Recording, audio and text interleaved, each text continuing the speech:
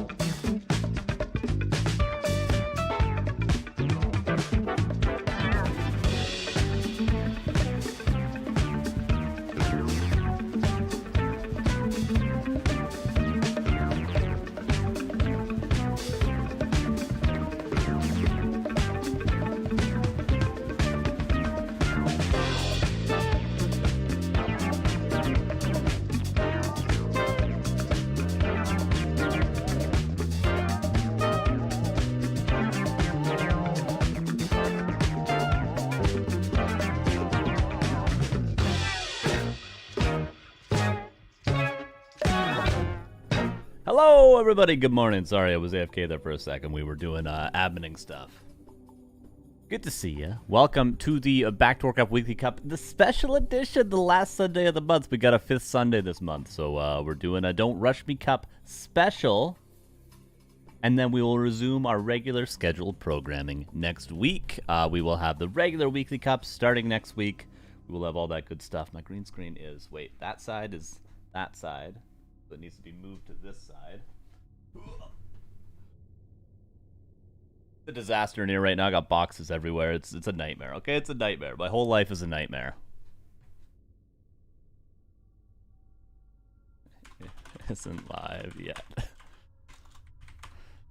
Sorry, we're doing a bunch of seeding. I got the Don't Rush Me Cup guys in a Discord group, and we're doing the seeding and everything, and it's all chaotic. But how are you guys? Thank you, Witty, for the raid. Thank you, Takashita Sakakaki, for the 3 months. What's up, Don? We will do some Gamba today. Do not worry. Apparently, Liat's signing up, so we're waiting for Liat to sign up. KK, I'll add him.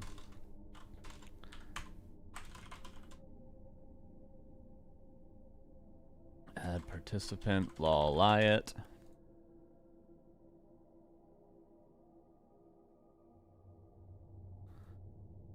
He can go up here.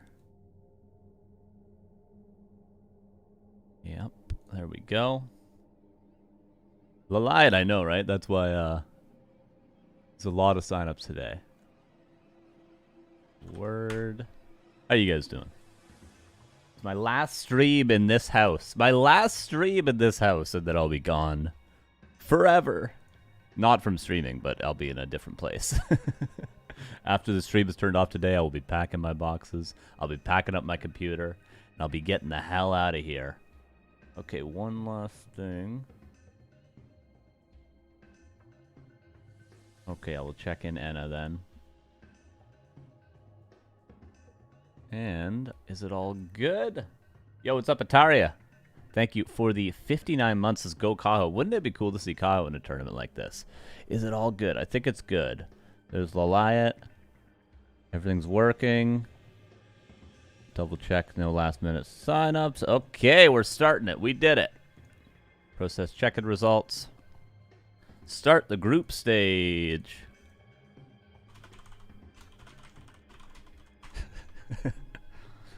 And dice was going to be added. Thank you for your help. Okay. Everyone. Bracket is live. Pay attention to the map. Round 1. Wait. Round 2.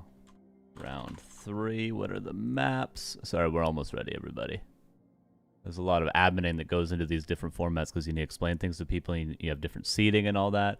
Round 1 is Vile Reef, and I'll explain the rules to you guys, of course, in a second as well. Vile Reef 2, Ferocity, and Greenville Woods. Timer. Timer. Hold, everybody. Timer. Hold.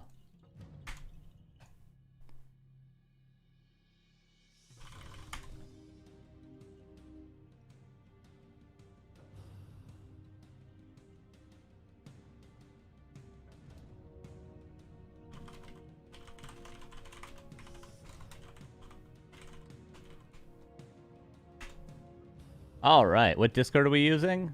The Weekly Cup Discord. I will message you, Lotto. Hold up. Invite to server, copy. I've sent it to you on Discord in about 5 seconds, Lotto. There you go. It's on your Discord. I found it. Okay, very good, very good. Okay, everybody, welcome to the Don't Rush Me Weekly Cup. Now, what is Don't Rush Me, you might ask? It is a format that was previously on this stream a bunch of times. I don't know who created it, but it's definitely been nourished by Godfather, by Rulas, by Neutron, by a bunch of these guys who hosted a Don't Rush Me Cup tournament that Neo, and I think Remo even a little bit, casted with them throughout the last month. Maybe the last month and a half, something like that. So if you were watching the stream a lot over the last couple of months, you would have seen it a bunch. If not, it's a format where you play 1v1 on free-for-all maps, and there's an invisible wall down the center of the map in which you cannot pass until a little bit after the 11-minute mark. Like 11:15, I think, around it is what it is. So it comes down to macro. It comes down to what your early build order is. It comes down to how well you can creep. It comes down to how well you can expand, how well you can curate the perfect 80 to 100 supply army, depending on how crazy you want to go. And then you meet in the middle, somewhat, and you either fight or you hit each other's expansions. It's really exciting. It's a fun format. It's still being figured out. And it's very cool. There's wall block vision. Yes, you cannot actually scout your opponents. The only thing you can do is reveal at the labs. That is how you get vision. Okay, I will show you guys the bracket as well. But yeah, if you look up Don't Rush Me Cup Warcraft 3, you can see all the qualifiers and the tournament that happened before. I'll show you guys the results. Of course, you don't want to be spoiled. A lot of the games are on our YouTube. But here's what their big tournament, with a lot of pro players, the results just look like recently. So there was a bunch of groups, and then 16 players in the end. And in the end, Neutron actually won versus Sheik 3-0. But you can see players like Moon were playing, players like Liat were playing. Liat signed up again today, by the way. Players like Starbuck played, but we see at the end of the day, Sheik versus Neutron. So a little bit of a different skill set. Clearly, if Moon didn't win, although, you know, he got pretty far, but we see a lot of free-for-all players. See people like Trunks. We had Lelu, who you guys might know from the free-for-all streams. Right there you see him. Seiso, of course. So some different names, but also some pro names. And this was a big tournament that happened for a decent amount of money in February. And that's the format we're doing. Didn't make it far, though. Didn't make it far. You made it far in spirit. Mind, body, and spirit, you made it far. Okay, so let's look at the bracket and let's find a game. Decent number of signups today. I don't know what we actually ended up with after all was said and done. I should probably... Oh yeah, I should maybe at Ikbencool and let him know. Correct.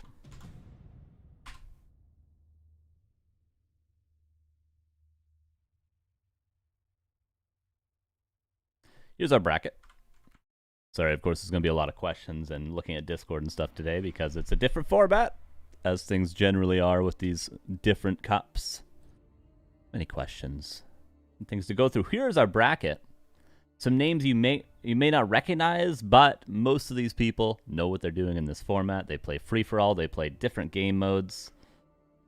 We got Of course, a name you should all know. Lotto versus Sting Prestige. Winner will go up against Sheik. We have Ikbeg versus Anna, a.k.a. Anal E. Okay, nice. We got Pere Grinish, which apparently is somebody that's somebody that's somebody that's somebody. What was his name? Also known as...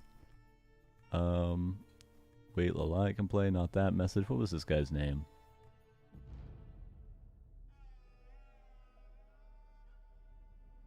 I forget. It's somewhere in the Discord. I don't know. It's somebody. Versus Jay Perez. We got Svibi versus Amika Zora. We got Kakes versus Razor. Nico Malik versus Voxius. Mr. Winner versus Ahahahahahaha. Uter. And then we got Lucifer, Miko, Neutron, Lemus, Lizaka, Liat, and Rulas. All these people, I think, for the most part, are familiar with this game mode. Maybe not Lotto. I don't know. But what should we start with? I would generally go towards Ikben versus Anna, but I think Anna might be AFK. So I'm inclined to lean towards the Lemus game. I know nothing about this. All right, all right. Build 5 trees of life. And go Panda, Tinker, Keeper of the Grove. That's my advice to you. Yeah, maybe we lean towards Lemus. We could also... Razor and Ikben are currently at the Netherlands LAN. Which is cool. So I'm pretty sure they're actually side by side at their computers right now. Playing. Yeah, maybe. I mean, maybe we just lean towards the highest seed. Obviously, I'm not going to know who's the best at this format until we start seeing some games. I did watch a decent amount when the qualifiers were happening for the big tournament that I just showed you guys. I watched quite a bit of it. I think I watched like 3 of the qualifiers. So I am familiar with the game mode. And then, of course, I saw some of the streams on this channel. Even though I didn't cast any of it before. Let's see. Let's see what games are. I am going to be casting on Flow TV because, of course, generally you want to delay if you're going to be streaming this because it's if you're just creeping, it makes it a lot easier to look at your other monitor if you know what I'm saying. So Lemus is playing. It's a human mirror. We could check out a human mirror. We could also watch Razor versus Kakes. Now let's try the Lemus game. In 1 minute. We will check out the Lemus game. I wonder, will he play Pally Rifle in this?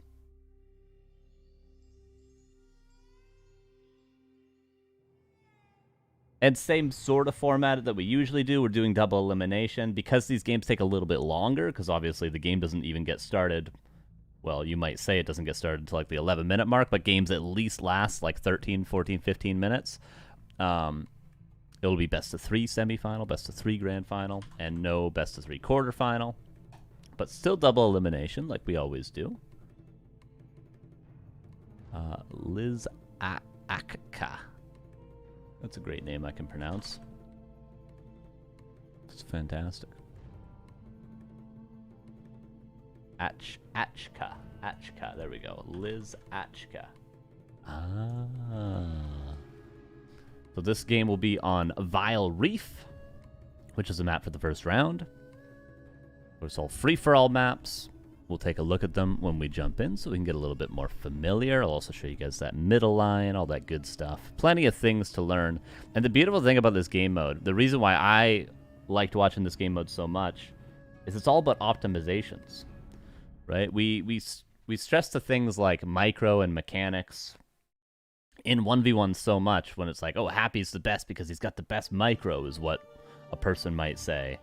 But this is more so about actual strategy. It's more so about actual refinements. It's about creep routes. It's about how well you can actually creep, which, you know, even though Happy has the best micro, he's also the best at creeping. But, you know, how well do you time grabbing a shredder? How well do you time getting your 2nd and 3rd and 4th, sometimes base, sometimes 5th base? How well can you... I've said it earlier, but curate an army, like a perfect human army. What does that consist of? How many priests? How many Sorks? Do you have any breakers? Do you have mortar teams? Do you go only tanks? Do you go mass griffins? Do you go inner fire griffins? You know, like how do you make a perfect 100 supply human army? And free-for-all players have to solve that problem all the time. And this game mode sort of forces 1v1 players to solve that problem, which is pretty pog. And we got a game. All right, let's load in. Will be a human mirror, but it's anything but a standard human mirror, I guarantee that.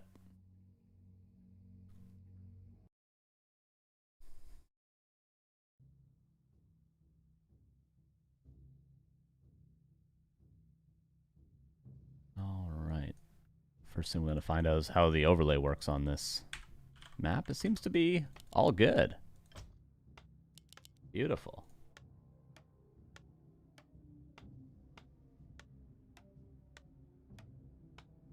And here we go on to Vile Reef. What's up, Ghost? How you doing, man? Wait, let me double check. This is the other guy.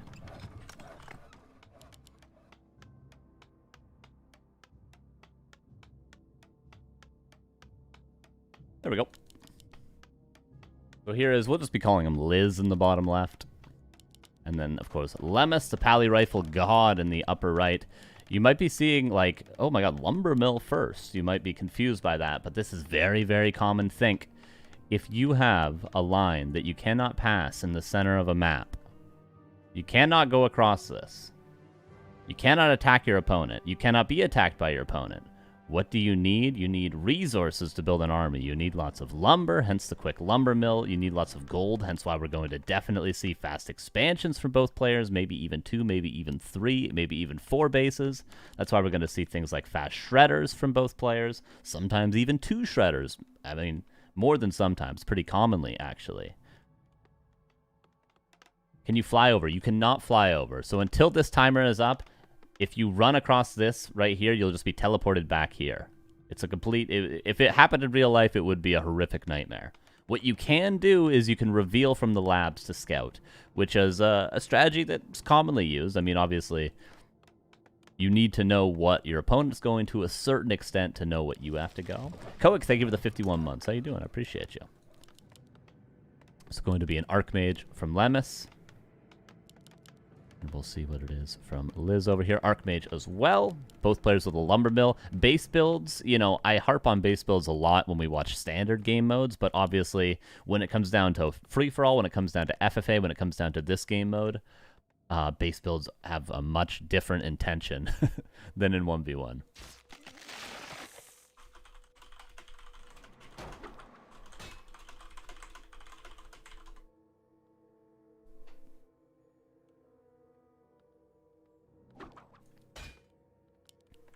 Militia coming across. Of course, gonna be seeing a lot of 3 farm expansions from both players, which is exactly what we're getting out at Mr. Lemus here. And for Liz, a little bit delayed, but if you just look at his resources, he's got a decent amount of lumber. He's gonna end up with more as well, because he didn't call militia as quickly, because he had a quicker lumber mill. And they're both going for the same expansions. I don't think that was intentional to pull that camp, but hey.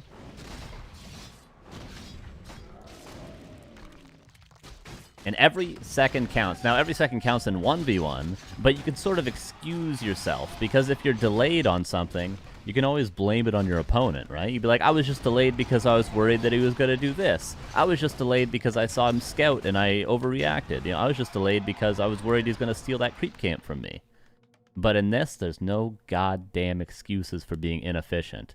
If your level 3 is late, if your second base is late, if your tech is late, if you don't have the right army, you have nobody to blame but yourself, and I think that's kind of the beautiful thing about it. There's no interruption. Here's 11 and some odd minutes. Okay, it's 11 minutes and 19 seconds apparently. Show me what you got, you know? So expansions for both players. I don't care if it's Don't Rush Me mode. Lemus is not playing Pally Rifle. It's blasphemous. Yeah, it's true. It's true, right? One thing you learn pretty quickly in this game mode is that the shredders spawn at the 5-minute mark. So we're probably going to see both players try to go over to the labs as soon as they can to grab those shredders. Of course, some races, notably Orc, is going to rely on the shredder a lot more than other races, but still shredder very necessary.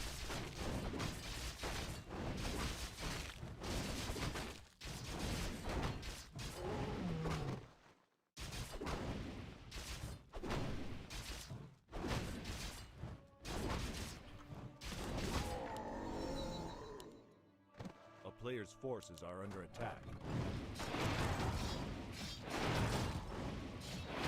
Let me see Lab being crept at the perfectly 5-minute mark. There's the shredder right away. And here's the first big difference.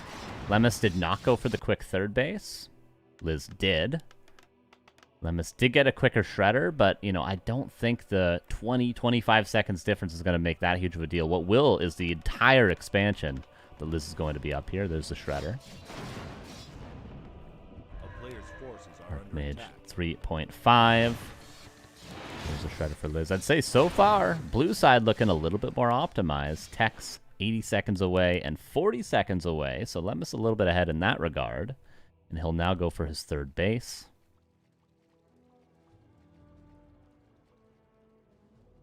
And once the third bases are secure, I don't think a fourth base would be considered standard.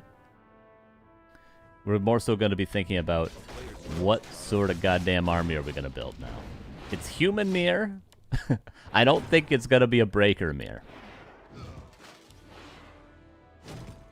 A lot of this game mode sometimes comes down to a more base racy army composition. So for Orc, for instance, there's a lot of Bat Riders being played. For humans, sometimes there's a lot of tanks being played. But human versus human. Not sure what exactly they're going to be playing here. 100 supply breakers versus 100 supply breakers? True.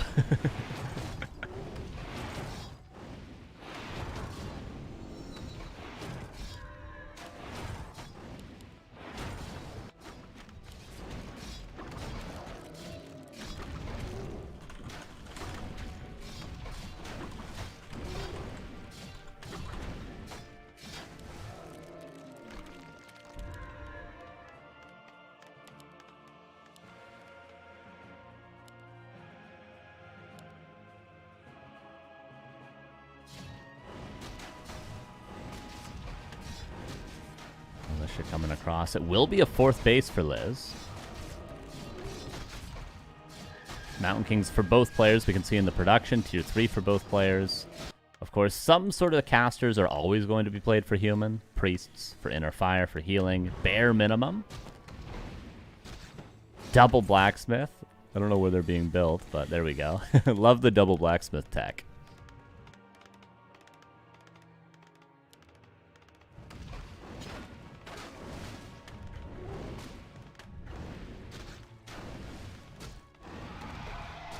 Creeping will continue.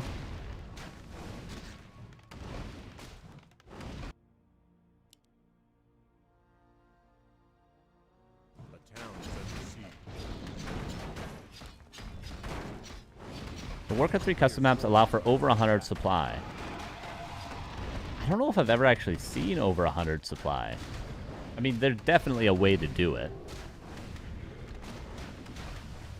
But I don't know. I just don't know if I've seen it before.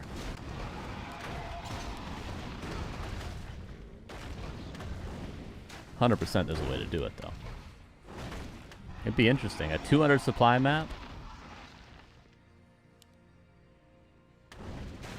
We'd be playing Brood War at that point. Only being able to hotkey 12 units and having 200 supply. I guess it would literally be Brood War at that point. With the amount of units. Yeah, you could just have or double or whatever. It's true. I don't think it's like hard-coded into the game or anything. But I am not a map maker.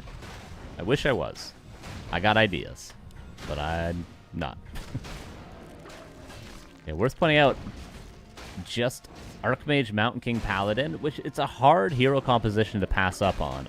You know, everybody knows that. Everybody knows how strong these heroes are. You try to think of something better, and you just simply cannot. But in the case of this format, we'll see a lot of the much more experienced players are going to be preferring heroes like Panda, heroes like Tinker, heroes that can do more to buildings and to economic things, you know, like farms, like peasants, like town halls, as opposed to heroes that are just really, really good at fighting, like the Mountain King and the Paladin, for instance. But really, in the case of the Archmage MK Pala, I think the only hero that could be swapped out would be maybe a Mountain King for a Panda, maybe a Mountain King for a Tinker. Other than that, you know, you're thinking it completely different hero compositions. Okay, so we see 1, 2, 3, 4, and a 5th base attempted. We have 1 minute and 14 seconds on the first timer of the day. Will be Paladin third for both players. We're going to check on the army composition for Lemus. Lemus, who is on 3 bases with a 3,000 gold bank. And his tech, double workshop, 1 sanctum, 1... Okay, double sanctum, double workshop, 1 barracks. And we do have quadruple 5 workshops for Liz. Holy! Don't you wish you had that Panda or that Tinker now? It's mass flying machines, which is the equivalent of like mass bat riders, because of course flying machines do siege damage to buildings. So we're gonna see Lemus struggle probably to keep up with the hit and run style of Liz. And this works in human mirror, because what's the best counter to flying machines? Flying machines. And you're all right with fighting on, you know, an even playing ground. Against Orc, of course, mass flying machines against bats might be a little bit iffy. In which case you might play tanks. That could be a counter for Lemus, actually, now that it comes to mind. Tanks with barrage could counter flying machines. Center line has been dropped now, and we're going to see... It's not as though just because the center line is gone, you have to immediately go across the map, but the flying machines will. Here's one group of 12. Looking for expansions on the southern side. Another group of 12 flying machines. Will Lemus be ready for this? He's going for knights and breakers. It's essentially like he's playing a standard human mirror. But he's up against 5 workshop flying machines. With 2/2 upgrades. But we're seeing 12 flying machines don't have the hugest impact. In fact, they can literally not kill a tower on their own. And there's the town portal. Other flying machines are going to the other town hall. Lemus is going to be much stronger at fighting.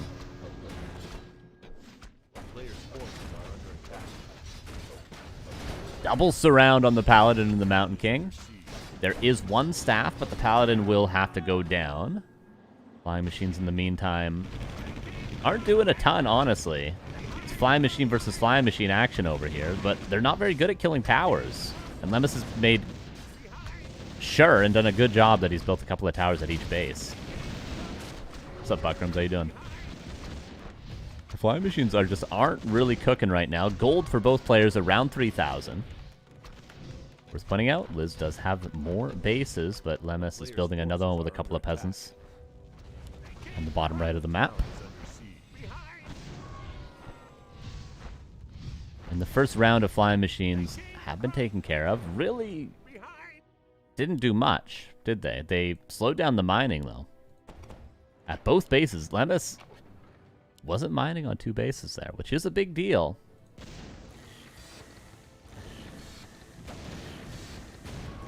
Worth pointing out, Lemus also experience advantage. He got more creeping done, it feels like, before the wall dropped in the center.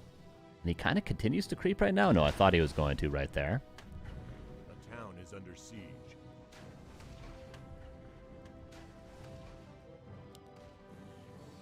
And here goes Lemus. Retrain into Blizzard. Makes a lot of sense.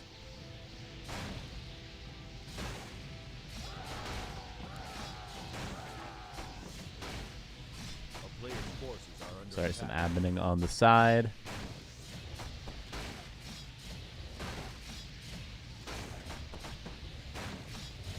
The town is under siege.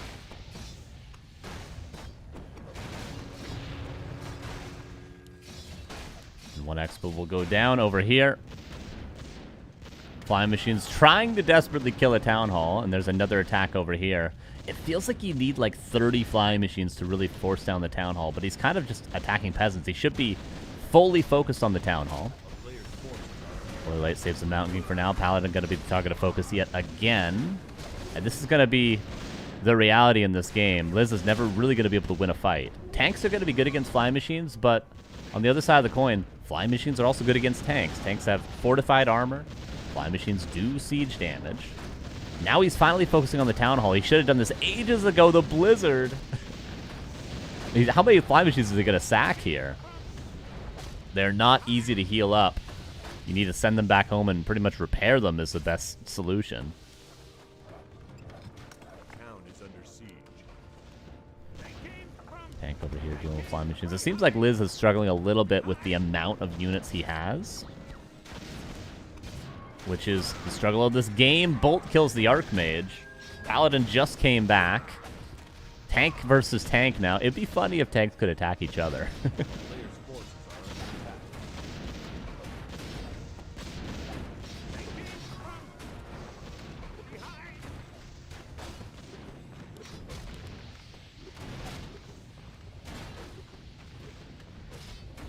Blizzard dealing with a couple of tanks.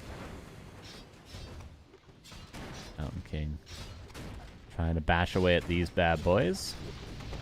Also, the Orb of Slow could be passed to the MK. Liz back to Flying Machines now. 89 versus 82 supply. All but the red camp seem to have been expanded at. Well, the red camp on the side of Liz, and then this expo for Lemus. This one also could be taken by Lemus, but Liz already did get it. This one was killed earlier, but now being rebuilt. This one was just killed and now being rebuilt as well. Flying Machines. Not doing a ton. Not doing a ton. Oftentimes, from what I have seen, it's been a lot of going immediately for the main base. And that could have been a good idea from Liz. If he produced, say, it sounds crazy to say, but like 40 Flying Machines. Which on, you know, is only 8 rounds of production at 12 seconds per Flying Machine. So you guys can do the math, you know. It's a minute 20 seconds for that many Flying Machines of production on 5 workshops. And then just forces the castle kill. Then all of a sudden you can't build tanks. Then all of a sudden you can't build knights. All of a sudden you can't buy a second staff.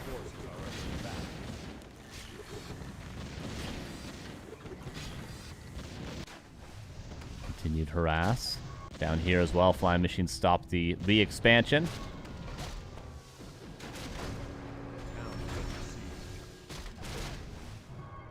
Again, Archmage going to be focused. He's got no town portal.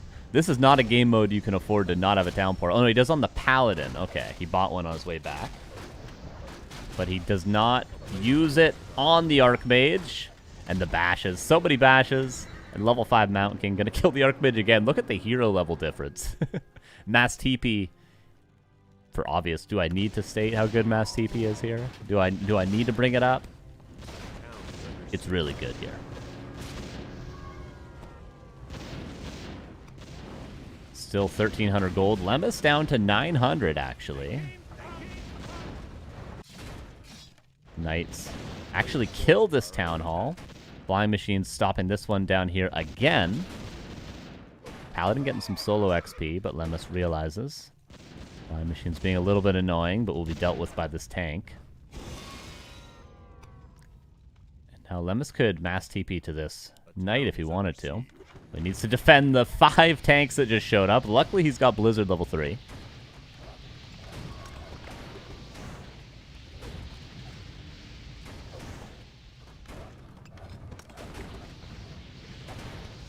Being a little bit annoying. Stopping this expo. Knight comes back in, but now all 3 heroes are here again. Flying Machine show up again. No cancel. I think there's been a couple miscancels, yeah. The issue is Liz can never really show up with his heroes because every time there's going to be Bolt level 3. 2 of 5 tanks go down there. A town is under siege. Flying Machine's still roaming around. Knight still waiting to harass this. Tank is dealt with by the Orb. Orb is slow, really good against tanks here.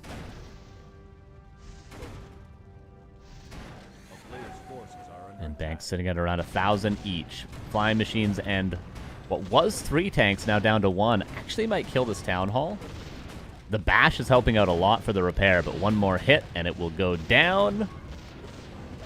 Is Lemus being worn down a little bit? He might be.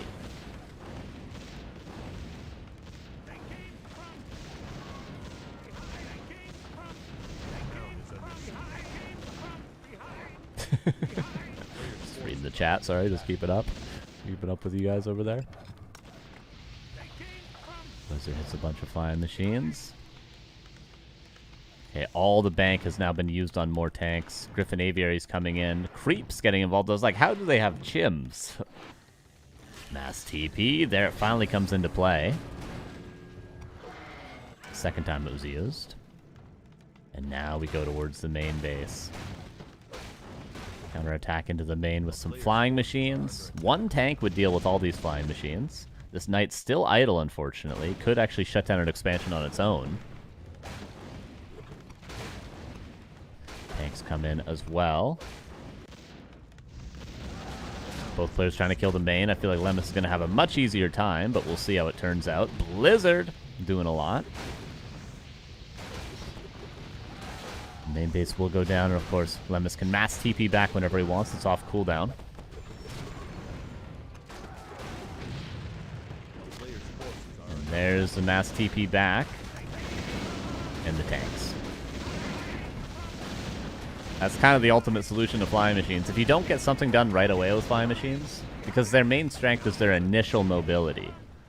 So I think if you're going to play like this, at least in Human Mirror, get as many flying machines as you can before the 11-minute mark, and then force the kill on the Town Hall. Before there's tanks with barrage, before there's a Blizzard retrain, potentially.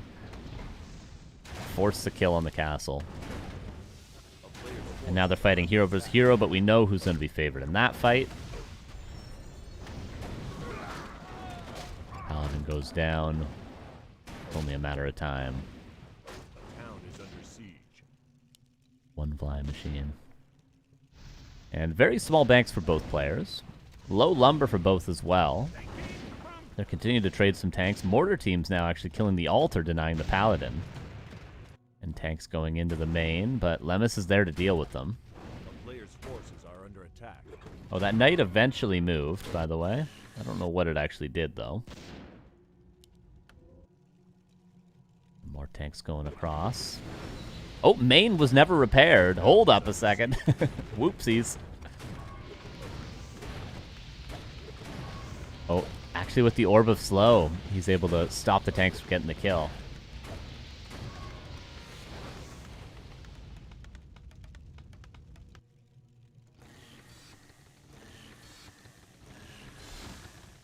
Tanks will finally find this. I think that was the Knight Corpse. Maybe it was killed by the Shredder.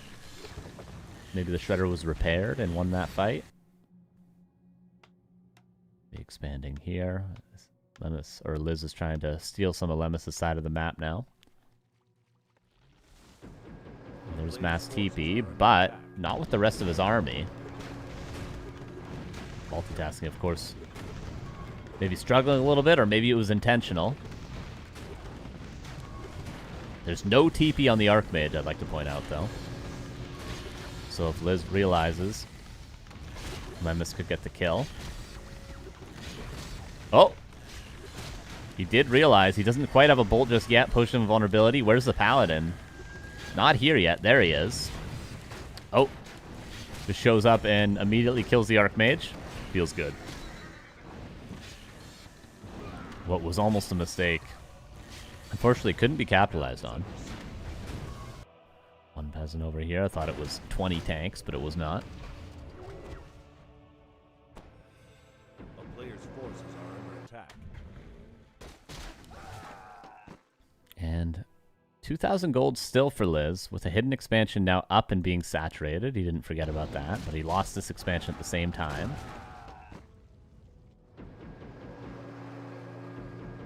There's a nice TP for Lemus. The top of the map again. He needs to cut the head off the dragon, so to speak. Cut off the production, kill the workshops. He already killed the tier 3. The town is under siege. A player's forces are under Counterattack continues. 61, 64 now versus 53. Lemus just has a much more stable economy. Maybe. But as he loses this, he's actually only down to the 1 base. As I say that, I realize where the hell have all the bases gone for Lemus? And nicely mass TPing away with his own fresh level 6. Defends the tanks.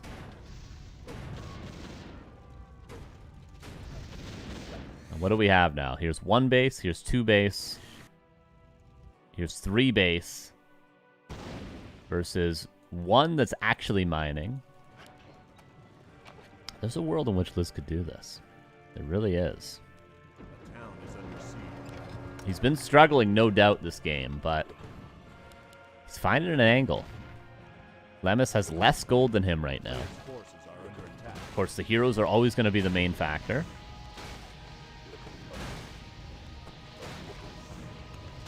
Blizzard in the 1 tank will clean up this expo. It's a good start for Lemus. He's got to continue trying to stop this economic advantage.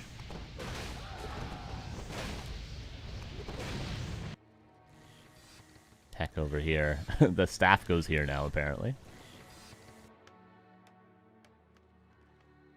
A player's forces are under attack. Expansion again. Trying to be killed, but the Blizzard stops it for now.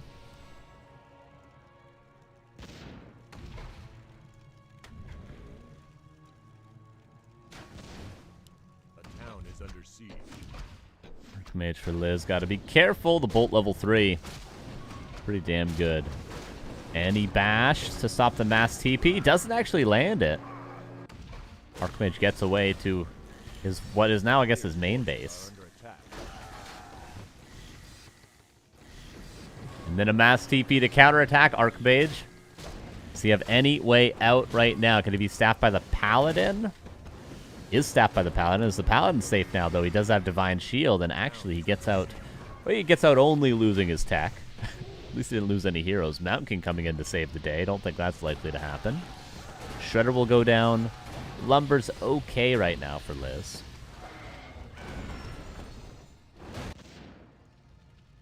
Tank is dealing with the flying machines that have been desperately trying to kill this base.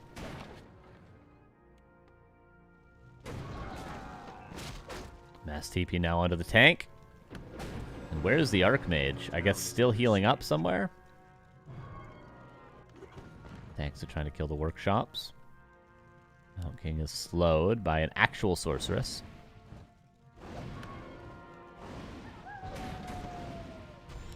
Paladin gonna go for the staff, perhaps. Passes a TP. Player's forces are under attack. And all the heroes will get out again. Mass TP down to the south part of the map to try to finally kill what would have soon been a keep. That brings us to 1, 2, almost 3 bases. This one is dead versus 1, 2 bases. Lemus didn't find this. It would have been 4 versus 2. There is a peasant here.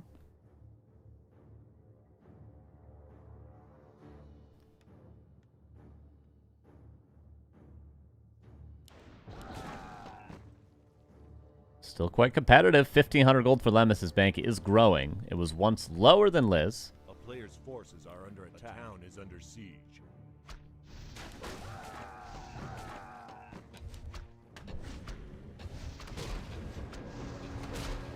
Try hero, come back. Archmage. Gonna have to be staffed, and then the Paladin's gonna have to get out of here with Divine Shield. He tries to mass TP, immediately bashed. You gotta staff that Archmage out, my dude. Passes the TP. Was it on cooldown? He had staff. I guess he doesn't want to give up the tempo. Bit of a strange choice. IMO.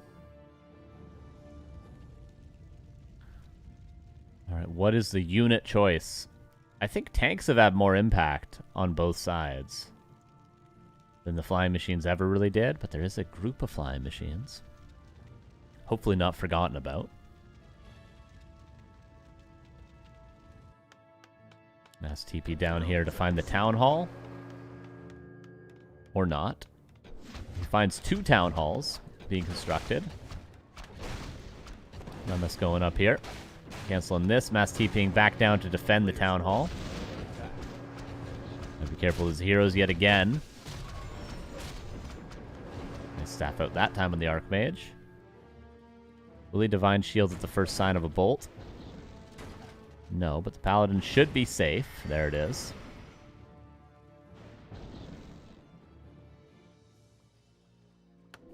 A town is under siege. Flying machines, again, struggling to kill guard towers. They don't even have level 3 masonry either, but struggling. Casters get caught out, but nobody notices. A lot going on, of course, for both players.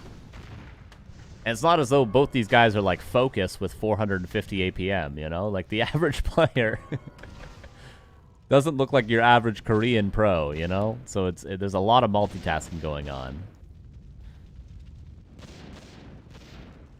I know we get used to watching people like Grubby and Starbuck and Soen and Lucifer, but not everyone would be playing that fast, all right? It's tricky out here.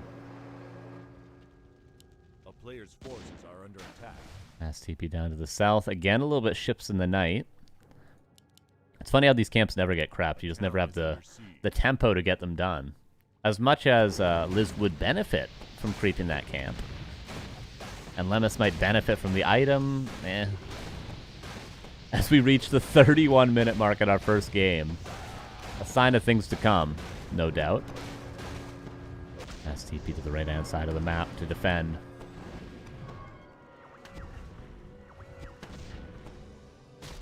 Tanks going in here. There's no repairing that. It will die. 0-0 tanks as well from Lemus.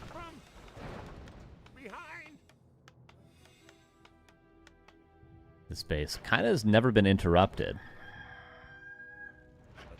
Because of that, it's at the same gold as what was the first expansion for Liz.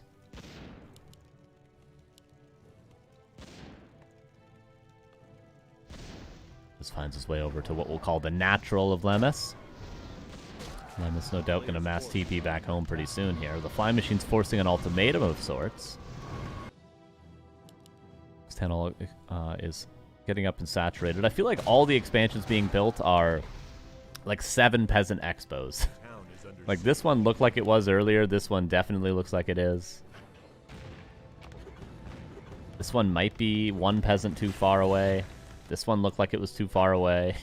Just all the chaos of the game. Paladin. Divine Shield last second and staffed out. Mountain King now level 5. The levels are getting better for Liz. Slowly but surely. Bolt doesn't quite stop the mass TP. Town is under siege. And the mass TP goes into a pretty good position.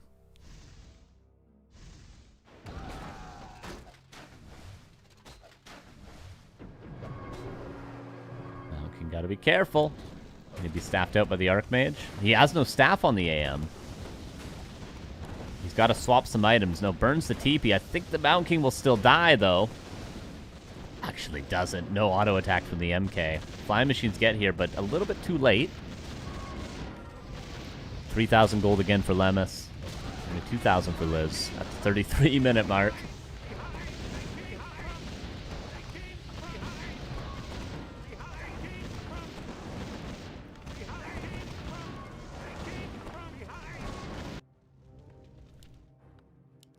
And some bases are going to start running out pretty soon. There's one about to run out. 10,000 left in this one. That'll be a while. 12,000 that one. That'll be a while. But the top side of the map is going to start running dry soon. This one's getting close, no doubt. 900, even though he's re-expanding. And 4,000 here. This expo. Not actually the most valuable one. I think both players should focus their efforts on the bottom side of the map if possible. It's hard to really have that sort of forethought, though. Because you obviously don't know where your opponent actually expanded first or second or third or fourth. You know, for all Lemus knows, this was Liz's first expo, but, you know, you can sort of assume and check. And trying to be repaired. Mass TP back. I like the casters, helping out a lot for Lemus, just to have a little bit more presence when it comes down to heroes versus heroes.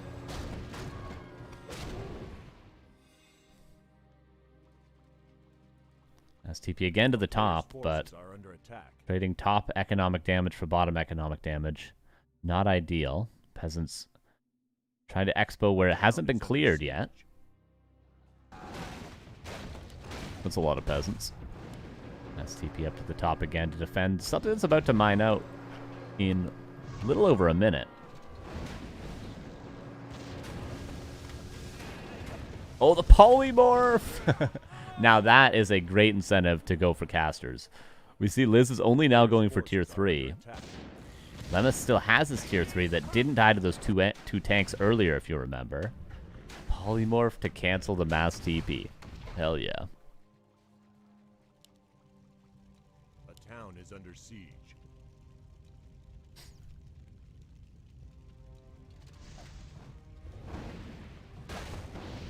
Expansion. 3,000 gold left. Very valuable kill. This is going down here right now. We'll check that in a second. Looks like this town hall will be dying.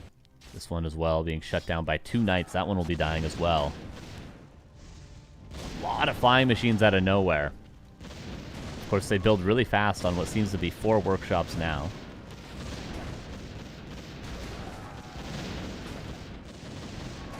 No polymorph goes on heroes. Was it nerfed? It was buffed to go on heroes. It only goes for like half a second or something around there, but still good enough to cancel things like that. Costs a lot of mana, but so does mass TP, so. Actually, these 2 knights did not shut down this expansion. Well, they shut it down, but they didn't kill it. Who is ahahahaha on the grid? I'm really not sure, and if you haven't heard from him, Lotto, I'll just give you the win. If he hasn't messaged you on challenge or gotten in contact with you, and it's been a little bit, I'll just give you the win. A player's forces are under attack. And now we're killing expansions that have mined out, but this one is really valuable. Love this play from Lemus. He realizes, okay, 3,400 isn't as much as I thought it might have, but still, it's better than attacking an expansion that has no goddamn gold in it.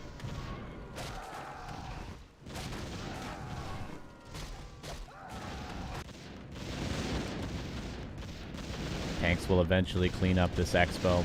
And Lemus, 4,500 gold. I think we're finally seeing the end of this game. It took almost 40 minutes. And honestly, I don't think Liz was out of his mind to stay for this long. There was really some great opportunities. It always comes down to the multitasking at this stage in the game. How well can you split push expos? I think maybe Liz could have, built single knights at times if he hadn't lost his tier 3 so quickly, I suppose. Or even just footmen and just send them to shut down mining at expansions. But Lemus now 5k gold.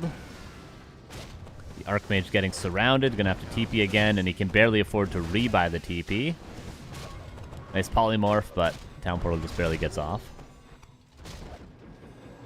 But Knight shut this down, and what do we have? 500 gold. And that is it for Liz. Lemus definitely has this one in the bag.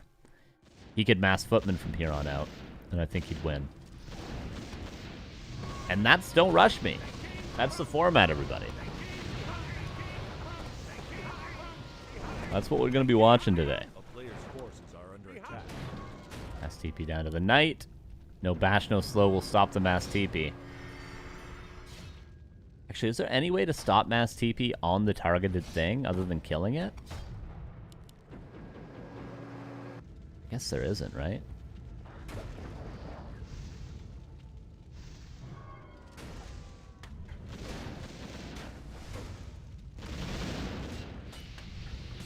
Tank trying to deal with the flying machines. This is, it's the end of the game. Once this base mine's out, he's going to realize, oh no, I got nothing left. Yeah, Tornado might stop it, true. I guess Cyclone would as well then, right?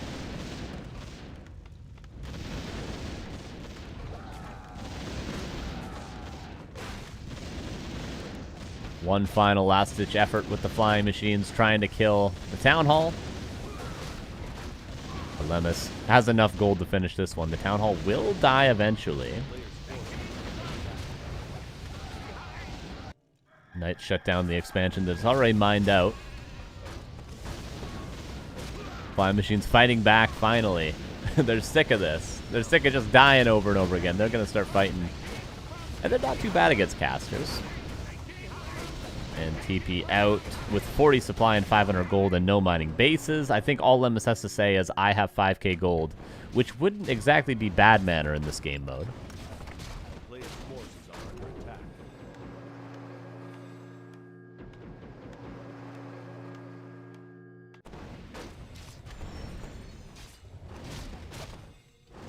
Town is under siege.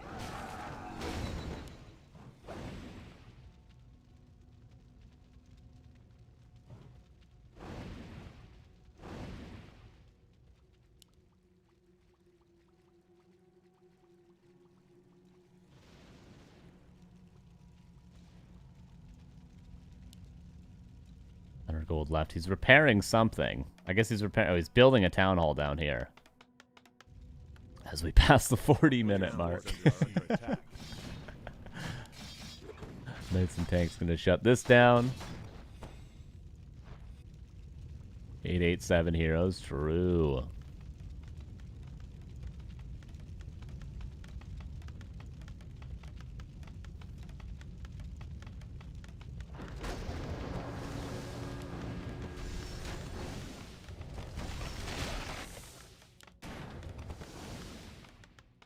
Player's forces are under Oh, we'll check out Svivi versus Chamiko after this.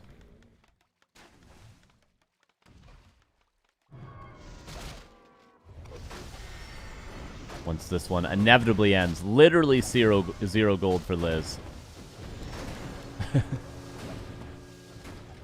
As soon as he loses a hero, he's going to have no options left. But luckily, staff will keep him in at least another 20 minutes.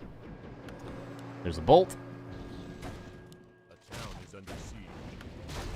And there's the GG. Nice try to Liz, well played to Lemus. But that's just our first game. That's just our first game, everybody.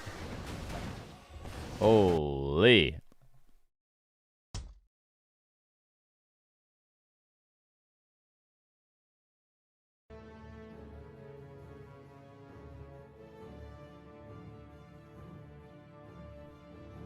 The staff work without a town hall. Yeah, we'll go to like a altar first, and then it will go to like a farm, or go to a barracks after that, and then it will go to like a farm after that. Yeah, it's strange, but it does work.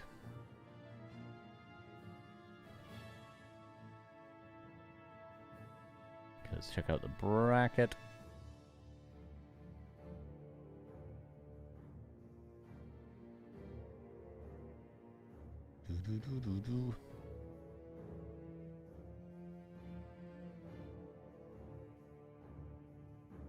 Wait, Lotto, this guy Def won you.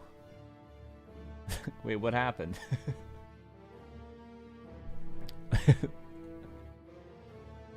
From this game, I learned that you need a scout with lab. Yeah, very good, very good. I think that's an underrated thing in this game mode. Yeah, we can get Gamba for next games. Yes, yes, yes. Okay, I'll show you guys the bracket.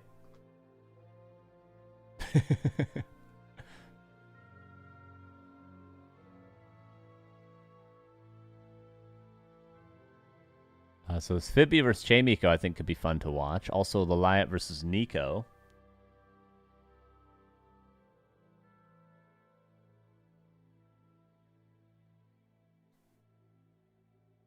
And Lotto, this guy took the win versus Lotto. I don't know. This was the guy that Lotto couldn't get a hold of. Now took the win versus him.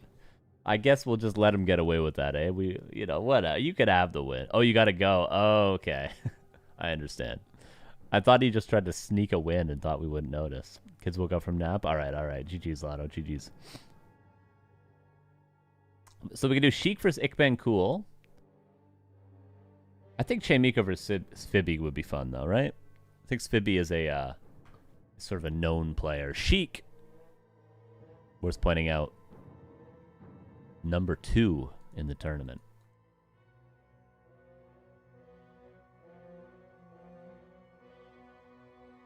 Did he really, Logic? That's very toxic. Jesus. That's unbelievably toxic.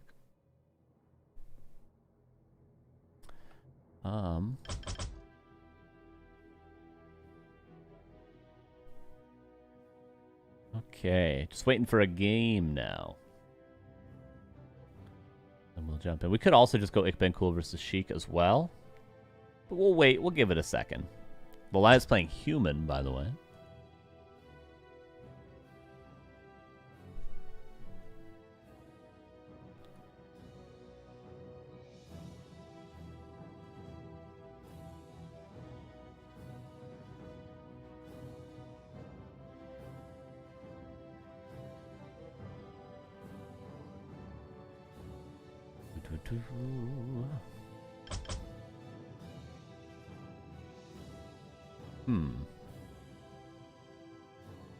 Yeah, whatever. Let's watch Cool versus Sheik. That'll be fun. So we don't have to wait around. And then we'll see if the Chimiko game's up afterwards. I don't think they're all going to take, he said, after this first game. I don't think they're all going to take 45 minutes. That's not actually the average length of these games. Normally they're about 25, I'd say. Sheik versus Cool. Cool at a LAN right now. And we'll get to see a different map now. Greenville Woods.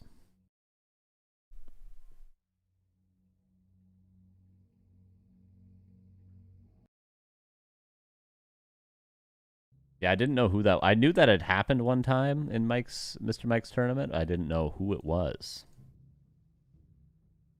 Noted. Noted for the future.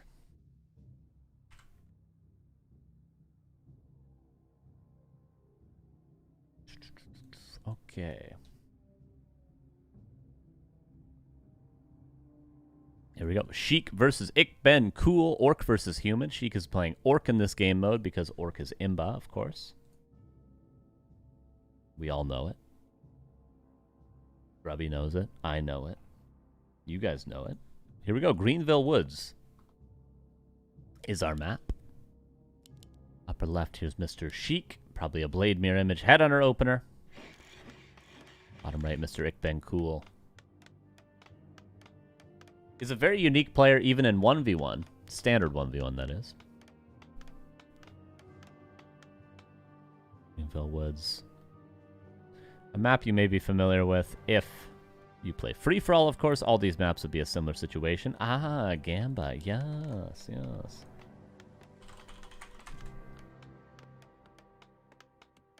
Who win best of one?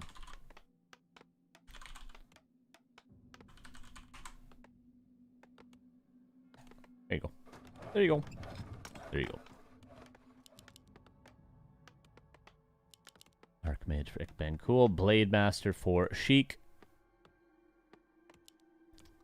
You need the best creeping hero as Orc, which is Farseer, but Farseer isn't really good, quote-unquote, in the late game, so Blade Master Mirror Image is really the best way to play.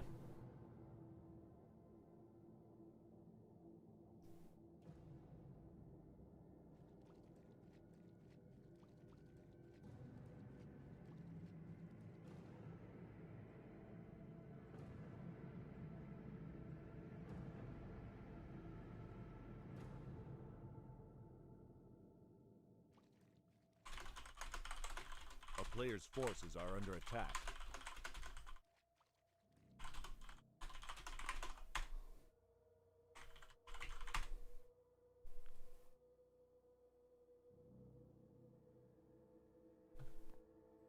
Peon, don't know where the hell it's going. Hey, Todd, how you doing, man? So Blade Master Mirror Image doing some creeping, waiting for the Headhunters. And Cool gonna go for 3 farm expansion. Notice no quick lumber mill for him. As I mentioned, he tends to have his own style of playing. And he'll continue that ingenuity into this game mode as well. Good, bro. How about you? I'm great, man. I'm great. I'm moving this weekend. I'm moving. So it's been a little bit of a chaotic week. The phone is still holding up. I'm holding the phone in my hand right now, Todd. Right now. It's working great, man. It's working great. And I folded the hoodie, and I packed it away, and it's going to the new place as well, okay? It's all holding up on this end. How's the basketball? Expansion coming up right away for Sheik. And this is sort of the funny thing about Orc, is that you need to creep the expansion. You gotta do it. You got 2 headhunters and a level 1 blade. The Expo has a level 5, 2 level 3 creeps, and 2 whatever. Good luck. Don't lose your blade. And this is... I've watched Sheik play this game mode, and I've watched him lose his entire army trying to creep the expansion. On, you know, maybe not this map. It's not too difficult here, but like other maps where it might be like a troll warlord or something like that, and you're like, good luck, man. You gotta do it. Everyone else is expanding 3 times. You gotta do it too. Go creep it. You have 2 headhunters. You're finally gonna live on a boat. Did I say I was gonna live on a boat? I'm afraid of the water. Players' forces are under attack. That sounds like a nightmare, a hellish nightmare. I might as well just open the puzzle box from Hellraiser at that point and just let it ride, you know what I mean? Whatever happens, happens. It's like, I can't believe I even would utter those words. Let that evil into the world.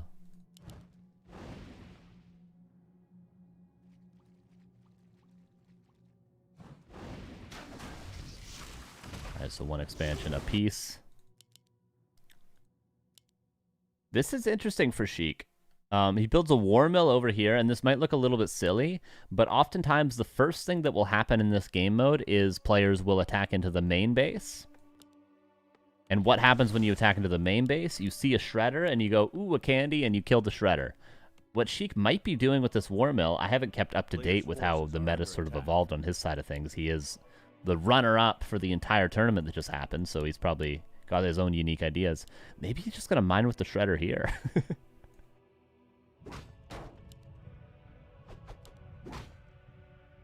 Look at that. And he does just that. Well, he pulls this camp with headhunters and expands again. Absolutely incredible. Look how optimized this is for Sheik. It's beautiful play. It really is. Ick been cool. Getting a lumber mill over here. He's like, I could do it too, you guys. I could do it too.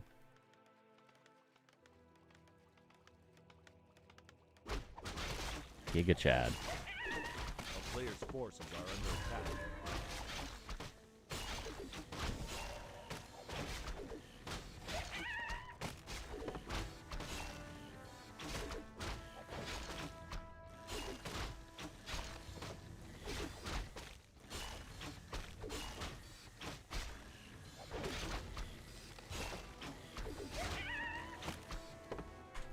Sorry, doing a little bit of adminning. Alright, scroll the beast. And greater heal found. Expansions. Gonna be up. 1 is saturated already. Sheik could go for another base with a tiny Great Hall once he gets tier 3 if he wanted to. I think going for 3 standard expos might be stretching it, but we'll see. Been cool. Waiting to expand again. His lumber's low, but he's got the shredder. Both players have the shredder on time. Sheik's creeping the red camp. Petition to remove the boat emote because Coach thinks it would be a nightmare to live on one. How do I justify my love for the boat emote while also still holding my fear for boats in everyone's mind's eye? You know what I'm saying? Because I need you guys to know how afraid I am of the water. I need you guys to know it. I need you guys to feel it as well. But you also need to know at the same time, you need to hold 2 things in your head at the same time. That I love the boat emote, and that I miss Warhail. And I don't know how to communicate that to you guys. I don't know how to do that. Person can't swim. Don't laugh at me.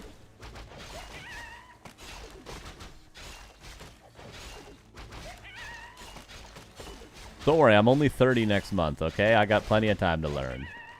You like Truman in the Truman Show? He couldn't swim, eh? I mean, they would have saved him anyway.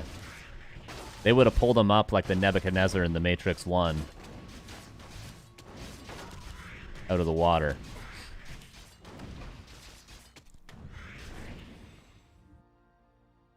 Chic mining on 2 bases. Continuing to creep up. Shadowhunter came out. Double Spirit Lodge, Torn Totem, Bestiary in the macro department for the Orc. For the human, Mountain King. Worth pointing out, haven't seen a Panda, haven't seen a Tinker.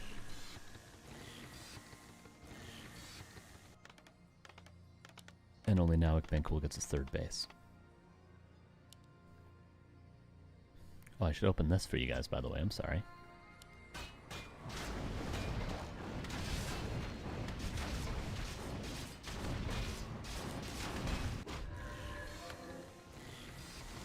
Or if this was the best part of the movies. Anyone watch Pee-wee's Playhouse? Lawrence Fishburne is in Pee-wee's Playhouse. Can you believe that? He wears a cowboy hat and a bejeweled blazer. I missed the first game, which apparently ran for a while. It was about a 43 to 45 minute bang-a-ranger. Alright, waiting to see what Cool's actually going to build here. Griffins for now. Double barracks with Griffin aviaries. Towering up. 6 over here, but obviously there's a lot going on. Who can you blame? Double bestiary, Torn Totem, and both caster upgrades coming online.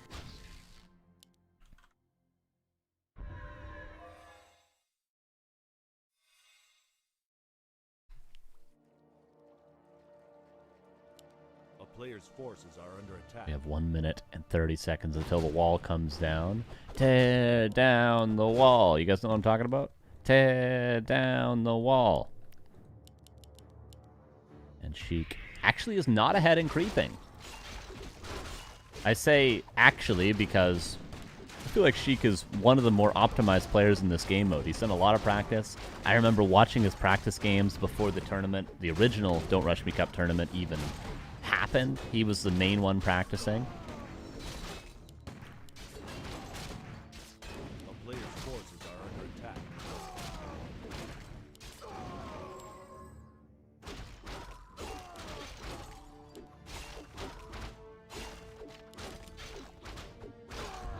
But Sheik with the power of militia and water elementals and anime.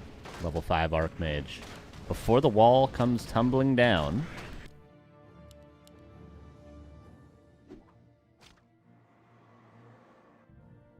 A second Shredder. Some, not a ton, but some Bat Riders coming out. And it's actually all casters for Sheik.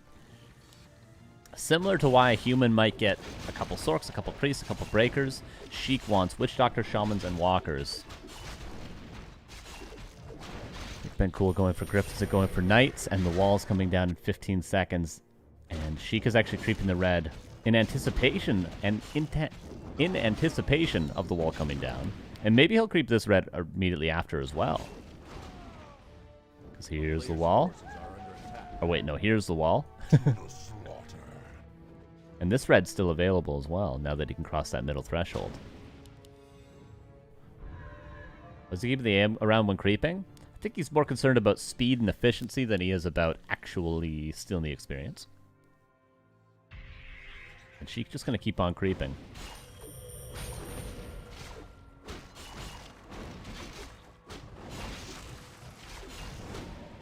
A player's forces are under Triple attack. Griffin Aviary. No Sanctum, surprisingly. I would think you'd at least get one Sanctum just to get Priests rolling eventually. These Interfire Griffins are damn good. Quite a bit better than just Griffins themselves.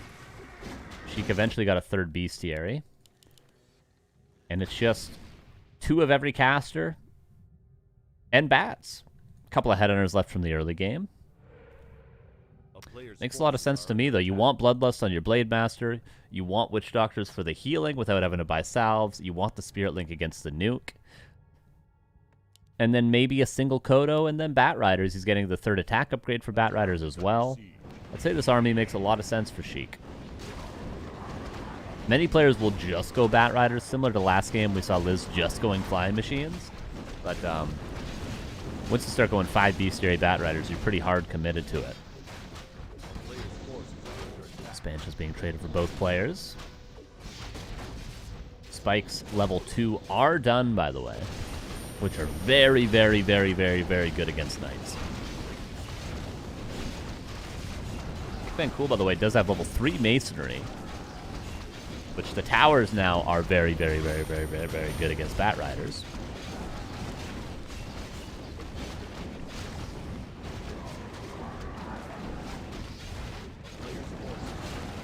Town Hall will go down. Great Hall did die as well. And this is a more typical Don't Rush Me game. Both players kind of trade in their expansion. Both players with very little gold left over, actually. It's going to come down to who's going to want to TP first. Because it looks like Ikbencool is gearing up to kill the fortress. And will Sheik react to that? I think Sheik could probably win a fight. Just with his heroes alone. It looks like he will, and he's going to TP back. There's no inner fire on the Griffins, and they actually only have 2 armor upgrades, so the Bats will find value. And that only increases the hero level advantage for Sheik. And Spirit Link, Bloodlust, Heal Wards. That's all Orc really needs with the Tri-Hero. But we'll see. Ikbencool 75 against 69 right now. Heal Ward up in the back. Dragonhawk going to kill that one. Bat Riders coming out. Hex on the Griffins. There is no Dispel. A Torn comes out as well, which is very helpful on the ground. Scroll the Beast could be used by Sheik, but hasn't yet been. Scroll the Beast now is. It's like he's, you know, it's like we're communicating telepathically, me and Sheik. And yes, I am being gang stalked. Stomp lands on 3 Knights and the Paladin. Bolt, will he staff out the Paladin? Doesn't actually have a staff. Oh no, it's on cooldown. He only has 1 of them, though. And it's going down. The Orc heroes are just doing so much. At least the Shadowhunter's out of mana now. But they're only going to get stronger. And once the Orc gets Bladestorm, imagine how damn good that is in this game mode. Oh, Shadowhunter is going to need Heal Scroll and Potion of Vulnerability, perhaps. Staff out now on the Mountain King. And this would be a good fight by Ikbencool if at the same time he was, let's say, killing this expansion with tanks or something. Then it would be good. But he's not doing anything in the meantime. He's not expanding again. He's just kind of losing everything. And the crit's going to kill the Archmage, and just the Mountain King is left over, and Sheik proves... I don't want to say he's the GOAT, because that's overused, you know? But he's the best in that game. What's the acronym for that? he's the BitG. He's the BITG, everybody. I don't know what you heard about me, but you can't get a game out of me. I'm a BITG.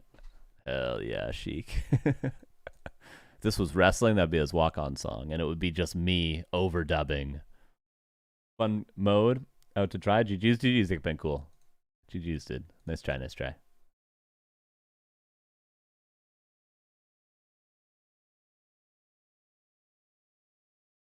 All right. Now we've seen a human mirror, we've seen an orc versus human, but have we seen a human versus elf? Liat versus Rulas. Rulas, organizer of the Don't Rush Me Cup, knows this game mode. And we're watching, man. We're watching him versus Liat. Hell yeah, we are. Oh, Ikbencool, it's double elimination, by the way. If you're still there.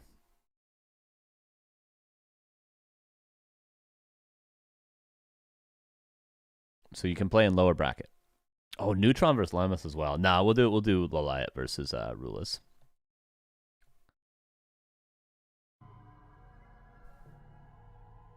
Wait on Razor to catch up to me? Okay, good. Very good, very good. This will be round 3.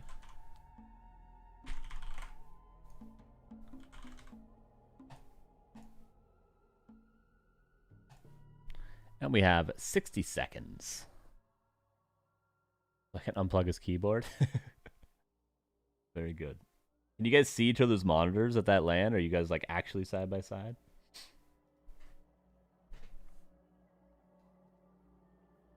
I want to tell you guys something. I didn't have coffee today because I have no coffee. I didn't have coffee. because I haven't gotten any more groceries, so I didn't want to move any groceries, so I didn't go to the store, and I ran out of coffee, and I don't have any coffee, and I didn't drink any coffee today. It's actually unbelievable. I can't remember the last time I didn't have coffee before a stream. I normally always got a mug in my hand. And of course, I got to cast the most complicated game mode in the whole world without coffee. 500 bases going on at the same time. And what I'm really trying to say is no one suffered like I have suffered. But that's okay. That's okay. I'll be the martyr.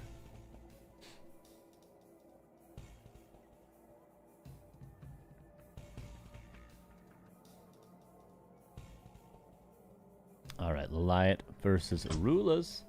Modern day Passion of the Carson, true. You're doing the best you can, that's what counts. Thank you, Buttcrumbs, thank you. Yeah, I do have tea. I could have made a tea. I'm complaining about something I could have solved 50% of. I'm 33, I've never tried coffee in my life. You know, it's, you don't need to try it. I mean, it is like a miracle. It is like a miracle brew, though. It really does do a lot for your, for everything. But, you know, if you're waking up fine in the morning and you're feeling good, you know, you keep doing you. Okay, I got just fixing the overlay, and then we're gonna jump into Liat versus Rulas. It was pretty great. You know who drank coffee? Steve Jobs drank coffee, okay? Think about that. Coffee makes my stomach hurt, so I stick to vodka. That will give you energy for a short period of time as well, I suppose. I don't know if it would make me better at commentary, but maybe to an extent. Have I ever drank while casting before? Maybe a Dust League. Tourney started 2 hours ago? Like an hour and a half ago. We've done 2 games.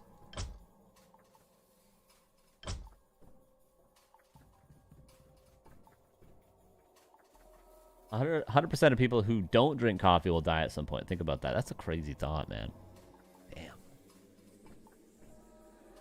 Really makes you think.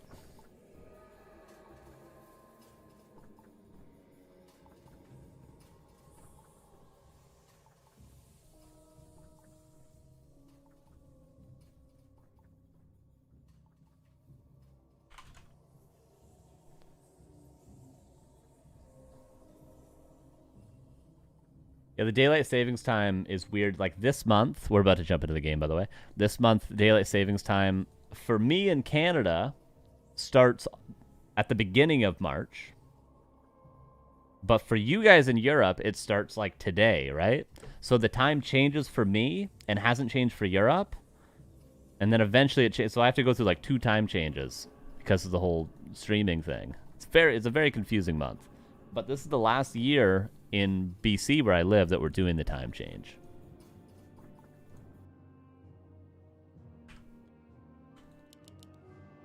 $18 hours ago, yeah. But like everything's still scheduled on European time, so my time changes. So like normally this cup starts at 10 a.m. for me, but now it starts at 11 for like 3 weeks, but then it switches back to 10 on the 4th week. Very, very strange thing. Liat versus Rulas. Rulas playing human. Liat, of course, the Night Elf legend. In the bottom right, and Rulas in the upper left. Making a name for himself with this game mode.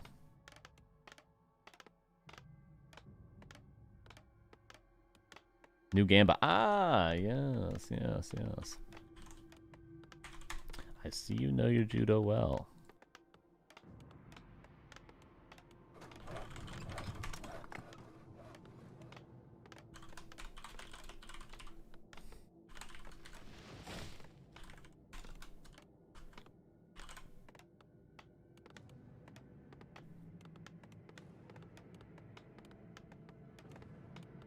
They're not, I mean, if time is fake and it was invented by watch companies, they're not really doing a great job selling watches, okay? They need to think of a different marketing ploy. A player's forces are under attack.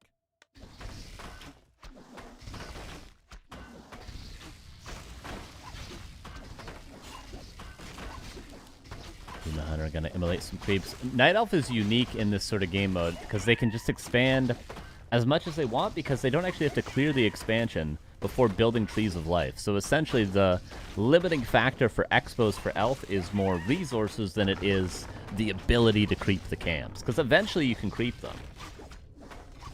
And in fact, the trees finishing allows you to more easily creep them. So it's Night Elf can be a little bit different. We could see Night Elf with as many bases as the map allows in this game mode.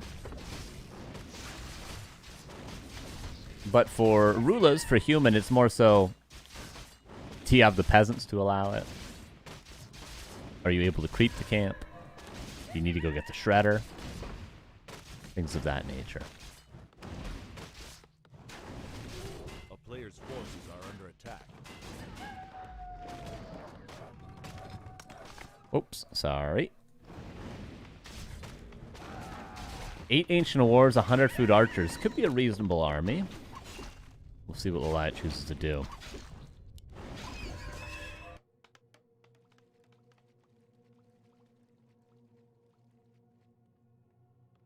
Lab, of course, doesn't need to be cleared yet at the 5-minute mark. Is when the shredder will. A player's forces are under attack. Be available. Moon tried something like that for Seiso and got destroyed. Seiso the Giga Chad beating Moon. I do wonder how familiar Liat is. He did play the main tournament, right? I don't remember how he did.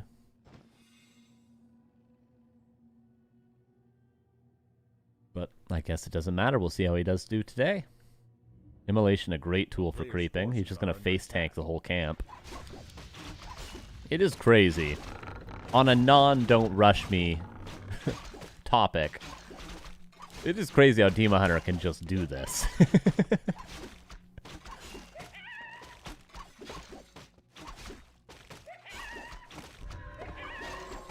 He's not even that unhealthy. I took the 85-1 odds on Rulas in this game, and that's why you're the Get Rich Brothers, okay? That's how you got that name, is taking a chance. Flute is fantastic for Rulas to find there. We're getting more and more expansions.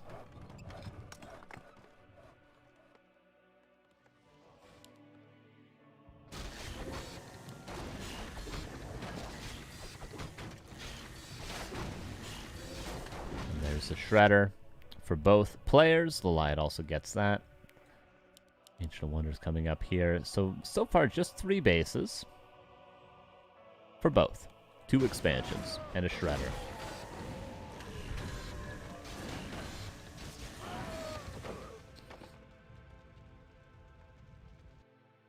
Always hard to tell if both players are revealing or not. I'm just going to assume they're doing a little bit of reveals. Forces are under attack.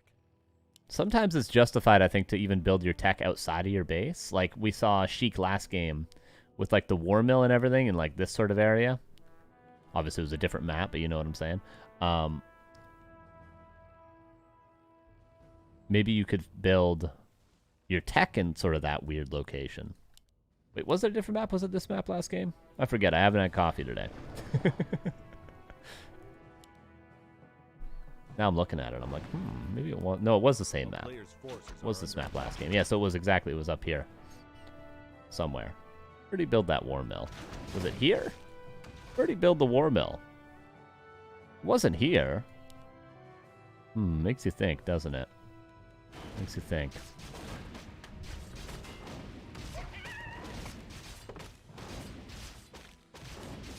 Fourth base for Rulas is being attempted.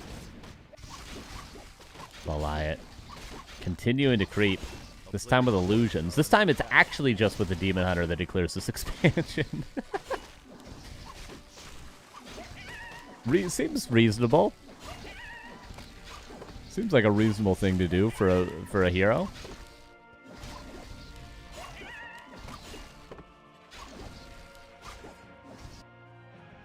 This goes for a quick second shredder. 4 minutes left on the timer. Expansion saturated. Always good to check if they just actually have 5 on gold, because there's so much going on in the map that it's hard to tell. Panda's creeping at the same time as the Demon Hunter. for Mr. Liat. Rulas on his way to tier 3. And this would be a game where tanks must be really good, right? Against Night Elf? They have to be.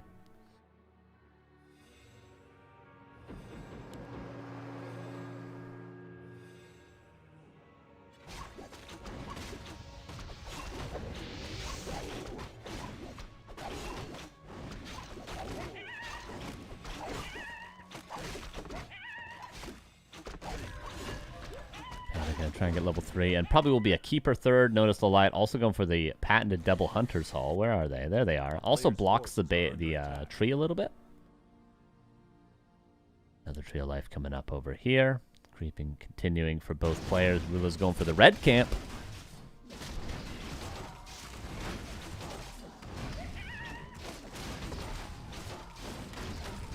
Legion Doomhorn found that's a fantastic find. Movement speed, for obvious reasons on a huge map like this, going to be really, really, really valuable. Both players lacking that. Both players want that. A player's forces are under attack. Is that Liat that just revealed this? I wonder. Oh yeah, he is. Notice the scouts, and he sees the workshops, he sees the sanctums. He can kind of get a vibe of what sort of army he's going to go for, and then Liat chooses what units to go for after he reveals.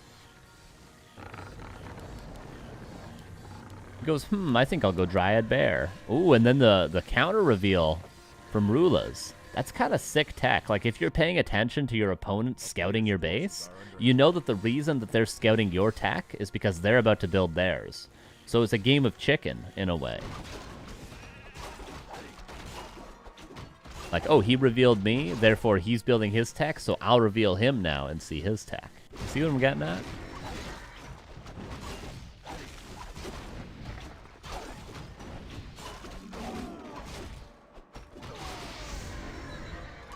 Five Demon Hunter.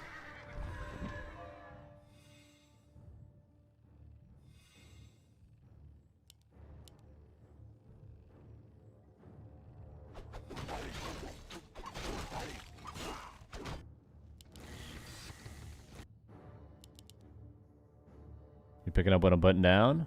Very good. Base check. 1, 2, 3, 4, 5 for Mr. Liat. For Rulas. A cool, calm, collected 4 right now. Creeping continues. Wall is coming down in 1 minute.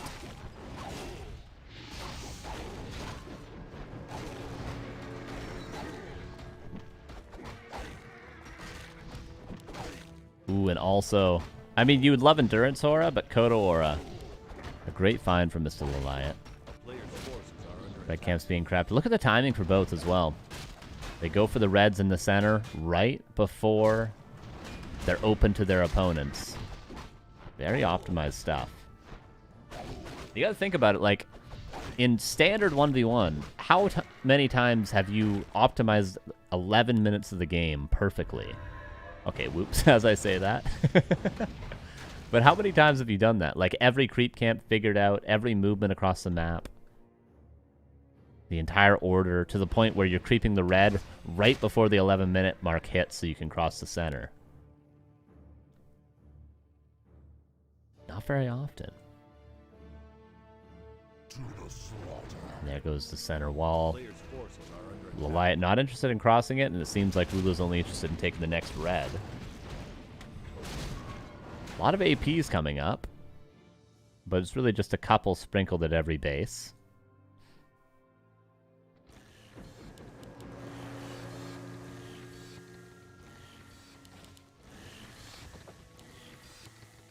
And just triple lore for the Liat. No Chim Roosts, nothing. Oh, we're going to get Lucifer versus Chic, Forces are under attack. which we will definitely try to check out.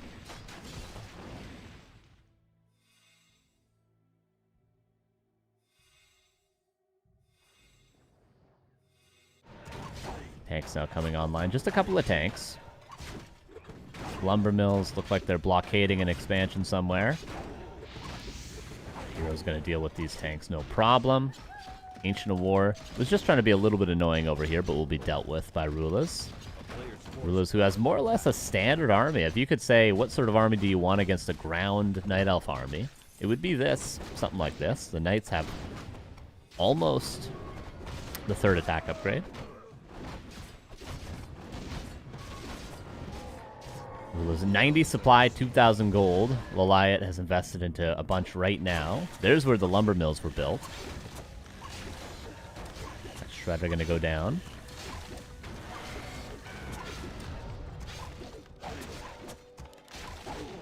He's town portaling, and his army's very strong right now.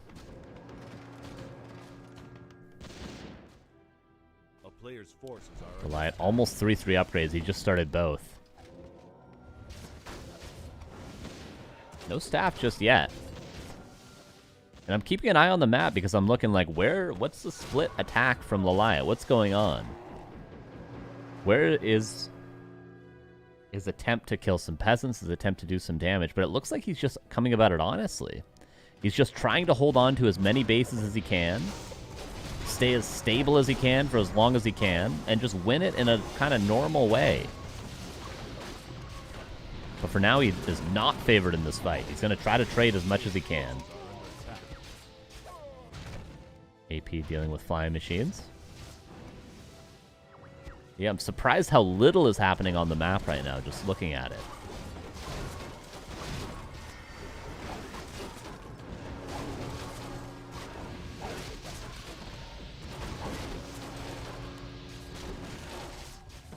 And Town Portal out by the Panda. I don't think Liat really lost that much. 3,000 gold for both players. Expansion is exposed, though. Moonwell's going to be used.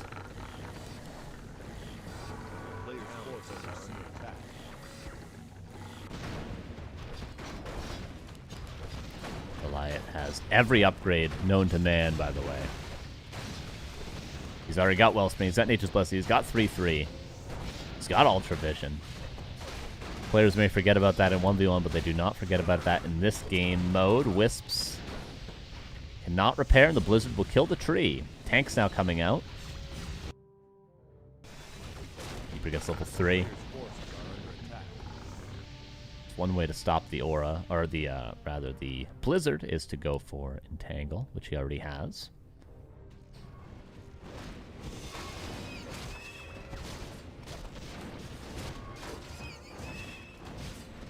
Keeping an eye on the banks. They're both reaching 3,000 gold.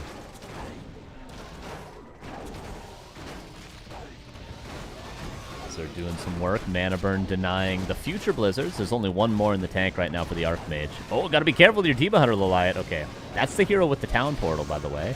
Many times players will hold 2 Town Portals, but right now Liat has 1, and what do you know? Rulas has 0 TPs. He does not have one.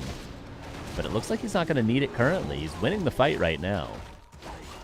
A couple of bears are about to die.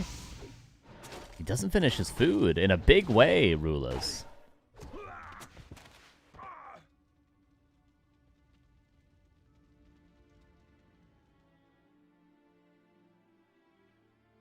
Tanks marching over on the left-hand side. a town is under siege. Liat trying to tear down this town hall. I like the Lumberville positions. Masonry not prioritized. So no extra health, no extra armor on these buildings for Rulas, but still he holds with his army.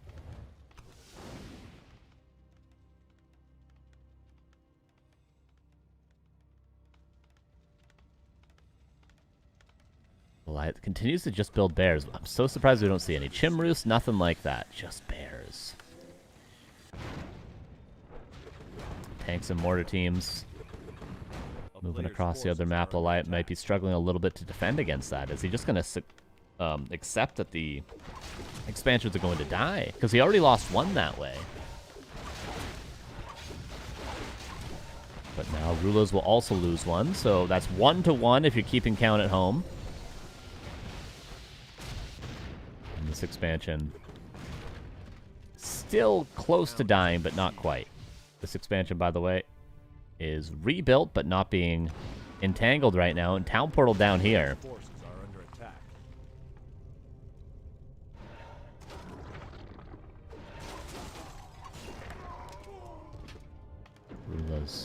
Where did he just town portal? Back to deal with a bear that killed all the peasants at this base.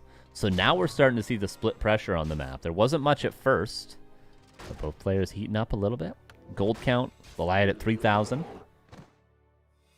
Rulas at 2, but Liat on high upkeep right now. So despite him having 1, 2, 3, 4, almost 5 bases, that's only 20 gold a second on high upkeep. Fairy Dragon's now coming out for the Liat. Tank being dealt with. He actually got the experience.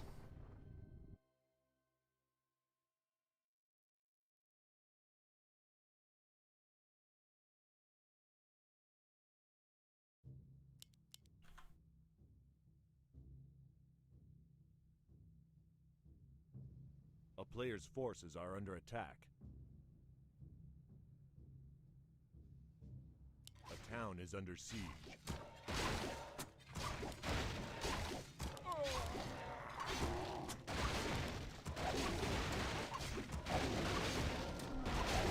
Bear's going to tear down this expansion, and then the Liat doesn't even need to fight here necessarily.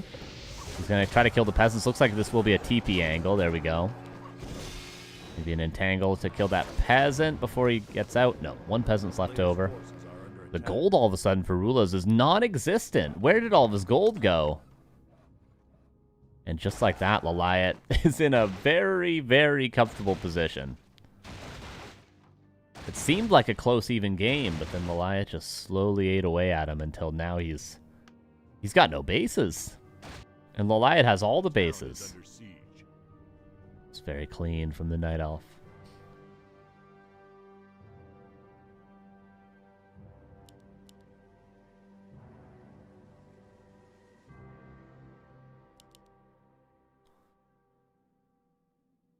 And Liat knows he just needs to hold now. He can just chill. A player's forces are under attack.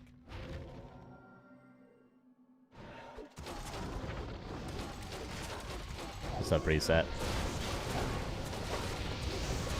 Haze, fire, and Liat can finally actually win a fight, it feels like. With that Fairy Dragon with the range in the back. How many orbs does he have? Just 2 right now.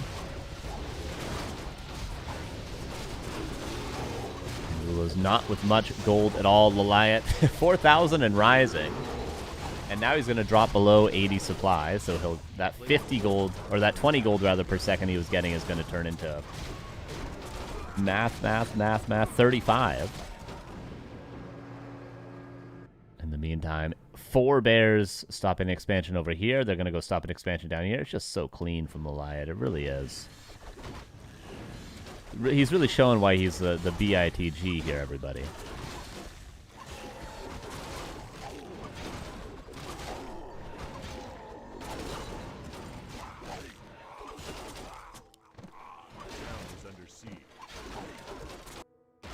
Oh, town portal back.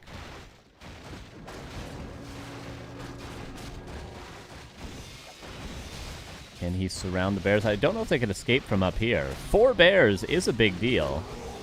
Panda comes back with a TP.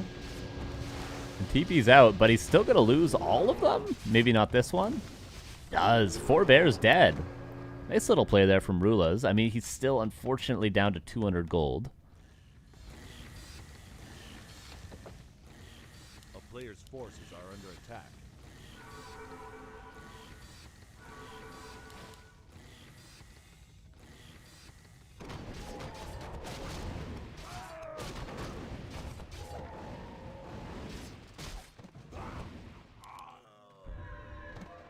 Expansion, not mine. He's literally on 1 base. Liat's still 1, 2, 3, 4, 5 bases. And he could build more if he wanted.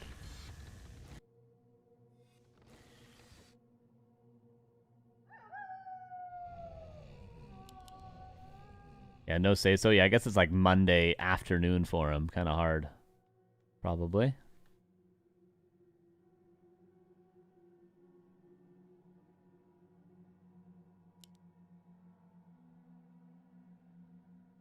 Oh, 4 Chimroos coming up now. There it is for the Liat. If you guys watched any of the 2v2s yesterday, you know that he loves chims.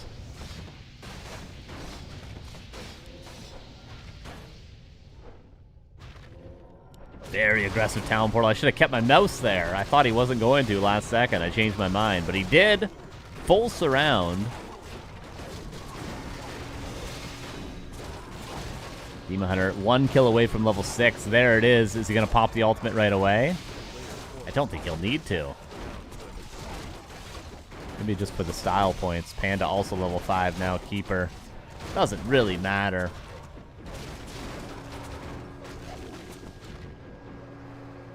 Liat. Oh, he is spending some gold, but it's mostly on production buildings now.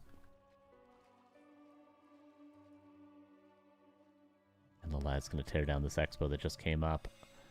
Rulas almost getting up to 4 bases again. We can see how quickly it can turn the momentum. If the Liat loses that fight, then all of a sudden Rulas has all these bases mining. Who knows? But with these sort of heroes, I don't know if it's going to happen. And by it, I mean Rulas winning a fight.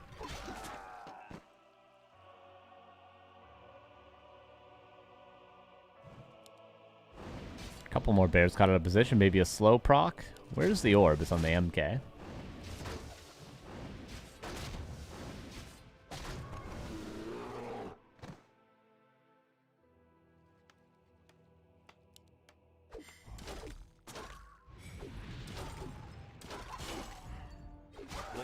Expansion shut down, and Rulas again down to 1 base, and probably this is about to mine out soon. 500 gold.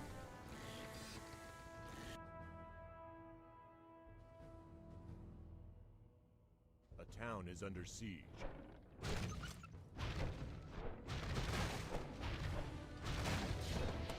Blizzard finding some nice value, but Liat going for the W now.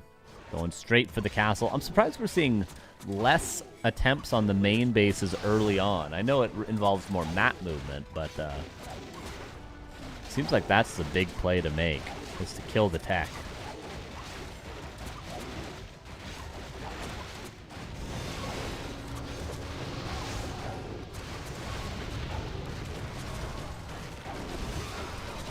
And there's Superman, there's the castle falling.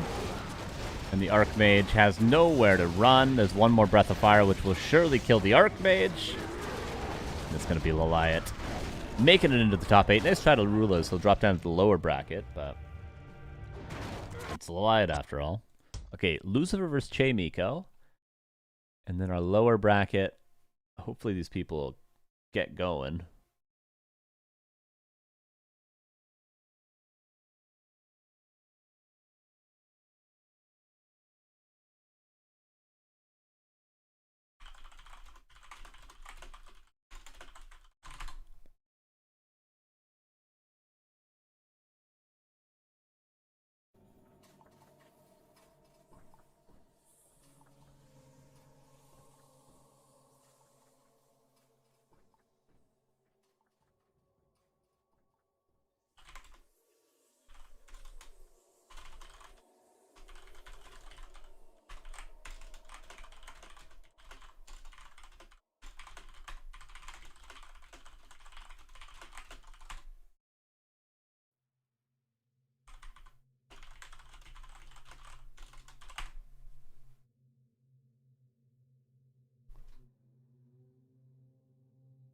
Sorry, adminning. You guys can stare at the screen for another 20 seconds while I do some adminning.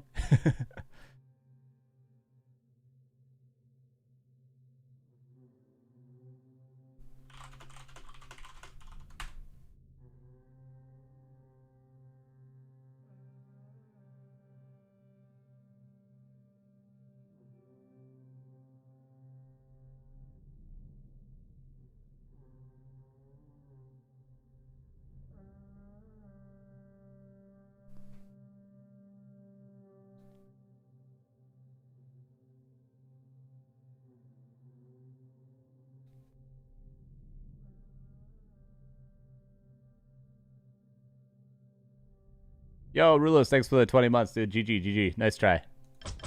It seemed like it was going pretty well for you, and then all of a sudden the Liat had like 4k gold and you had 100, and I was like, oh, rip.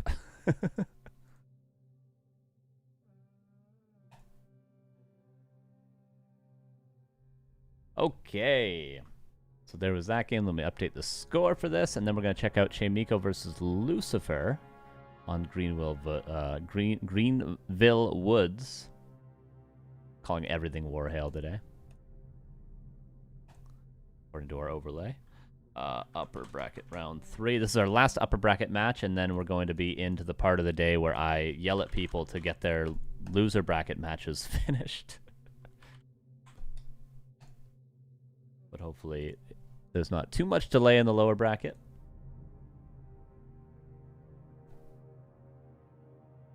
Okay, let's check out another game. Last game from the upper bracket. The players that are qualified from the upper part of the bracket so far are Liat, Neutron, either Chic or Lucifer, and Sheik. That's pretty goddamn stacked. Don't know where it went wrong. Honestly, it just sort of flipped. He was on more bases in general, but that's probably always for Night Elf. I don't think other races can necessarily get as just, you know, as many bases as Elf. But yeah, he was on consistently 5.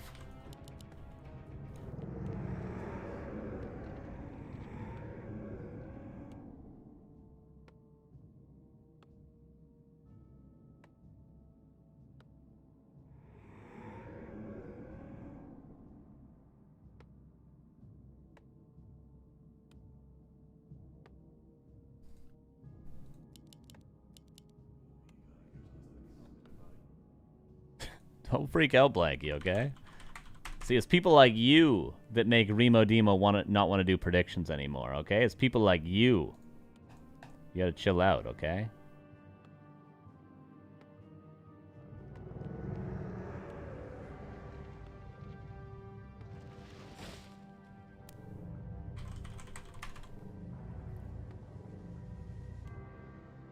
Okay, Lucifer. Chic. Who win? Best of 1.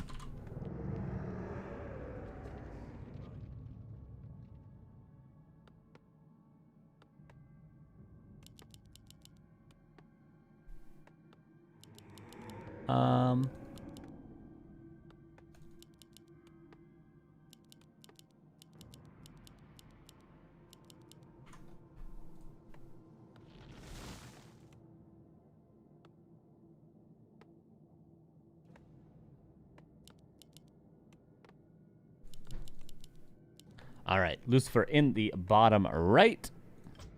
Going with the Dreadlord. Dreadlord, of course, very, very good in this game mode. In the upper left, here's Mr. Chic. A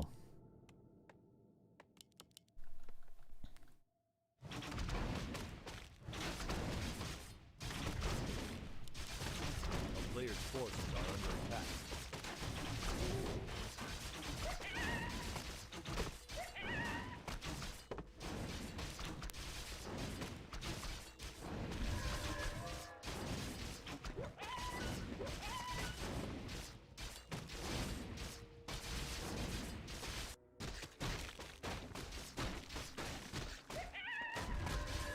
So Insta Expo for both players. Obviously, you kind of got to do that in this game mode. You can't delay your first expansion. You can delay your third a little bit. You can delay your fourth, certainly. But you cannot delay your first expansion. That's what allows you to afford a quick shredder. That's what allows you to afford the next expansion. That's what allows you to afford to tech as well as expanding for a second time. You need to get that first expo up as quickly as possible.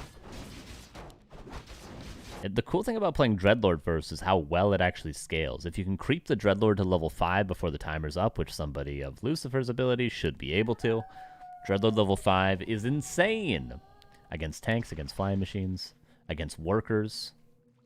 The only thing it's not good against is like towers, but level 6 solves that, of course. The ultimate for the Dreadlord, one of the best tools in the game at sieging expansions because of chaos damage. Because it can one-shot trees if there's a block at the base, it can do so much, the Infernal.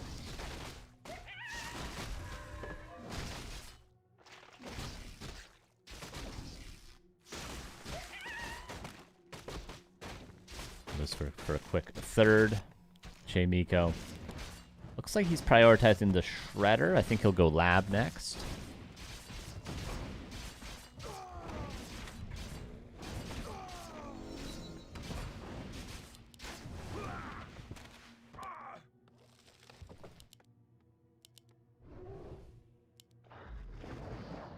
Miko will creep lab next. Still 40 seconds for a Shredder.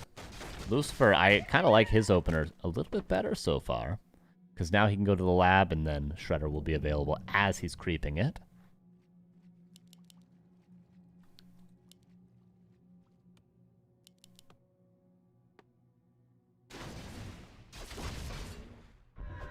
Players' forces are under attack. Well, 3 for the Archmage, and Shredder will be grabbed eventually. Looks like Miko's going to go for his third base soon enough. Lucifer. He's always going for that cannibalize. He loves cannibalize. And it's pretty good in this game, but it gives you sustainability on the map.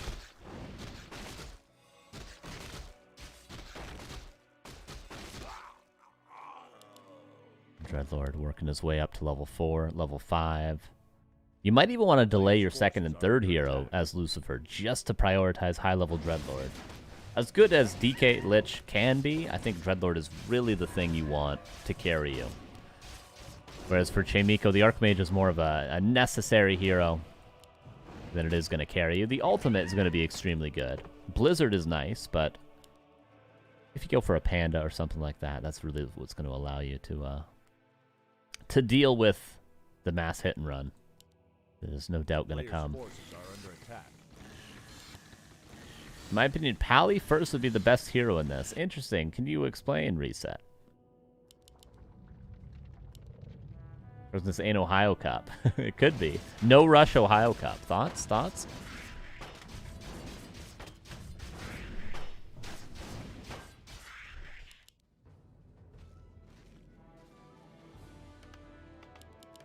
I plead the fifth. Paladin would be the funnest hero is what you should have said, Reset. And it would have been. Terrible, horrific items for Miko, but do items really matter that much? It ain't a Blade Master. A player's forces are under attack. Level 4 on the Dreadlord. And third base is going to be attempted by Miko soon enough. Tier 2 about to finish. No doubt we're going to see immediate Tier 3. And those are going to continue creeping. Miko already cleared a third base for a potential expansion. The issue becomes, does he have enough peasants to even build an expansion quickly? Because for Undead, you just need one Acolyte to go around and, you know, put down gold mines, whatever. You'll saturate it later. But for Human, you kind of need, like, at least 3 peasants, as we see 3 here, to get an Expo in a reasonable amount of time. I'm going to make a new cup, no hero cup. I think that sounds fun. I'll be honest with you.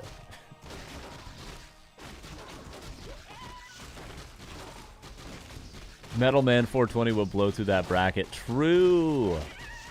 No hero cup, and we invite Metal Man, the legend.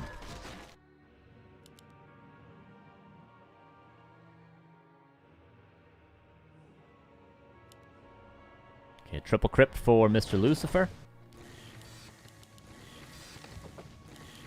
I want to say there's a lot of army compositions for Undead. Like, one player might skew towards, like, hey, I think Necro Wagon's really good. You know, lots of units, ability to move units all across the map, hit and run. Some players might go for Frostworms, because with Freezing Breath, they're actually pretty good at sieging. Some players might go for only Frenzy Ghouls, because Frenzy Ghouls are kind of the tank of Undead, in a way. Not the tank as in they soak up damage, the tank as in the siege tank of Undead. Or some players might go for Mass Air, because you have Carrion Swarm to deal with flying machines and Dragonhawks and stuff like that. So there's lots of options on the Undead side of things. What the best option is? Well, people probably already know because there's been a whole tournament of this, but options nonetheless.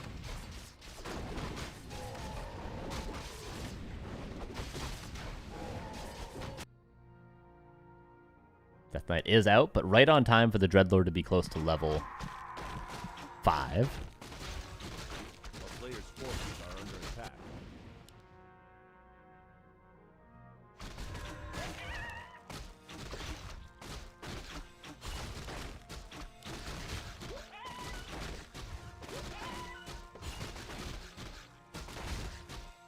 And Lucifer goes for a 4th base.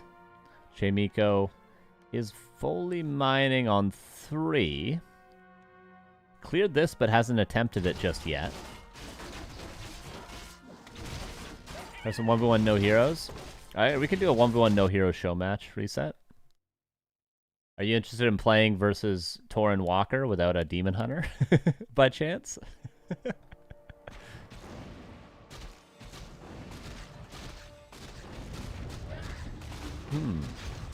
Would you like to play against Torin Walker Bat Rider?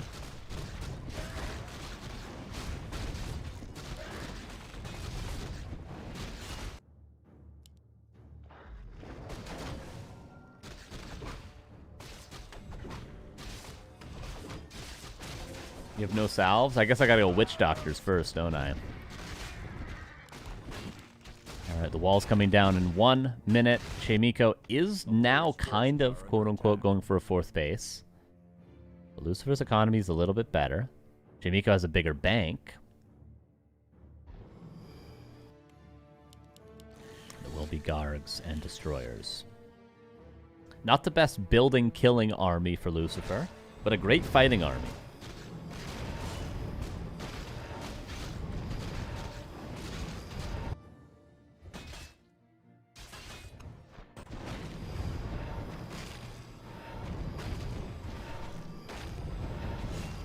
Wait, no Hero Cup. Don't you just 3 Militia Tower Rush or 3 Ancient of War Rush?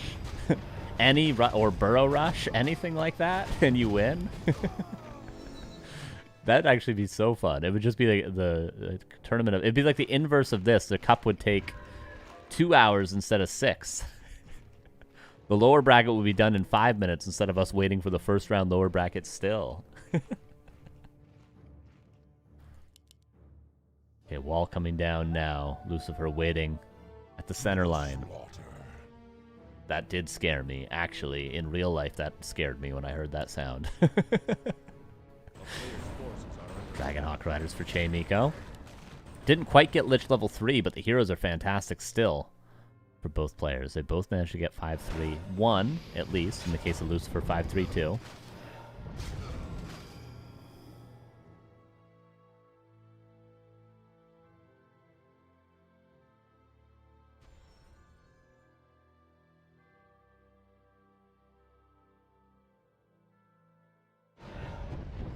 Red camp real quick. In a perfect world, he would pull the Dreadlord away, but he can't right now. Sheik needs tanks, definitely agree. Sheik just seems to be going for pure Dragonhawk for now, though. And with no Alchemist or anything. No AoE healing. It's pure Dragonhawks against the Carrion. Butman being annoying. Now it comes down to multitasking, and both these players, we were joking earlier, like, not everybody is a Korean pro gamer with a crazy 400 APM. Both these players are Korean pro gamers. So let's see the multitasking. Let's see why Brood War is a national sport.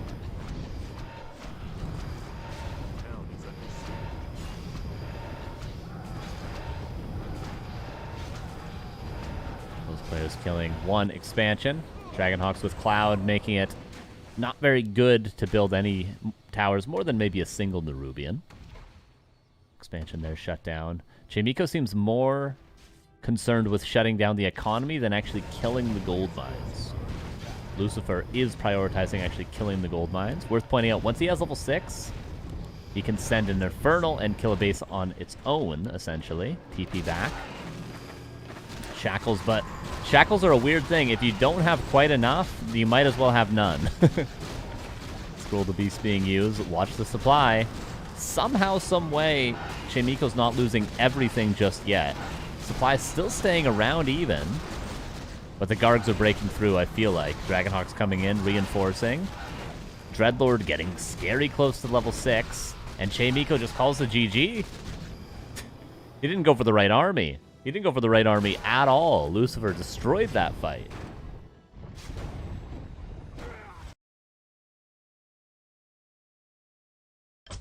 And what do you know? The shortest game we've had today is between Lucifer and Sheik. Yes, I'll pay out the prediction. I'll pay it out.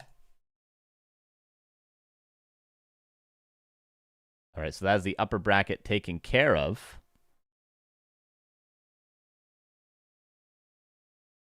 Now we just got to get through the lower bracket. Jesus. All right, so Lemus is through. So we have 3 lower bracket slots still. Okay, let me update the score here, and then I'll show you guys where we're at. Because we're a little bit behind, unfortunately, in the lower bracket.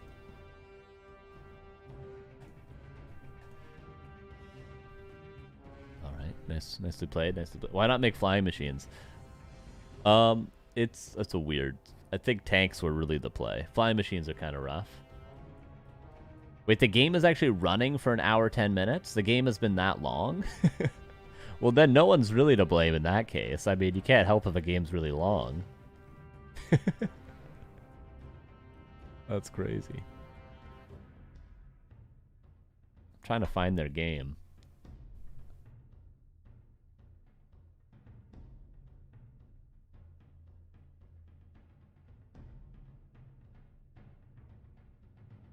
I don't know, there's a lot of games on Flow TV right now. It's hard to see.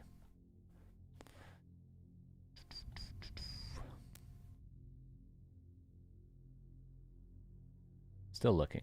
Still looking. Lord knows we got the time to look.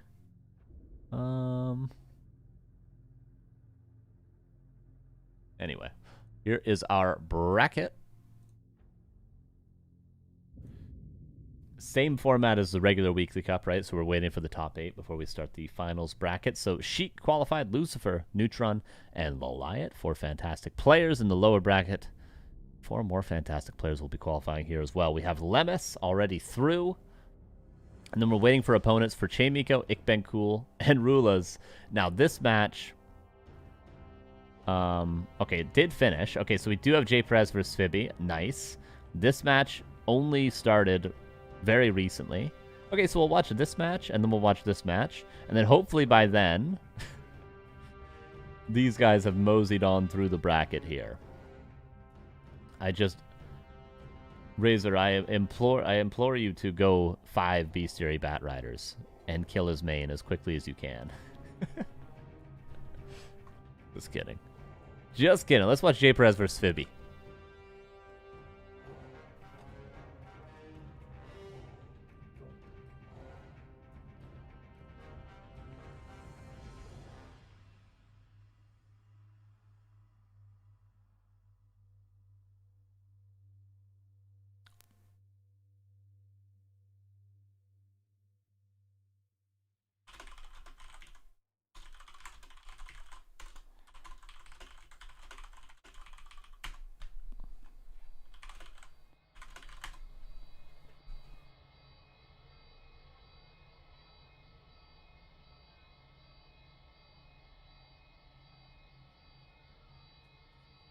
Alright, just trying to hurry everyone up in the lower bracket.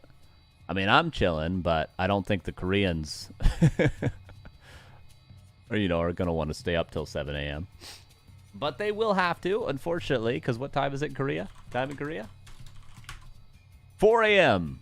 Okay, they might not have to stay up till 7 a.m. 6 a.m. probably.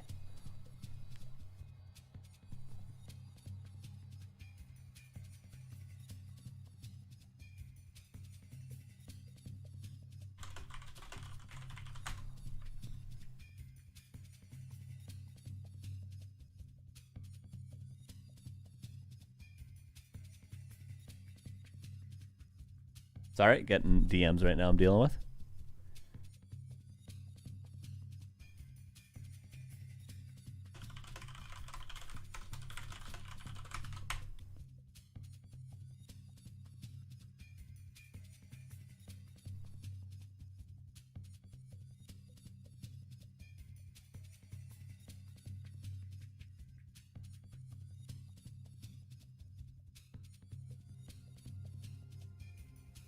Okay. Oh, that was Cheimiko in the lower bracket, saying he's very, very tired. So Cheimiko's gonna give a def win in the lower bracket.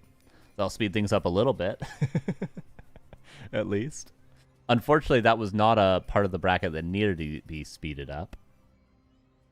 But as I was just saying, it's 4 a.m. for Korea, so You know, even if the tournaments go as fast as they possibly can.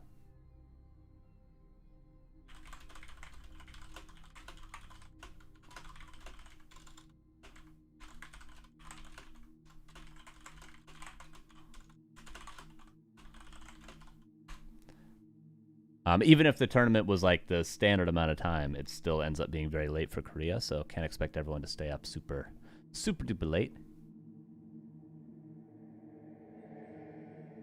Okay, so let's see. J Perez versus Fibby. They're not started yet, or are they?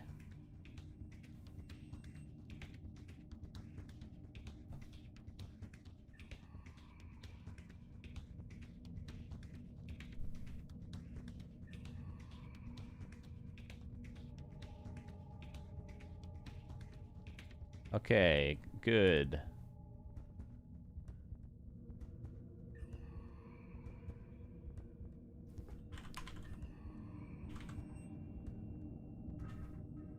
Okay, so we got a couple games finishing.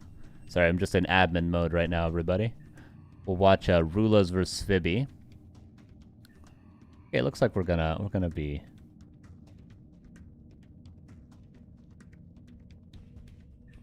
finishing up pretty quickly with the Greenville. Finish up pretty quickly with the lower bracket. Yo, Sparta, thank you for the raid, man. Hope we get to see at least one game with Mass TP into a mechanical critter. Underrated play. Underrated.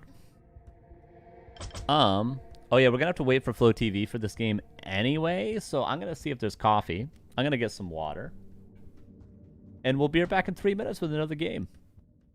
BRB, everybody. Lots of games still to be played. Lots of games. We have the whole top 8 still, which will be round a quarterfinal best of 1, semifinal best of 3, grand final best of 3. Lots of games. Be back in a few minutes.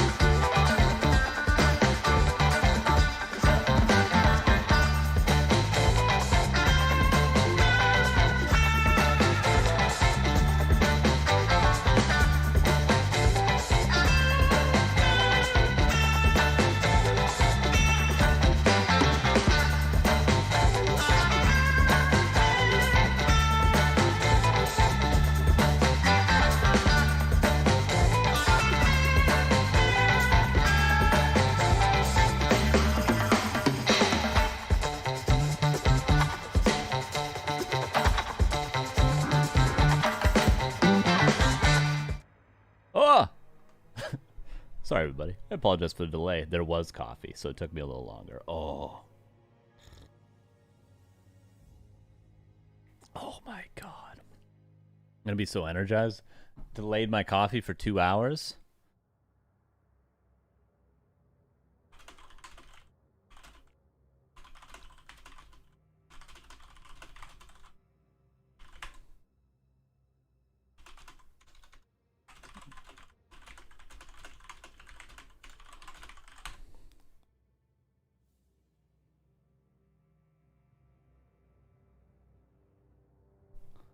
Microwave running slow. I mean, I need a microwave for a minute, Klein. You see, it needs a full minute in there. Oh, I gotta tell you guys, there's something about it. Surely stream after this? No, dude. After this, I gotta pack. I gotta pack my whole computer. I got people coming to buy a drum kit. I got people coming to buy an electric organ. I gotta pack up all the kitchen. I gotta get all my food. I gotta throw all my food in the garbage that's you know, been sitting there forever. My bread ends that have been sitting in a cupboard for 3 years. I gotta sweep the floor. I gotta clean the windowsill. Oh no, there's no stream after this. Anyway, this is a place of calm, not a place of stress. This stream. Where is the Rulas game? Where is... Ah, there it is. Never mind. Svivy versus Rulas. You really went into the last minute, my man? Well, mostly everything's packed, but just my computer isn't. And because my computer isn't, most like the floor isn't. But yeah, the food, I did wait till the last minute for the food, kitchen sort of stuff. Did wait for that. My room's good, though. My room's good.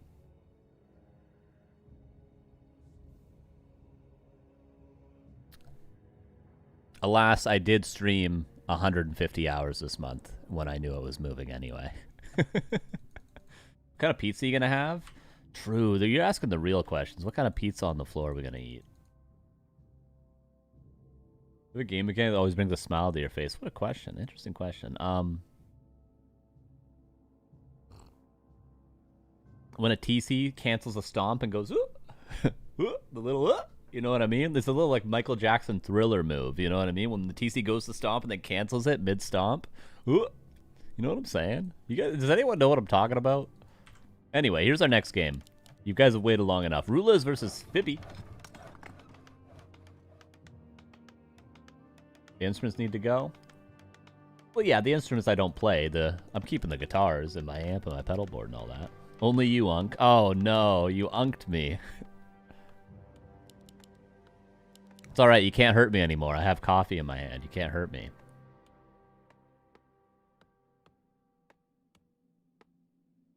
You can't hurt me no more. Svibby with the blade, with the mirror image, with the headhunters. Watching a wisp on fake coil. True, yeah. That's a good one.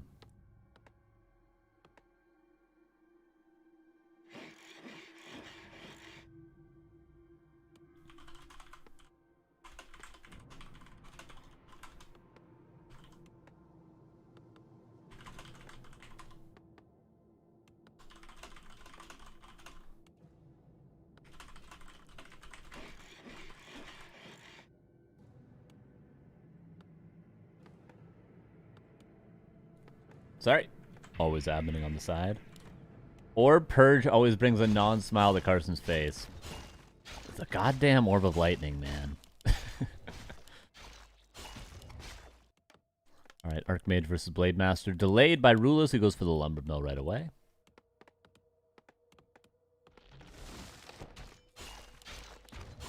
Svibby gonna go for a little bit of creeping before he goes for his expansion. That's the thing about Orc is... you don't have a lot of units to creep your expo. You don't have a ton of ghouls. You don't have militia. You don't have an ancient award. You have a blade and one headhunter. Like now, Svibby, go creep your expo. I don't care what creeps there are at it. You need to creep the expansion. Good luck. You have a headhunter and a blade master. Player's forces are under attack. Oh, you don't think you could do it? You get over it. Creep it. Because that's what you got to do. Orc is really good later on in this game mode. But at this point, this is the hard part for Orc. Creep the camp. Good luck.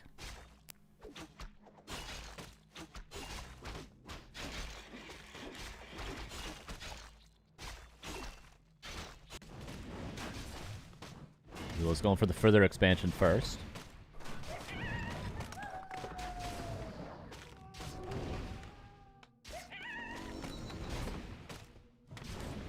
A player's forces are under attack.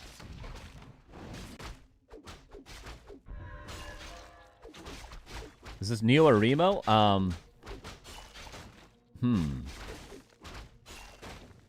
I suppose they are all of us, in a way. We are them, and they are us. I am you, and what I see is me, in a way, when you really get into it.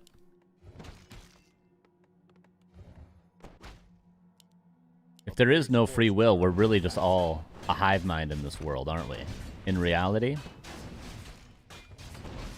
Okay, that's gotta be Remo. Oh, that's good. I'm the king of the castle. Okay, well, we're all a bee hive mind, and Alchemist Adam is the king of the castle, apparently. Alright. Shredder available in 30 seconds. Expansion. Third base coming up for both players soon, I imagine. At least Fibby's going to go for the third base, hence the peon.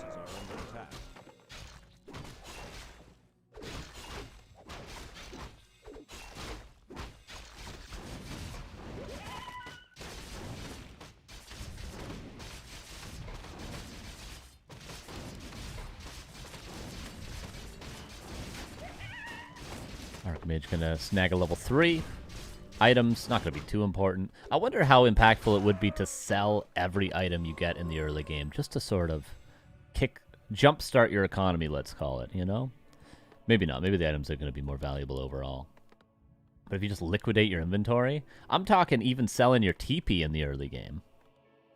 Could be good. And then rebuying it, of course, before the 11-minute mark. Because, you know, if you were to think of gold on like a graph of how valuable every gold coin is, the earlier in the game, the more valuable each gold piece is. And especially in a game mode like this where you won't need to win a fight, to town portal home, to do anything, I think there could be some value in that. We did see, of course, Fibby already do that. In the case of Rulas, is there some tactical way to use your town portal?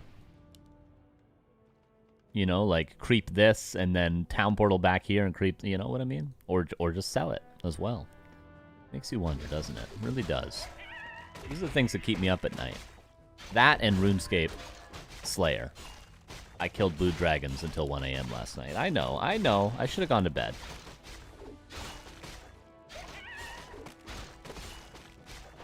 Those tasks take forever, okay? It's not my fault. I only have 48 range. Another expansion.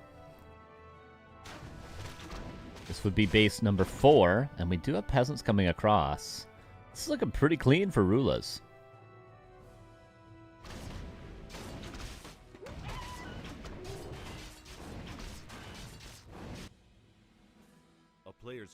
Spibby just now getting his third base. He is on his way to tier 3, so he could go for a tiny Great Hall for his 4th.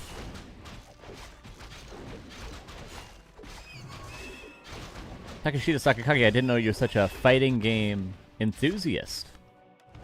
I didn't know that about you. We need to have like a, you know, like a sort of a non-relationship-based speed date for Twitch viewers. You know what I mean? Don't want to give you guys any hopes of anything that won't happen, so I'm reluctant to call it speed dating with all you freaks in the chat, but you know what I mean? Gotta get to know some of you guys. What the hell? I bet you there's a professional ping pong player that watches the stream, and you would never know, because they're too humble to bring it up. I bet you there's a pool shark that wears a leather jacket that watches the stream, and you would never know. Because we never bother to ask, I'm sorry. Hell yeah, butt crumbs. You and Quentin Tarantino have a lot of things in common.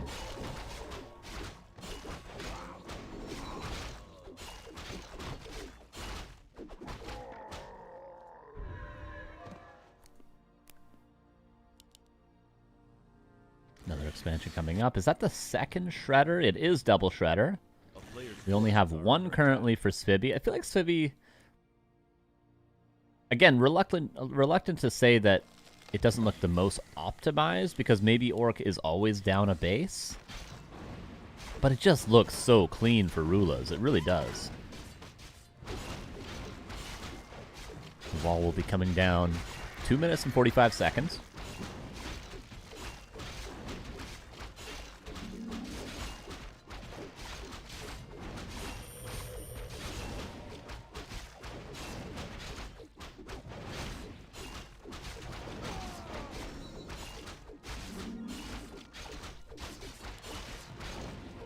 Blade Master on his way to level 5, but sharing XP with the Shadow Hunter, of course, hard to balance the XP with your heroes. Did I just see 4 Griffin Aviaries?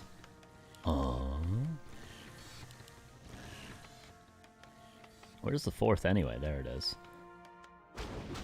Does Rulas know the secret to defeating Orc? Just go 100 supply Griffins. We'll see. Spibby, will he go for the... I think of this now as the Sheik strategy of, you know, kind of 2 of each caster and then bats after that. It's kind of a perfect army. You imagine like 2 Docs, 2 Shamans, 1 Walker even, just 1. A Kodo, and then pure Bat Riders. And a toilet that's just for farts. Maybe. Maybe it could be the right army.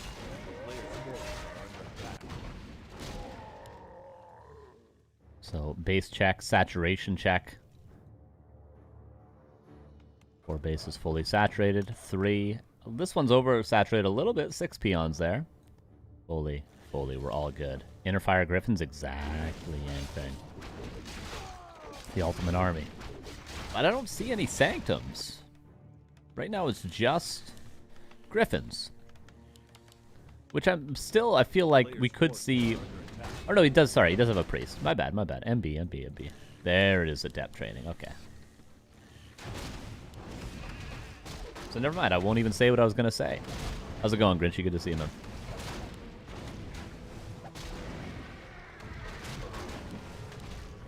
Oh, Mr. Winter's typing in the chat. I assume he's won his game. Mr. Winter, you get Death Win versus Che.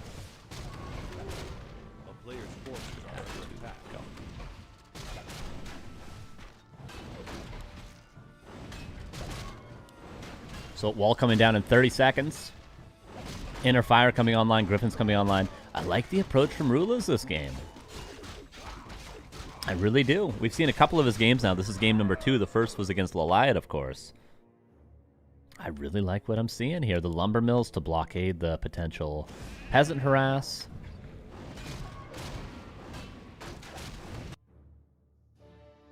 Wait, Grinchy, were the 2v2 games, was that your show match yesterday? I watched the So in the Liat versus Starbuck Crab. Was that a you? Was that a you thing? I wasn't sure what tournament that was from.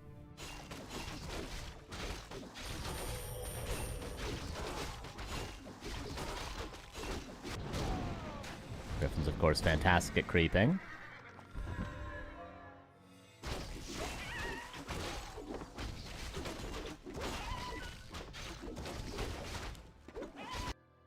Blade Master going on his lone zone. But the Staff of Teleportation, nice. I like that idea from Spibby.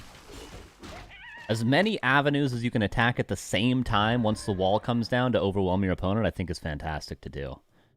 Like, send 1 Tauren here, send your Blade here with a staff, send your army here. You know, send 3 Bat Riders here. You do something like that. The Inner Fire Griffins with 2/2 upgrades. Freaky as hell.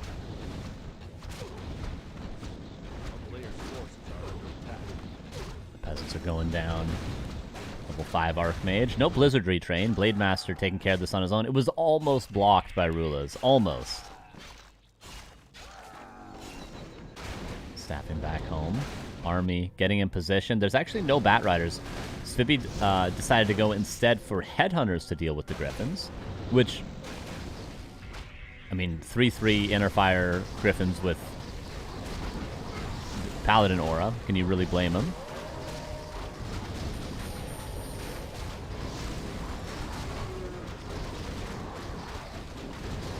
Blade Master level 5 chopping away. It was Divine Shield, by the way, not Devotion Aura. Mountain King taking a lot of damage. Did realize it in time. Pushed him vulnerability there. Maybe there's a Holy Light available. Seems like Rula's not going to win this fight. A lot of Griffins are falling. Orc is just really, really strong.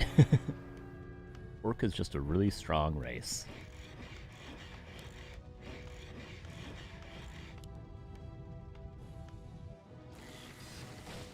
Yo, what's up, Sick Boy? Thank you, man. Almost 4 years. My dog. Appreciate you. Thank you for the 46 months.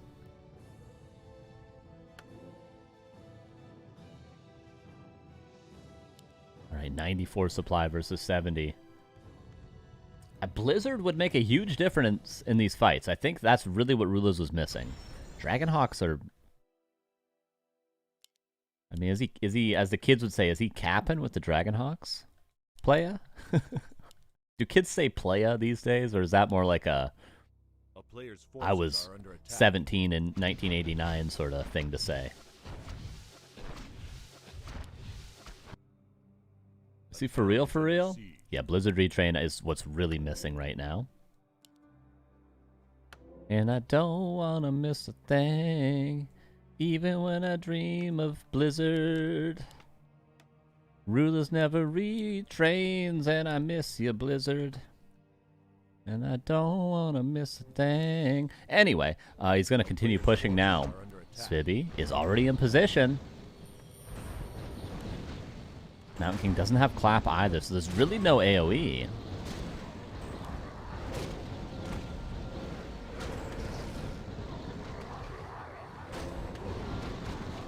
Svibi not really burrowing up the peons.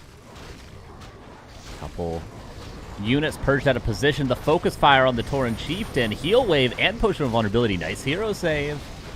Shades of Starbuck yesterday in the 2v2 saving all of his heroes. Last second. Blade Master now the target of focus. And he's got a potion of vulnerability as well. The TCs is going to wear out now. Heal scroll was used. Heal wave does not land in time because the Shadowhunter's out of mana. And maybe Svibi was a little bit overconfident because the Griffins are putting in work. Look at the DPS. Spirit Link is, you know, becoming kind of, oh my god, the splash damage. Oh, sweet Jesus, the splash damage. Heal Ward not easily dealt with. Griffins, of course, can't do it on their own. You need a hero to deal with it. The Mountain King now swipes it down. We need a mirror image. But the Blade Master, he's not being too subtle with which the real one is, and is bolted. It is killed, and Rulas, he lost the first fight pretty definitively, but... maybe our first assumption was correct. Maybe Bat Riders are necessary to deal with Griffins.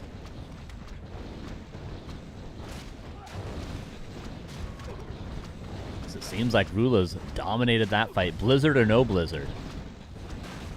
The positioning was great too. Maybe Svibi could have TP'd in to have a better positioning. And he's got barely any gold. And I think Rulas has done it, everybody.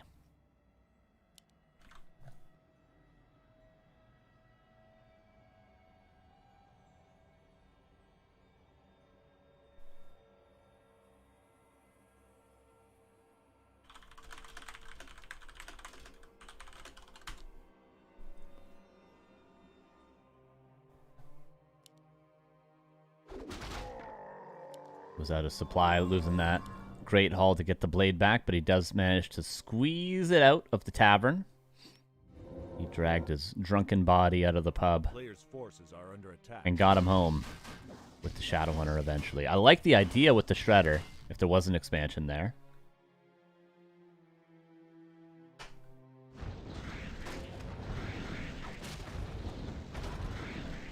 Chamiko did forfeit Random Bad Gamer. Is under siege. Did Rulas never resaturate this? I think he never resaturated this after the blade killed it earlier. Seems like it. There's no corpses here. Yeah, I mean, you can't really blame... in Korea, it's 4:30 a.m. Yeah, 4:40 a.m. So, appreciate them for playing regardless. Well, Chamiko, the other Koreans haven't dropped out yet. I think they're committing to it.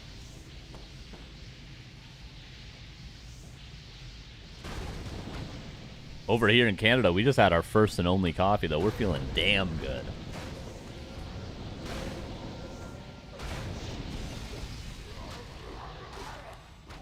Look at the armor on the Griffins. Plus 15 armor without Devotion Aura, by the way. Oh, he's got level 1 Devotion Aura.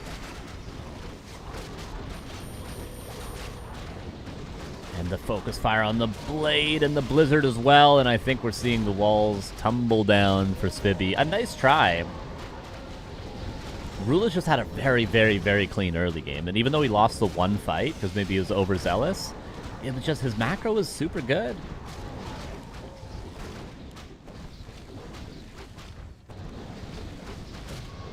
There's a blizzard. There's a Shadow Hunter going down. I think we're seeing the end this time for Spibby. He's at 700 gold. Ruler's at 3k.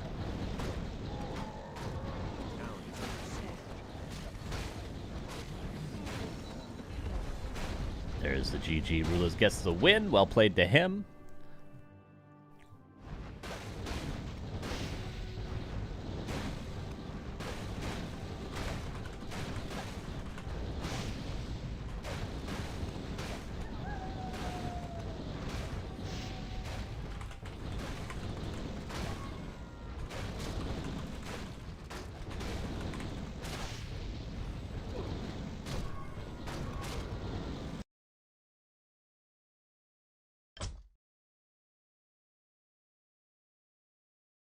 All right, so Rulas makes it through.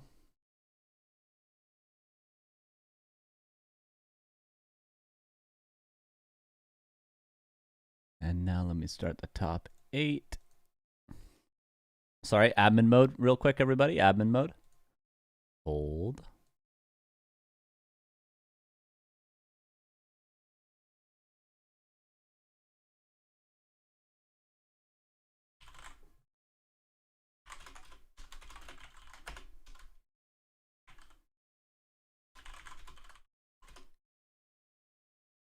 What is round 4 Silver Pine Forest?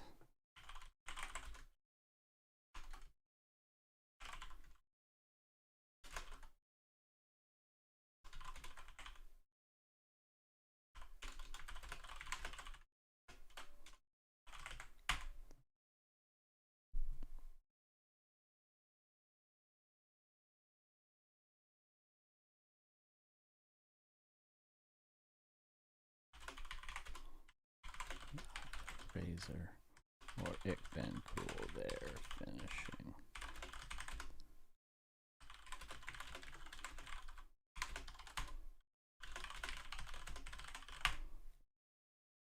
Yo, what's up? Bye slide. Thank you for the what the hell is going on here? Oh my god, I'm sorry, I was in admin mode. Thank you. I was like, thanks for the gifts. The 30?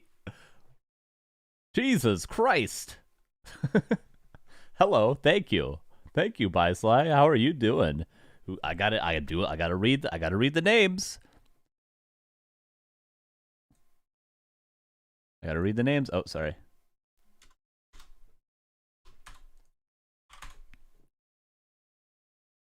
I gotta read the names. Here we go. The Bysly gifted subs to the 1826. Orveliki. Sea Wine, 7 Myths, Jens, Chicken Jockey, Mika, Sobolev, Emha, Yeg Ezia, Desadik, Witty, Chicken Jockey, Nardor, Map X4 Skit, Rough Shot Gaming, Conquest King, Nieku, C.S. Romu, Mathbanks, Rozulak, Lolman, Burbot, Milda, oh, I scrolled, Deacon Dude, Aliana Gaming, Cow Sprints, DeBiff, Clown Collision, Taco Tuesday, JJ, and 1I6SU6. Thank you very much for those 30 gifties. Ni hao ma, as Bendy says. Oh, I'm sorry you got timed out, the 1826. I'm sorry. He probably said thank you, and he got timed out. Thank you for the gift subs. Very much appreciate that. Hope you're enjoying the special tournament today, you and everybody. Of course, next week we'll be back to the regular scheduled content, but it's nice to change things up a little bit every once in a while, you know? It's nice to change things up. And honestly, I'll be honest with you guys, the viewership's a little bit higher for this than it is for the weekly cup normally. If I'm being honest with you guys.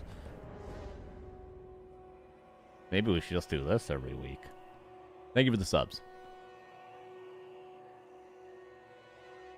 I hate change. I'm afraid of it. Me too. I'm afraid of most everything in the world, though, so. Sometimes you just got to accept it. Okay, our top 8 bracket is...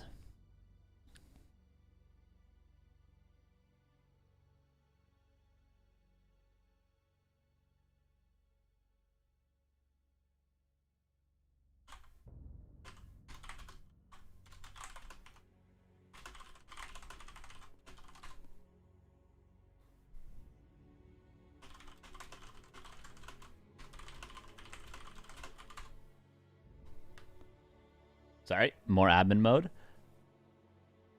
Our top 8 is this. We got Liat versus either Ikben or Razor. They're still playing their group stage match. Sheik versus Mr. Winner.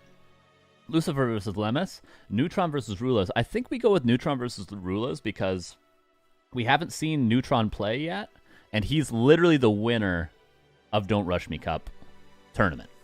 He's literally the winner of it. So I think we should check out the Neutron game, and then we'll check out a semifinal, which the semifinals will be best of 3, and the grand final will be best of 3 as well. But I think we gotta see Rulas versus Neutron. We gotta do it. We gotta do it. Because I don't know if I've actually seen Neutron even play this game mode, man. I really don't. Because I didn't see him play any of the qualifiers that I can remember. And then the amount that I watched the actual main broadcast was just sort of in passing. Because it was always in the first thing in the morning for me, so it was always a little bit in passing. And Mr. Winter's still grinding it out. I gotta say, those FFA games with the shrinking map were awesome. Does Back Warcraft still have them? I think, like... There's been a lot of streams recently. There's been a lot of tournaments recently, and because of that, a lot of streams. But I think if the amount of tournaments ever dies down, I imagine Neil will probably go back to doing the FFA Thursday that he used to do. But there's just so much going on right now that I guess he's not doing the free-for-all every week. But I'm sure he'll do those again once there's not B Cup, Dolphin Super League, Don't Rush Me Cup, Dock Inferno, show matches, Gladiator Cup, Yangfeng Invitational stuff. Yeah, there's so many tournaments, but once there isn't, probably FFA will return, I imagine. There just hasn't been a need to like divine content from the earth recently because there's been so much happening. There's infinite tournaments happening.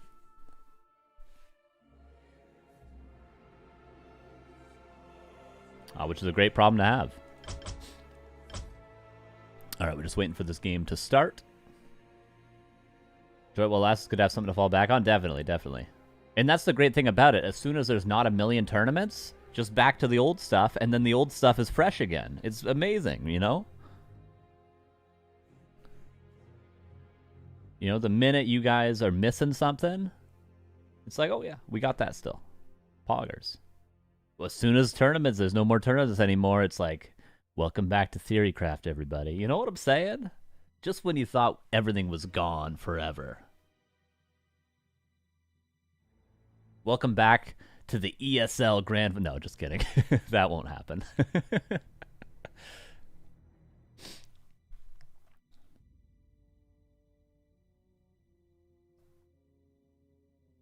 New Theorycraft confirmed. I'm afraid my Theorycraft these days would just be like yelling at Night Elf players to play Keeper Firelord every game. All right, we're just waiting for the game to start, and then we'll check it out.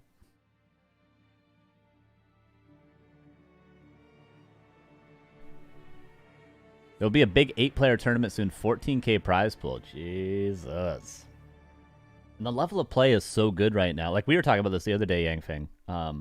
There's just because there's so much incentive to practice and play. There's so many people playing tons right now that people are getting so damn good.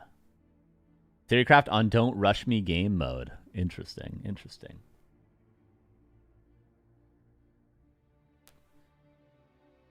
Tom Typhon, thank you for the 23 months. How you doing? And thank you again, Byslife, for the 30 gifties. Appreciate you.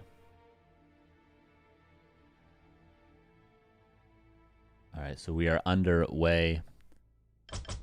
Just still waiting. Really like Hazy now. Tomorrow, Hazy versus Moon. Ooh, yeah, Hazy's like probably my favorite player to watch right now. I think over anyone, I will watch Hazy. I think it goes like Hazy, then Hitman. No, Hazy, then Lin, then Hitman. Then Happy. Then Kevin. Maybe Kevin over Happy. But there is a hierarchy, and Hazy's at the top right now. Really enjoy watching him. But everything is just a waiting room for Kevin to play ladder. It truly is. If he went 7-1 versus Happy in M Cup, damn.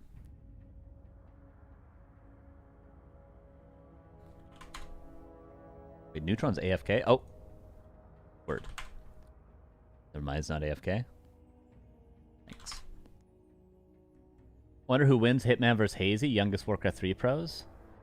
I would love to see a Hitman versus Hazy, Hazy playing Night Elf. I mean, I wouldn't want to force Hazy into a race because it's nice to see what he organically chooses, depending on the matchup. But I just know he's been playing a lot of Elf versus Orc recently. Hey, Chat Carson, is Night End still around playing? For some reason he popped in my head. I don't think so, no. Maybe like he's on some Smurf, but I know he used to stream a lot more. But yeah, he hasn't been streaming or playing as far as I know. Yeah, Hazy versus Hitboy would be sick. Because he's so abusive versus versus Orc. And like we know that Soen was able to beat Hazy. He beat him 3-1, I think the last best of 5 they played versus each other that I can remember. And then also we had the Che-Miko, Soen, and Hitman playing Che-Miko. Soen won, Hitman lost. So see if Hitman can beat Hazy when Soen could. Or will Hitman also lose to Hazy? Similarly to Che-Miko. But I think the series versus Che-Miko was closer than it looks. Hitman versus Che-Miko. All right, they said they're starting the game pretty soon, and they have started, so we're just waiting for Flow TV delay. We have 2 minutes on the Flow TV delay.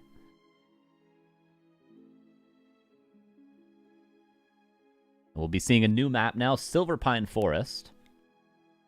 We had set maps for each round, and then the semifinals, best of 3, grand finals, best of 3. We will have vetoes being done. Chat, 3 opponents for Hazy. Okay, go ahead, guys. Go ahead.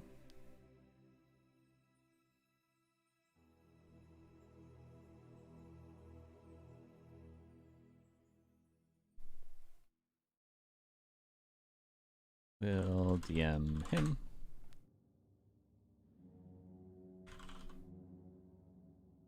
Yo.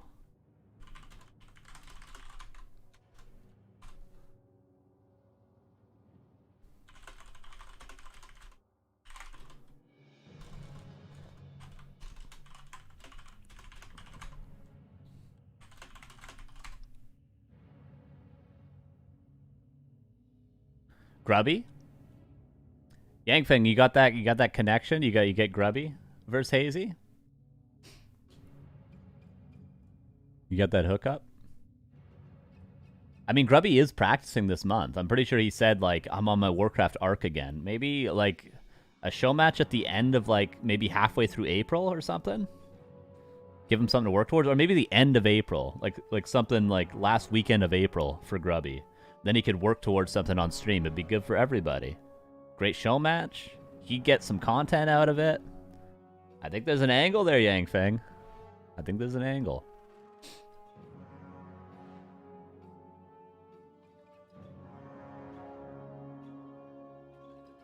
Grubby versus Todd tomorrow? I wonder. I don't know who would be the best medium to try to get that match together, but... Would be great content. I don't think anyone could deny that would be great content. I don't think either of them would deny it would be great content. Okay, we're about to jump into the next game. In like 10 seconds. Grubby's interested in playing. Nice, nice.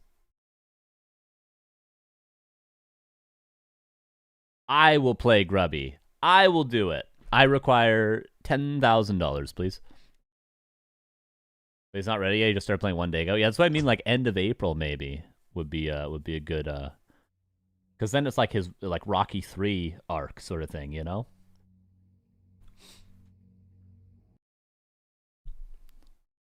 Okay, we're loading in. Oh, Neutron plays Orc in this mode. Ah, makes sense. That shows how little I've seen Neutron. And of course, Rulas, we've seen him twice today. We saw his performance start, you know, decent. And then the last game he played, it was really, really solid, macro-wise.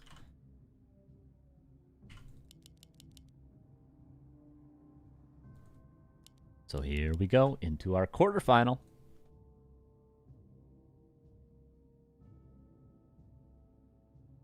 Infi and Hazy, random races. I think Infi might be a little bit above Hazy's pay grade currently, but not for long, I don't think. Anyway, here's Neutron on the right side of Silverpine Forest.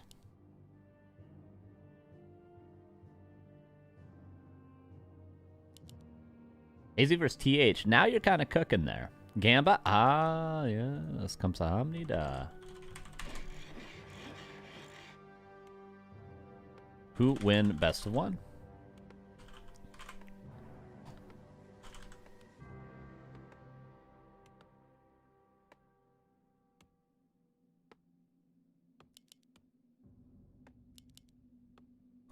So Blade Master for Neutron. Blade Master Headhunters as always. And for Rulas, the Lumber Mill first. Be a 3-farm expansion. Silverpine Forest, a map we haven't, of course, seen. Here's the shop. Here's another shop. Here's another shop. Here's another shop.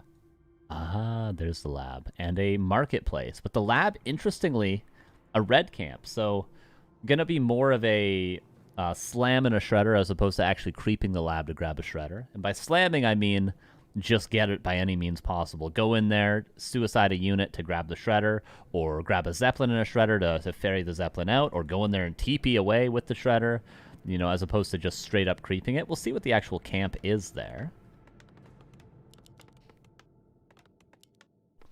Regardless, much more out-of-the-way lab than on the other maps previously seen. Good decision not making the quarterfinal best of 3. Yeah, we haven't been making them best of 3 recently at all. Hazy versus Foggy could be good too, yeah. Yeah, Foggy versus Grubby is another good match because Foggy, I think, has just been playing a little bit more competition recently.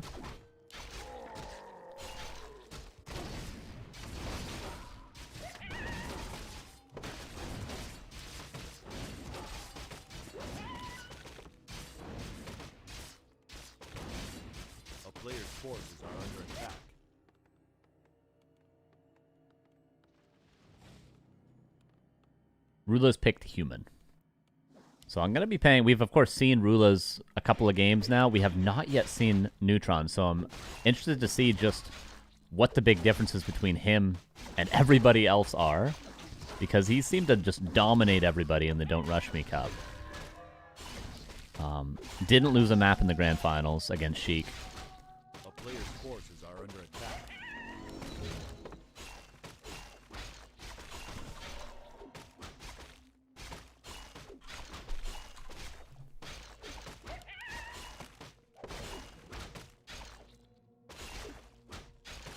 And the one who created this mode... Oh, Neutron created this? Oh, you're talking about Rulas. I was like, Neutron created the game mode? Yeah, no, Rulas did. I didn't realize he created it. I knew he was the sponsor of it. A player's forces are under attack. But yes, Rulas. I didn't realize he created the whole damn thing. That's cool.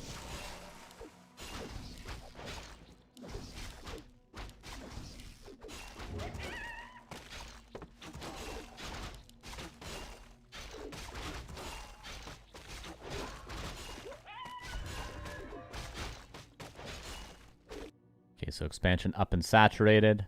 Neutron's, of course, going to be a little bit behind, but he's already going for the third base. And he's got the tech already. Just look at the resources, how optimized everything is for Neutron. Built 9 lumber peons, 2 of which are building things. A player's forces are under attack. And then he's got 7 on lumber. But then he'll transfer them over to saturate the expansion, replace them with a shredder. They'll all be very clean. Shredder going to spawn in 10 seconds for both players. So this is what I mean by getting a shredder at the red camp. Not going to be easy to do. You're going to have to just pull it like this. Rulas needs it now. There we go.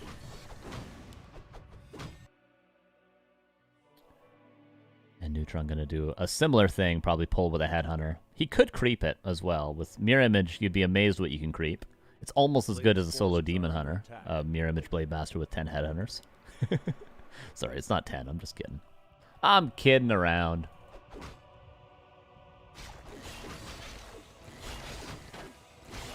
Guess he didn't like chat in free-for-all, and he wanted a pure alpha 1v1 with huge armies like in free-for-all. Cool.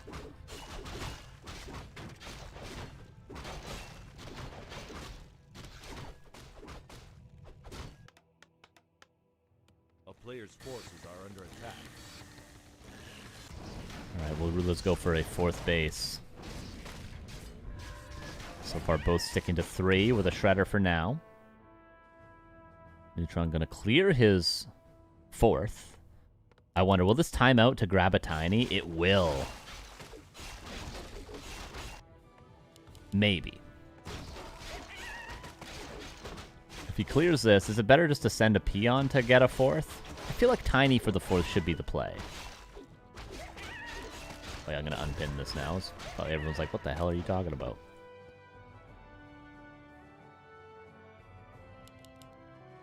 Icework would be good versus Hazy. A player's forces are under attack. Icework versus Moon was cool today.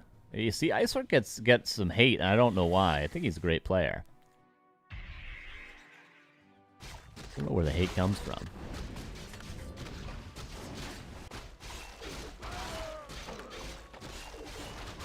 I even learned a thing from Icework the other day watching his replays. I realized I think you just always go Shockwave versus Human. You just always do it. I think the days of Stomp versus Human are over. I'll be honest with you guys. Forces are under attack.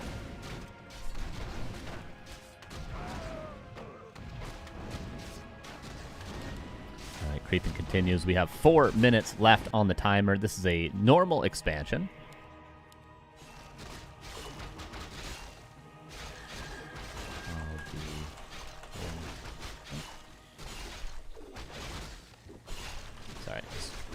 Just do a DM Liat really quick. Oh, no big deal. 1 sec. You still here?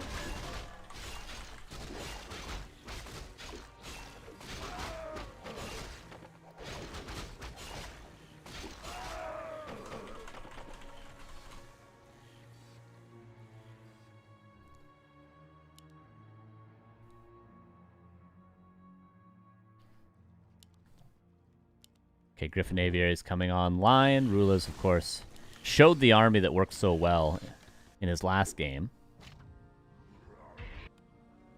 And for Neutron, casters are essential, so we're going to see those first. And then I think bestiaries also necessary. You just need the ability to build Bat Riders. You don't, like, need to build them immediately, but you need to be able to build them eventually. That's what we are preparing for.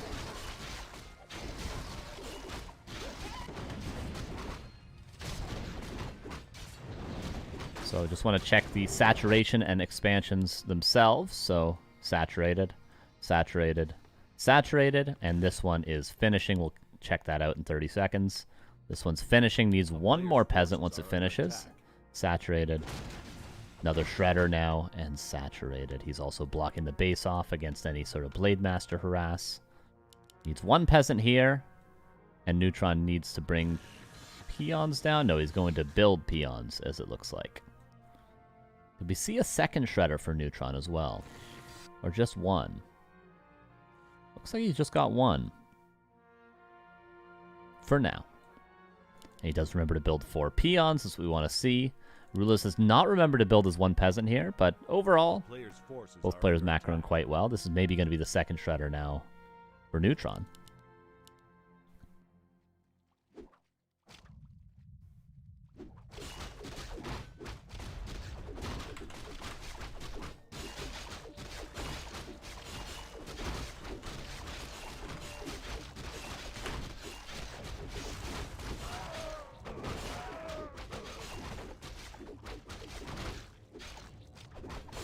A player's forces are under attack. Helm of Valor. And Khadgar's Gem of Health on that blade. That's a spooky, spooky guy right now. Also a Tiny Great Hall. I think you would be, dare I say, stupid to not at least use one Tiny Great Hall in this game mode. Like, you might as well just immediately buy a Tiny and place it once you hit Tier 3. Like, get as many expos as you can before that point, but you should just always have a Tiny Great Hall. And even in the case of Neutron, he's kind of has it. And he doesn't even need to place it down because eventually you know you're going to lose an expansion anyway. So, like, maybe there's not a convenient place to place it, but, like, this expo will probably die in 45 seconds, you know? And then you have an immediate answer. And what do you do by buying that Great Hall quickly? You start the cooldown at your shop to get another one, which is a really cool thing that Orc has in this game mode that no other race has. Just the immediate ability to re-expand when you lose them. And say you have 2-3 shops. Now, it's really expensive, but if you lose all your expansions and you trade them for your opponent's expansions, you have the ability to just buy 3 Tiny Great Halls, place them down, and you're mining again within 30 seconds.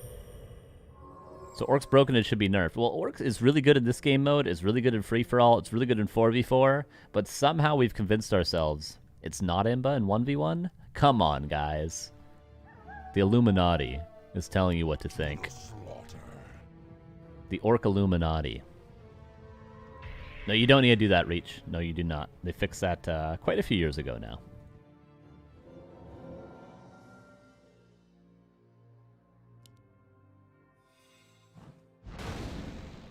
A town is under siege. A player's forces Inner Fire are under Griffins attack. here. And the Knight over here. Love this play from Rulas, but Neutron just straight up bringing everything to one expo.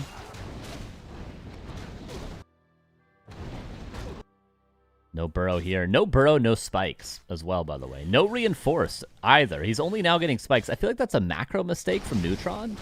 He's not having spikes level 2 has to be a macro error. A player's forces are under attack. Here, they're just dealing with that. That expansion's dead. This expansion's dead. This one almost entirely shut down. He's finally got spikes. Shredder over here. There is 2 shredders, by the way. A town is under siege. Rulas goes to the next expansion. No reinforced. Is crazy work.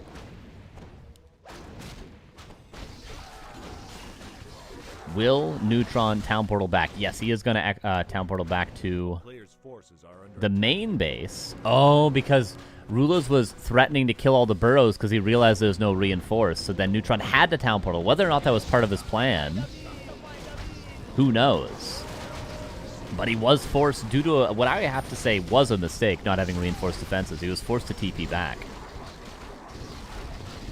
And remember the last game Rulas played, he did lose this initial fight, but then he got his army up to 100 supply with the desired upgrades, and he eventually won.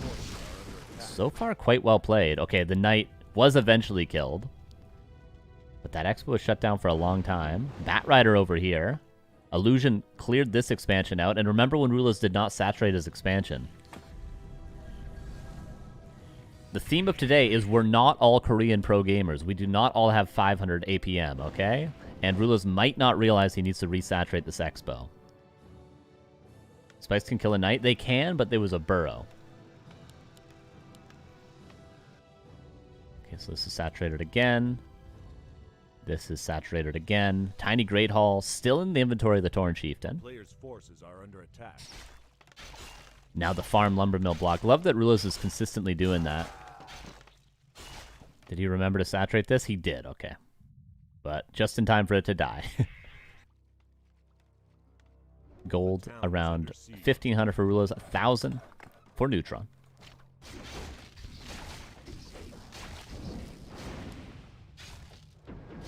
Town portal back. Bat Riders immediately bashed.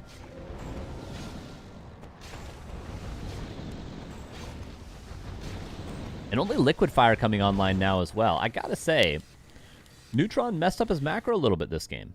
I really think he did. Not like the expo timing was great, the shredder was great, the creep route was great, but just forgetting to actually build things. Like the upgrades he needed. Because you don't want to get spikes and reinforce too early, of course, but you want to have them done by the 11-minute mark. So it's finding that perfect balance. Purge away on the inner fire. Bat Rider's refusing to explode just yet. And Rulas saving his expansion right now. By the way, Staff of Silence is fantastic. Which is on the Torn Chieftain right now. Lizard doing a great job. And Neutron refusing to blow up the bats. There's only one armor upgrade. Does he know there's only one armor upgrade? He could use all the Bat Riders and actually get some serious damage done on the Griffins. I think he could even win the fight. How many bats is he at? He's getting 3 more. He's got 4 in his army. He's going to have 7. At 7, I think if he purges the inner fire away, he could trade, man. Under siege. Only one armor upgrade. If you get rid of the inner fire, the Bat Riders are very good against the Griffins still. Notice why he's doing the lumber mill and the farms. Knight over here will be easily dealt with. Both players defending their expansions well this game. I'd call this the maybe the closest game we've had at this point so far today. There's no clear favorite at this point. But we haven't had an assertive fight yet, so we'll see.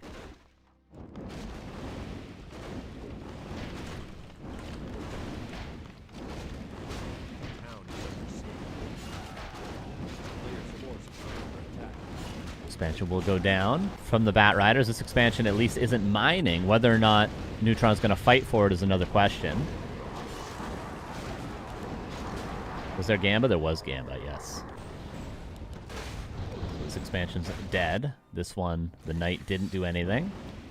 This is where Bat Riders start to really cook, literally. Into the main we go. Both players go into the main, but it seems like Neutron just wants to do a pit stop and kill this expansion before he goes for the main.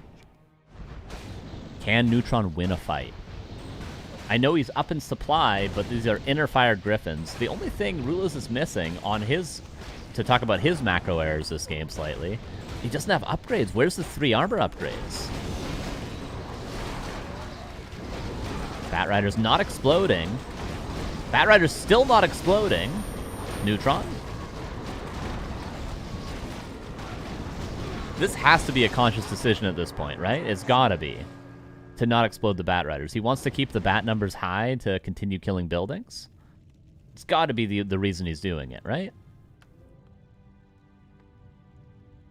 Because he knows it's a resource game, and if he blows them up inefficiently, he's going to eventually lose, even if he wins in the short term. Is that the whole idea? It's got to be. Has to be an intentional thing. Because that was too juicy to not blow them up there. He could have purged the inner fire and detonated right away.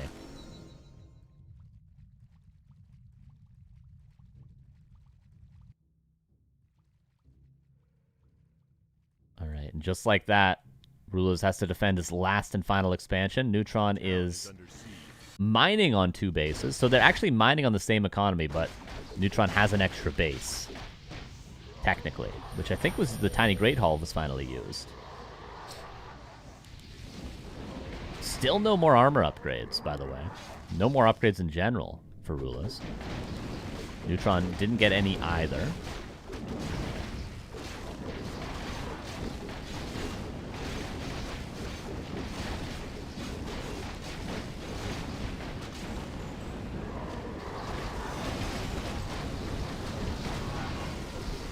Riders being shackled. Now they're detonating because Neutron realizes he needs to take an assertive fight.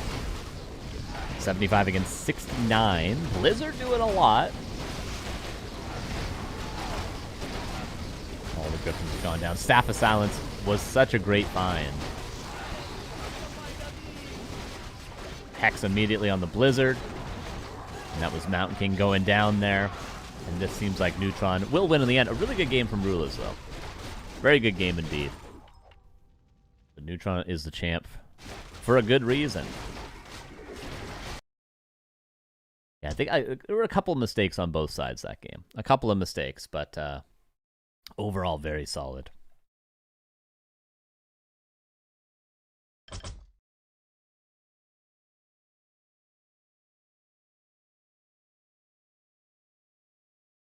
All right, so that is W for Neutron. W Neutron, everybody. W Neutron. God, I don't want to.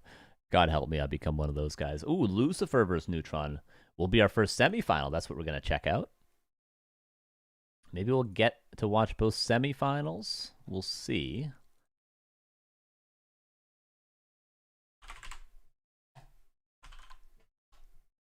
Neutron kind of destroyed Sheiko earlier. Or not Neutron. Lucifer kind of destroyed Sheiko earlier. So we'll see how he does against Neutron. This will be our next match. Semifinal is greater than Hawks. True.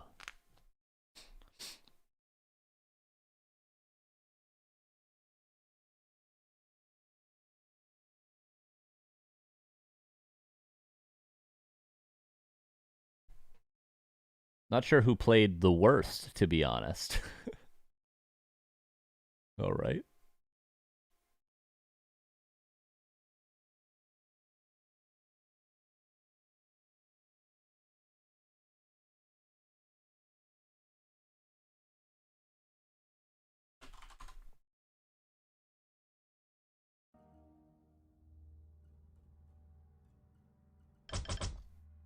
Okay, so just waiting for Lucifer and Neutron. Did I set up the match already? I did. I forgot. I just did it like 2 minutes ago, and I already forgot that I did it.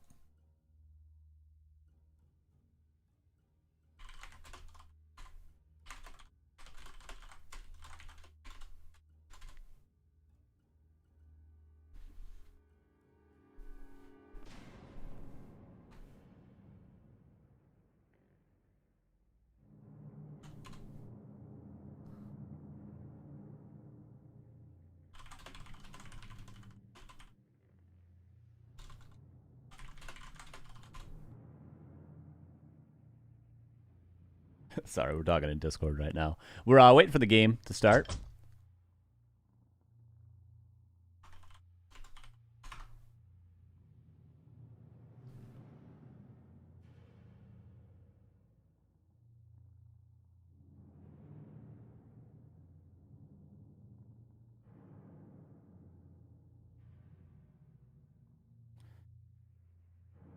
Just reading Discord.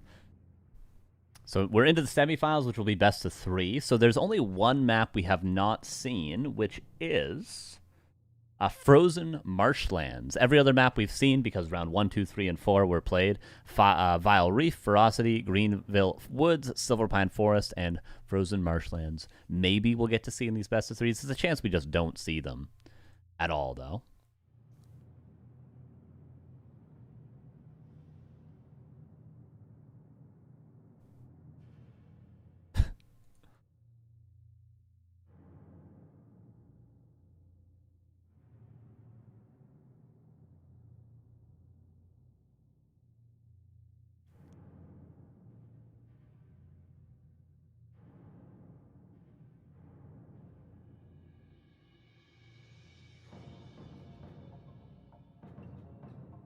All right. Yeah, Wyvern are interesting because you don't really see Wyvern as an idea against Griffins in 1v1, but in this mode, with enough resources and enough casters to support them, they can actually be okay. One thing Neutron did not have is any walkers. He had the Torrent Totem, but maybe he lost the walker. Obviously, AoE Disenchant going to be a lot better than Purge against the Inner Fire. It's harder said than done, though, to disenchant Inner Fire before using Bat Riders without losing your whole army immediately.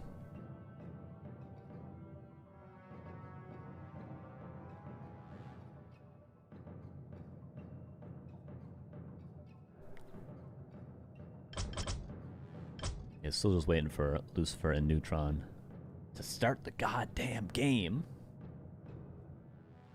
Hey, if you like this game mode, maybe reach out to your local War 3 champions politicians, and maybe next season they'll add this game mode to the ladder, possibly. If you guys like this, if you guys feel like playing it yourselves. I don't know if there'll probably be more tournaments. I imagine Rulas will do some more stuff in the future, but language? Oh no. Oh no.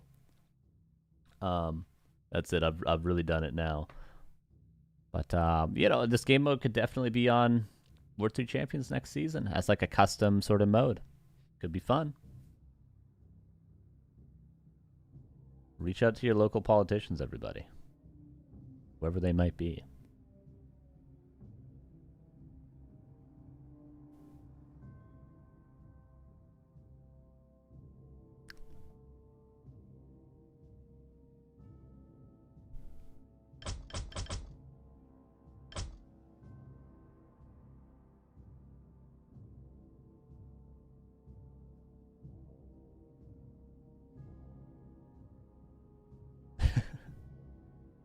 These Discord messages. Wouldn't Panda instead of Mount King be better there too? Yeah, I'm surprised almost every human game we've seen today has been, every single one actually has been Archmage, Mount King, Paladin. But we've seen a lot more Tinker, a lot more Panda. Like, free-for-all players tend to skew towards more Tinker, Panda play. Just because the ability to kill buildings and all that. I'd play solo Farseer if I played this game mode, just so everyone knows. I'd play solo Farseer. Actually, I think Farseer is probably underrated in this game mode. Like, you think Wolves level 3, you think Earthquake at level 6, and you can guarantee get Wolves level 3 because you creep to 5. You think creeping your Expos initially. I know Blade Mirror Image is, like, super broken, obviously, but I think Farseer a little underrated. Ah, Neutron Lucifer R started. It's an Orc mirror, by the way. Get ready for Bat Rider mirror.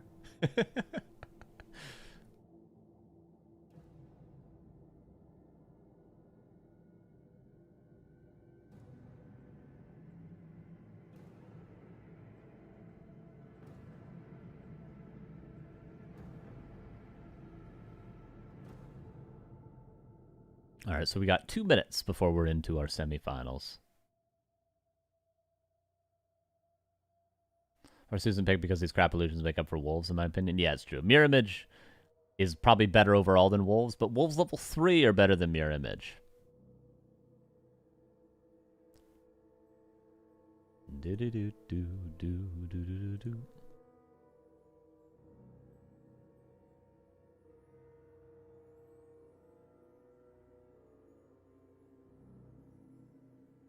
Ba-ba-da-da-da.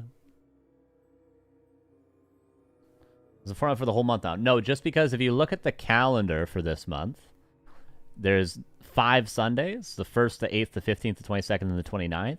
And the format we do for the weekly cup is a 4-Sunday format, right? 3 cups and then the finals on the 4th. So because we have 5 Sundays this month, we do a special cup on the 5th. And that's what today is. But April, we start again the regular format. And then we'll do another special cup. I don't know, when's the next time we have 5 Sundays? Not in April, in May. So we not April, but next month after that we have a 5th Sunday again. So could do it again in May, or maybe something different will come up by then. Who knows? Who knows what the future holds?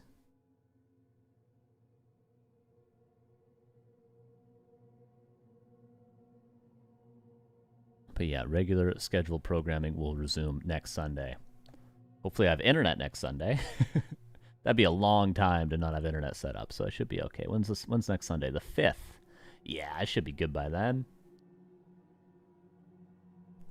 Okay, 30 seconds. I know we've been waiting around a little while. Oh yeah, let me do prediction. Neutron 1.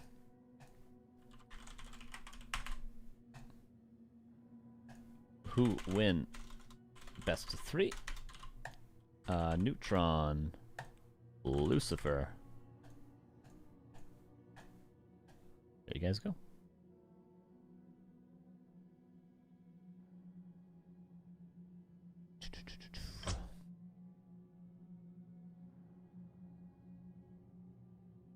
Yeah, I think the thing with this game mode is the perfect balance of not a lot of practice.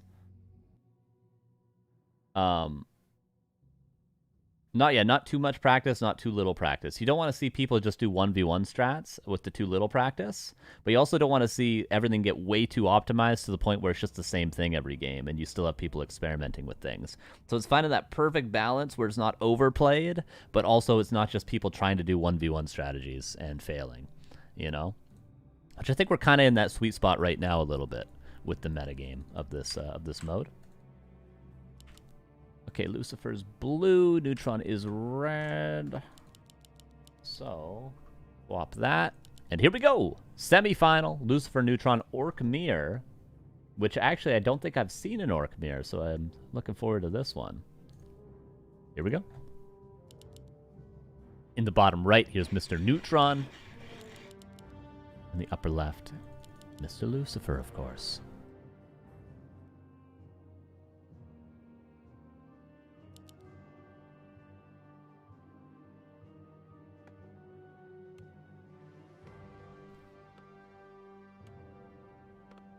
Gonna be a Blade Master, Mirror Image, Headhunter Opener, the standard for every player. Grand Finals best of 5 today? No, it'll be best of 3 today. It's been a long day already. Not for me, but for the people that are have to go to sleep. So yeah, best of 3 Grand Final.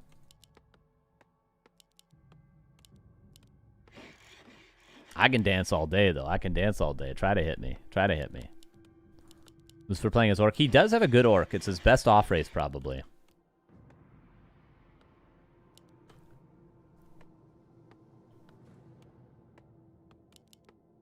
So this should be really interesting because I think a lot of Orc is about the early game because, as I've mentioned time and time again, it's really tricky initially to clear your expansion and to get everything crept that you need to get crept. So it comes down to very minute execution on both sides.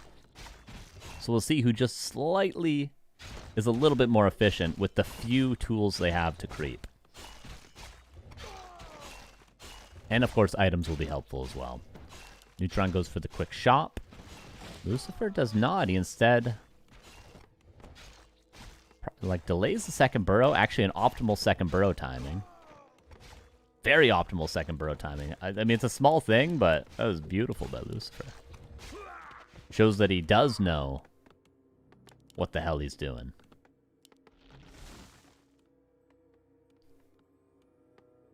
And Neutron waiting for his second Headhunter. He's only got one, right? Oh, no, he's got the second one. He's pulling it. A player's forces are under attack.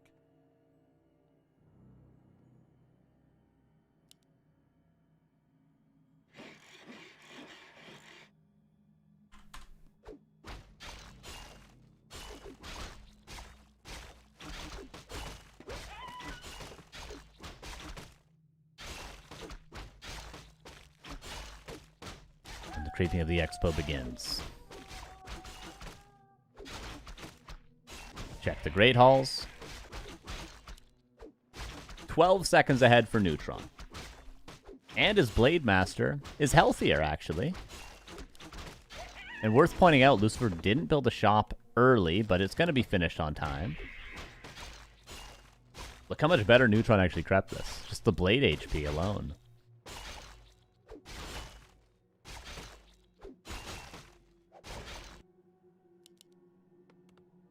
But shop timing is solid, and things will resume as normal. Yeah, just a lot cleaner for Neutron, because now he runs by, gets salves. Actually, just gets a clarity. Okay, 1 and 1. Clearing the lab a little bit early, but it's on his way to the next base, and he's doing the War Mill over here again. Oh, maybe he won't even get the Shredder from this lab. Because he got it from the other lab last time, right? He got it from this guy. Lucifer. Is he pulling another peon for a third base? He is.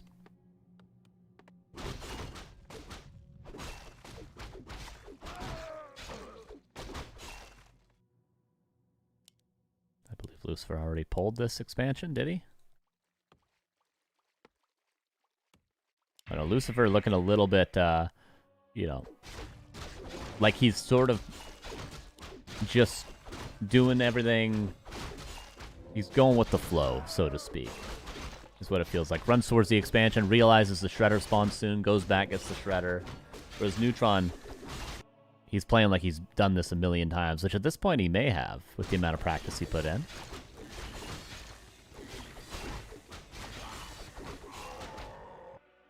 Peons pulled over. Only 3, interestingly. Builds the 4th. Spam can, scam plan.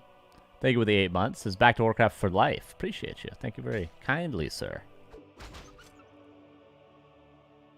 Tips Fedora.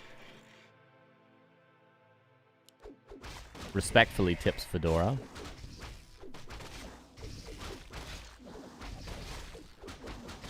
Was supposed to be tired at this hour? No, he's probably playing with a cigarette in his mouth right now, okay? That's gonna keep you awake all night. Chain smoking. A player's forces are under attack.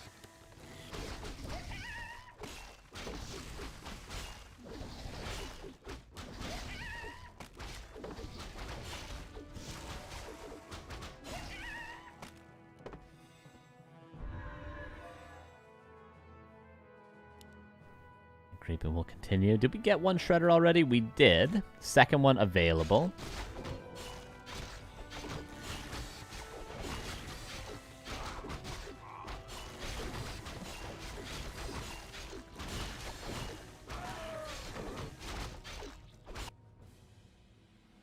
And third base coming up for both. Neutron again ahead. This time even more so, though. Player's forces are under attack. First expo he was ahead about, what, 20 seconds? This one he's ahead a full minute.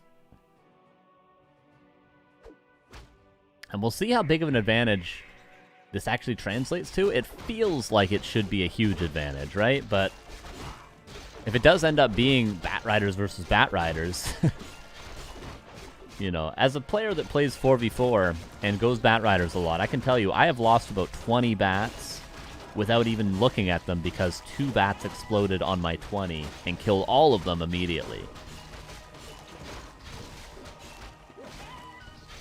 Which, for those of you counting at home, that's about 3,000 gold in bats. So, it can go by quickly.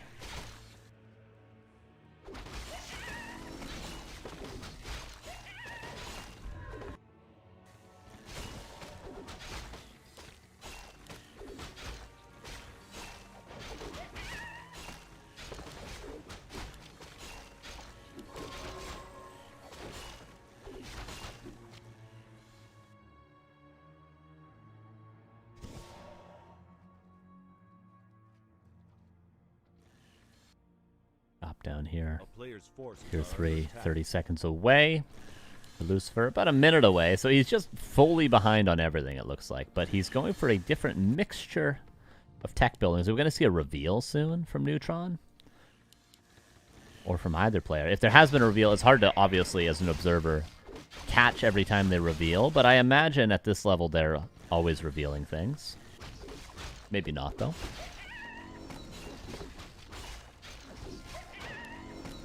I wonder if I could beat Happy if he had a 50% handicap. I'm sorry to say, probably not. Because if it was any other player, I would say, oh, definitely. They wouldn't stand a chance.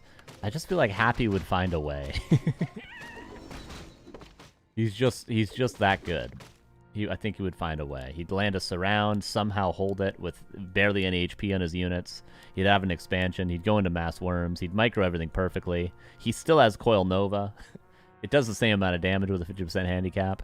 If you said any other name but Happy.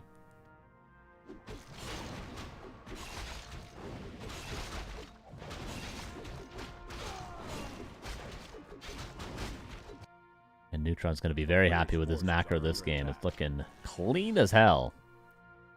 Did he just tiny this as well? I missed that. I'm pretty sure he tinied this immediately at tier 3, right? Love to see it. Flute is great for Lucifer.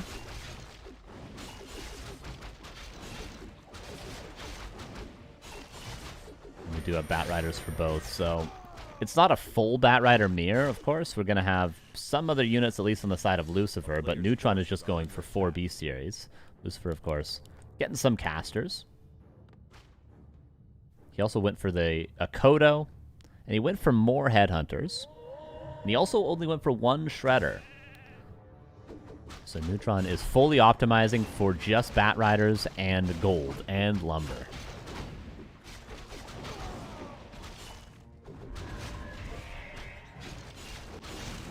One minute left on the timer, and things looking very good for Neutron. It just has been super clean.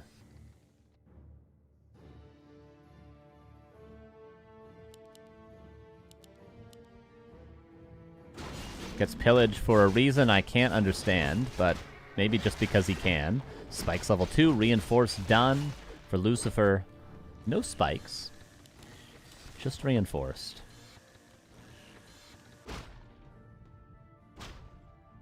Hero count 4.63 and almost 2 to 4.63 and a flat 1. Carson, would you like to play in my new show match format? It's called Hazy is Crazy. Oh god, do I have to play Hazy? Whatever you want, Yank fan. Whatever you want.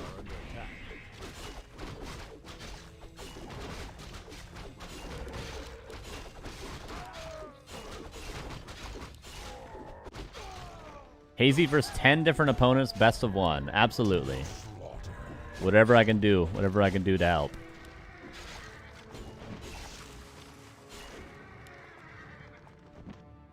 Bat Rider's coming out. Immediately checking for an expansion. Let's see, how long can Lucifer hold on? Because he seemingly out-macroed this game.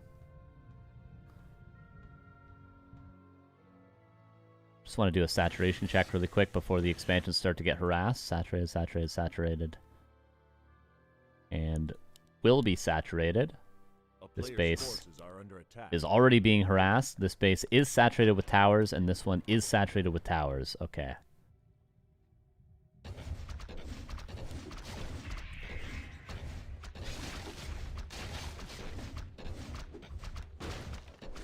Nice try, Dark.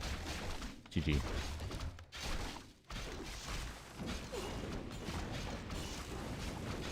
One thing a lot of people don't know, or maybe some people, is that liquid fire does slow down the attack rate of the building. So notice he's spreading the liquid fire on multiple towers.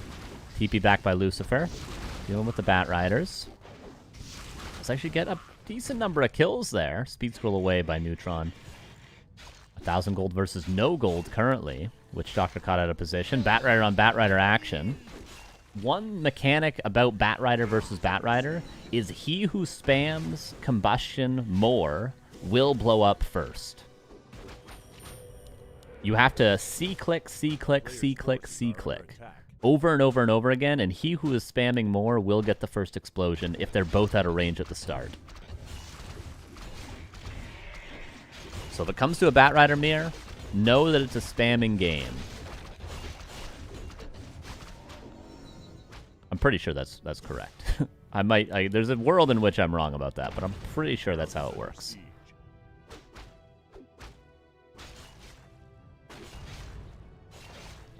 I'm trying to run away. Headhunter's over here, slowly chipping away.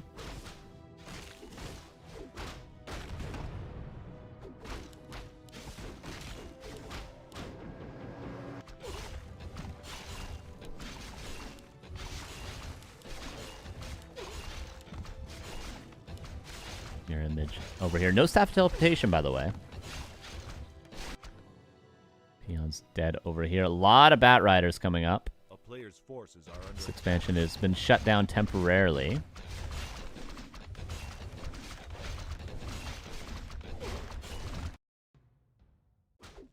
These Headhunters still undealt with.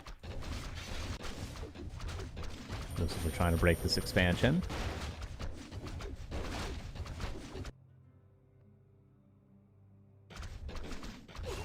Mirror image gets one more kill. Here come the Bat Riders from Neutron. That is enough to kill the towers, but they're also going to take some losses. 2 Bat Riders. Wasn't paying attention. But that's the volatility of Bat Rider versus Bat Rider. Like, if Lucifer had noticed first, he could have killed every bat with 2 if they were 2 clumped together.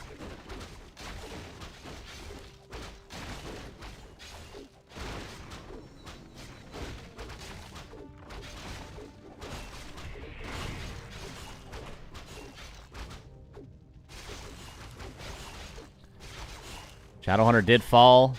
Blade Master is putting in work, by the way. Double claws plus 12. On the side of Lucifer, but on the side of... I mean, they both have claws plus 12. Okay, Bat Riders did clean up this expansion entirely. They took some losses. This Expo is dying. Heal Ward helping a lot against the spikes. Lucifer's Bat Riders are sharking for these. We're going to pay attention to this for a minute. Because these Bat Riders could have a lot of impact. Here they come. They come. Lucifer. Nicely done. And look how many bats die. If he had one more, they would all die. The expansion will still be killed. And Lucifer pivots over to this gold mine now by Neutron. Neutron gonna struggle to kill this one with bats.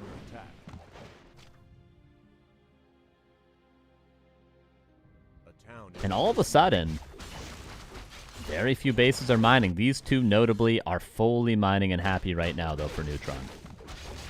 But Lucifer, just this one, currently. Is that what we're down to? Is it 3 base against 2? Looks to be. No towers in the main, but there are burrows.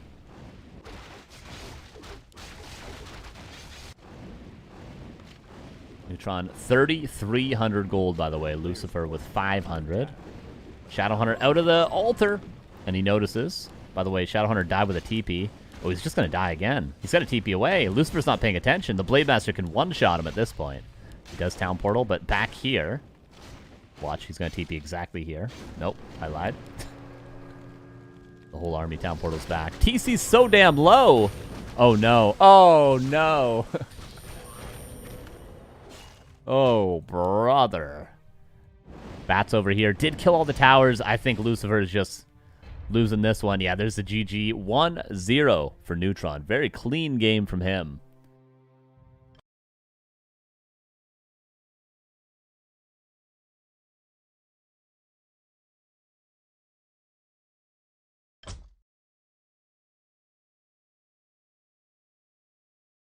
And now Lucifer switching to Underu,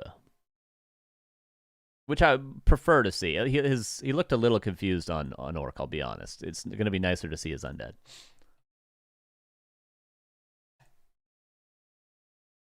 You lied to us, Carson? What did I lie about?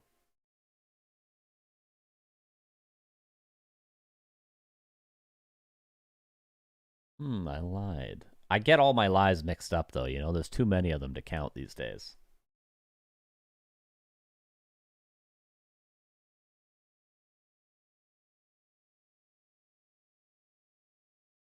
Too many of them to count. All right, we're waiting for a minute and a half for the game number 2, and then we'll probably be able to catch the other semifinal as well. Liat versus Sheik.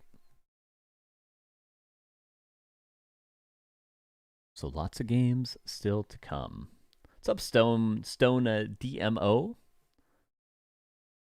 Hey, with the 2 months, how you doing?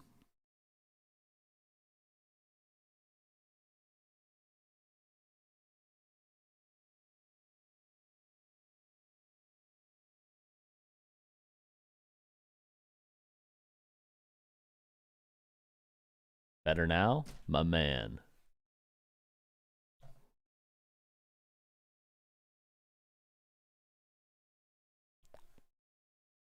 All right, 70 seconds for game number 2. And Sheik, Liat are on game 1. Yes, we might be able to... We'll jump into Sheik, Liat right after this. And if Lucifer wins, then we got a game on our hands. We got a ball game.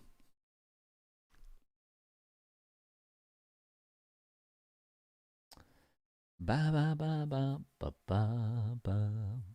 40 seconds.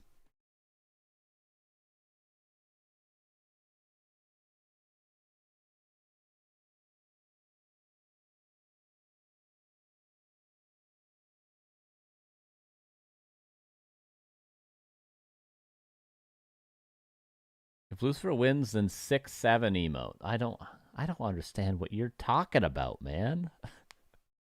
I don't know what the hell you're saying, man. 10 seconds. little bit of water, everybody. And then we're going to load into the game.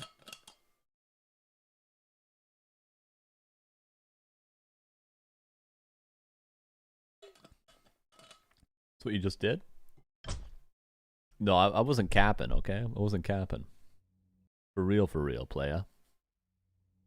I really think we got to get the Zoomers to start saying playa. You know what I mean? We got to bring back playa from the ground up. We got to bootstrap people saying playa again so that I can do it. Anyway, game number 2 is on Vile Reef. Let's see if Lucifer can get something going. I am unsubbing.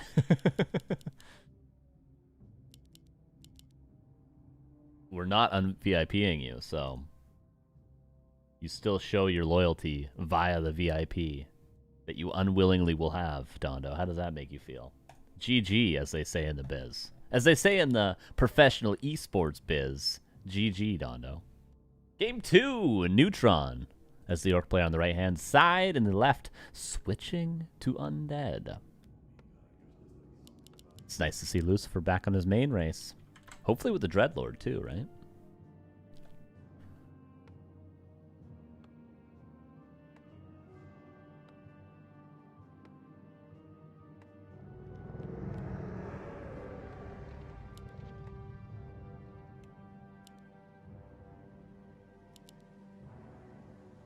Blade mirror image, the standard opener for the orc in this game mode, Dreadlord, as expected.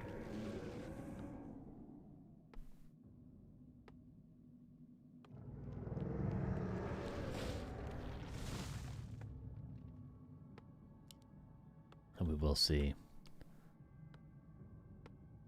what sort of the army composition is going to be for Lucifer. Of course, against Bat Riders, Undead has a lot of options. Like, you imagine anti-magic shielded 0-3 worms as a cool idea, but is that good enough? Orc in the late game always tends to dominate Undead. But is that all different in this game mode? Is it all different?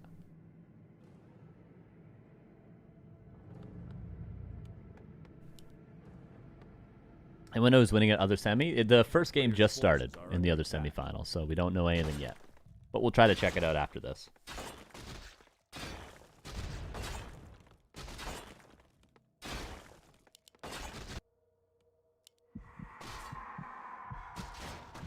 It seems like pulling this camp by accident is a standard thing to do.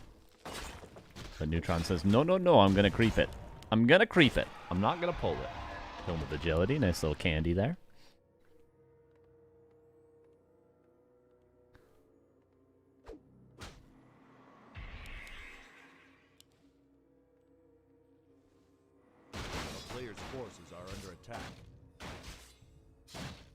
So is for unsummon anything? No, he doesn't. Keeps it all up.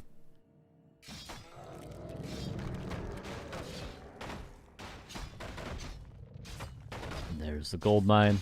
And there's the Great Hall. But worth pointing out, gold mine's a little bit quicker than the Great Hall.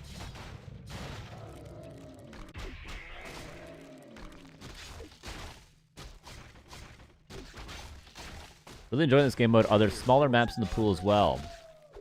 Am I mistaken thinking the map is a bit too big for 2 players, even with no rush? Maybe it's slightly too big.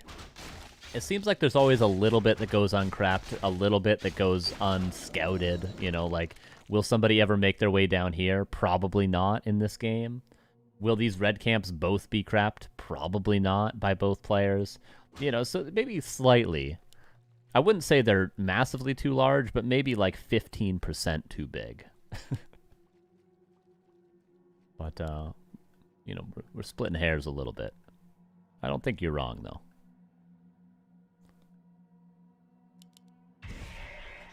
Like, will this red camp get crapped? Tough.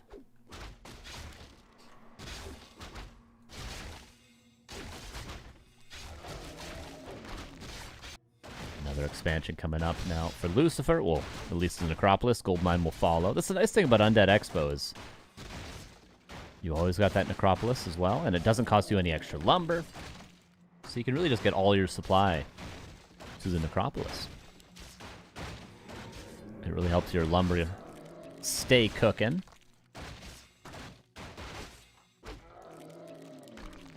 Wouldn't be surprised to see more often undead players skip their second Zig in their main just to go for an early Necropolis too, but Lucifer wanted to go for the second Zig.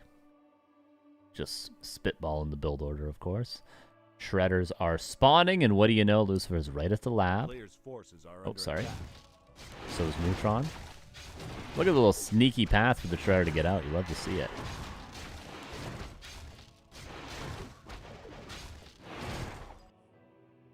Three bases. Lucifer can build the gold mine now. Unacceptable macro errors from Lucifer. Unbelievable. He goes for Sleep and Vampiric Aura. Will he go for Carrion now on the next 3 levels? Yes, looks like it.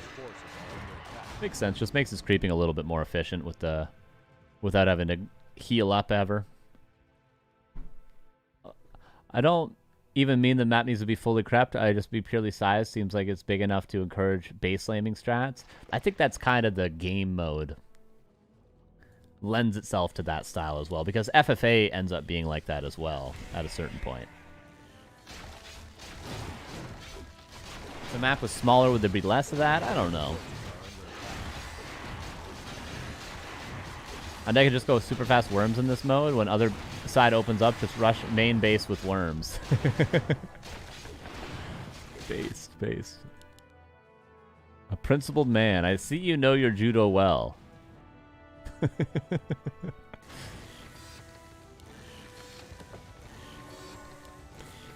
My new favorite thing to say. The expansion's going to be up. It's going to be 3 base apiece.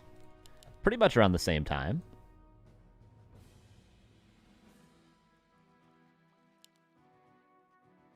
Double shredder for both as well.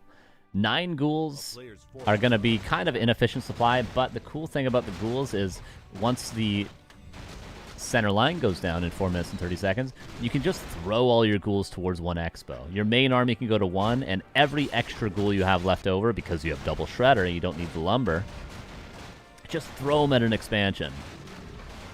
And that's a cool thing you can do with undead. Like, even if Lucifer were to build a bunch of extra ghouls, like say he had 15 ghouls, get Frenzy and send 5 here, send 5 here, and send 5 here. And then push, you know, another base with your main army. And even if your main army doesn't do a lot, you're at least shutting down the economy immediately, which I think is something that isn't done enough. Like, players aren't waiting at the center line when the timer goes down and immediately attacking every gold mine at the same time. And you might be saying, how are they supposed to know where the gold mines are? Well, you can reveal to labs preemptively to know where they've built their expos, and you can kind of know if you know the map's good enough. And just send 5 ghouls to each base. And, you know, they might have towers preemptively, they might have burrows ready to go, but be surprised what 5 frenzy ghouls can do. Or like a human, you know, build 3 knights and send them to all 3 bases at the same time, and then main army goes somewhere else. Just like, in the short sample size of today, I don't feel like we haven't seen quite enough of that. Exactly. Level 5 Dreadlord, and he goes for Temples, which I think will be for Banshees. More so than Necromancers, but we'll see.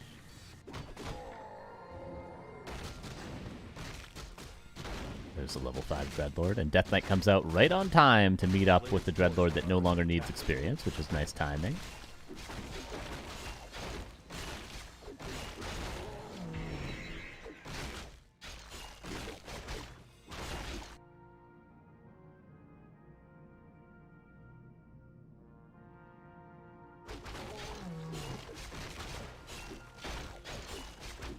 Funny how people that are 1.5k MMR make fun of elf players, meanwhile they wouldn't be able to take... Who's talking about elf players?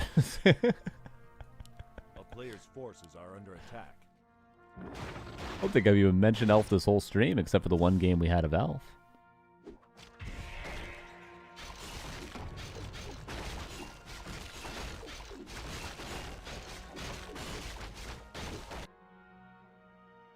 Alright, 4th base up for Neutron, but not yet saturated.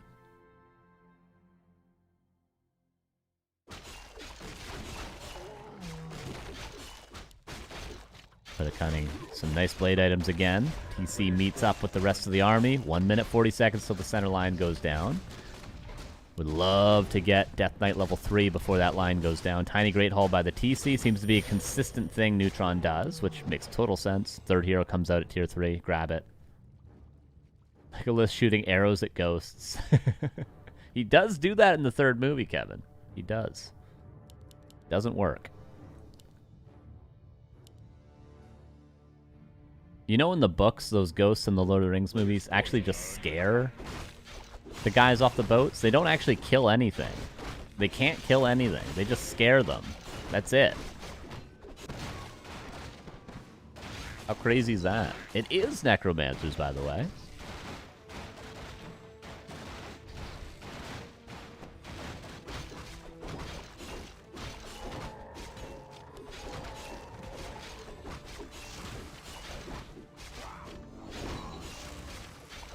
Shadowhunter level 3. Death Knight a little bit behind in the creeping department. He'll get there. Center line dropping in 30 seconds. 4 bestiary bat riders coming out and towers at each base.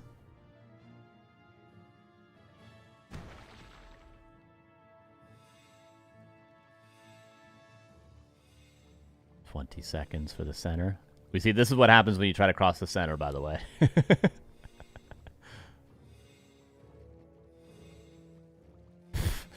Looks a little silly. And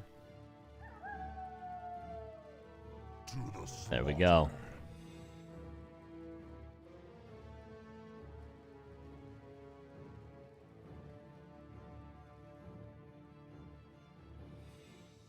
False start. Alright, they're both pushing. Lucifer's going straight to the main. Who mentioned the Frostworm going straight to the main? That's what Lucifer's doing, but with Necro Wagon. This is great because it forces Neutron to actually fight. He's gonna have to go back home. Like, does he want to trade an expansion for his entire main? I don't think so. I like this play from Lucifer. Make a really strong, potent army and force the issue towards the main right away. The main base is dead. See, now what would make this even better? Frenzy Ghouls at each expo. He doesn't have enough supply to literally do that, but...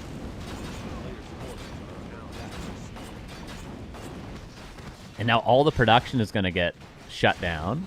Neutron's not quite supply blocked, but he's starting to become. Fiend at the expo as well to deal with the Bat Riders.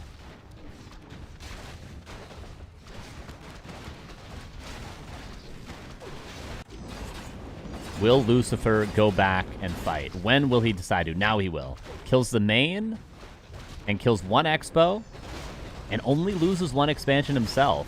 He only had one to lose, though, by the way. Because now he's down to his natural and his main. That is it. Neutron still has, crazily enough, 3 bases.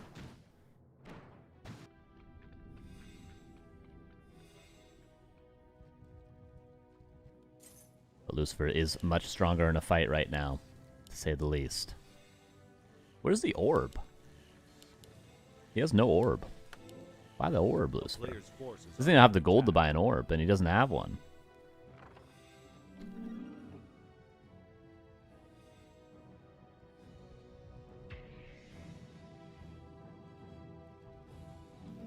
Carrion Swarm will do a lot to these bats.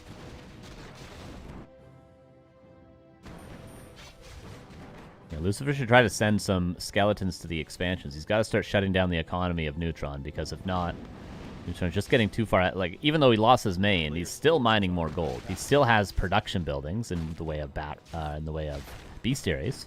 Is that somehow he surrounds the TC? Okay, I guess a sleep surround. He's trying to save it. Or more so just trying to buy time. And he is buying a lot of time for himself. Lucifer's going to have to TP back home quickly. He's got to TP back now. He's got to TP now. He can't TP anymore. I don't think so. Hold, hold, hold, hold, hold. Oh, no. Oh, no. That's what 17 3-2 upgraded bats will do to your main. Oh, brother. So close. That TP was like half a second away. 2-0 for Neutron. Goes into the grand finals. Let's jump into the other semifinal now.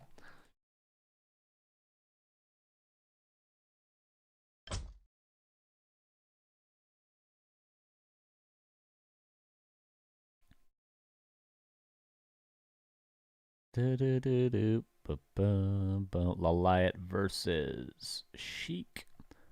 Are they on game 2 or game 1? Oh, they're on game. They're still game 1. Okay, cool.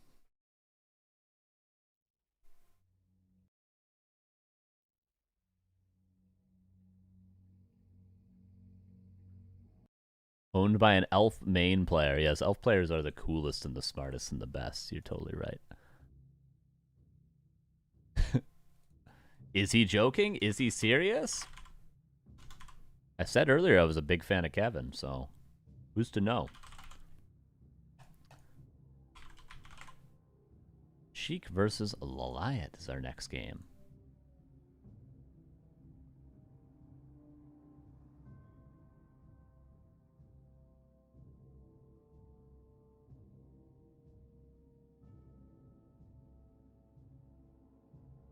Ban Carson. Easy points. Gamba. Yeah, give me a sec. We're a little bit behind on this next series, so there'll be no Gamba for this, okay? So I don't want to hear it. What's up, Sycamore Bunny? Been fun games to cast so far? Yeah, I've been enjoying it. It's a lot to track. You're staring at the minimap a lot, but it's been fun to try to keep up with.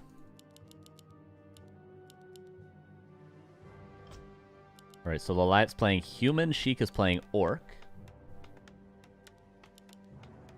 Both players have very strong off races, even though you might know Liat as a elf player, even though you might know Sheik as an undead player. They both are really good at all 4 races.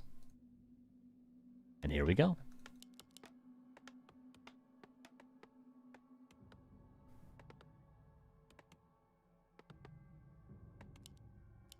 To the right-hand side, the Liat with the Archmage. First to the left-hand side. Okay, so I saw the very start of this game, and Sheik built an altar, and then canceled the altar and built a barracks.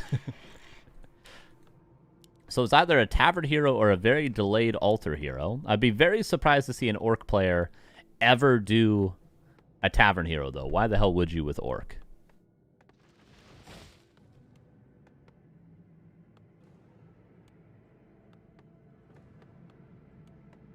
Yeah, disengage. Take that, woke moralist. We'll see who cancels who. Archmage already out, and the altar is not yet done.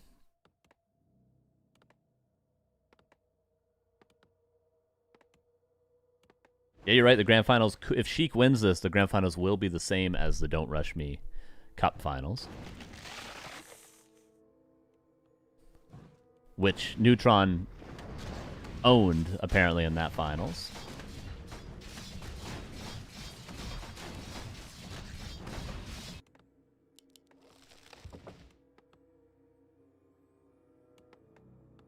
And it will be a delayed Tauren Chieftain. Very delayed, though. Look, the expansion is going to be done by the time the TC is out. Close to, at least. It follows directly after this, Carson? Yes.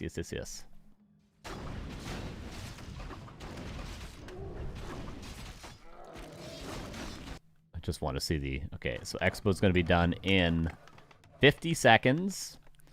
And by then, the TC is going to be, like, here.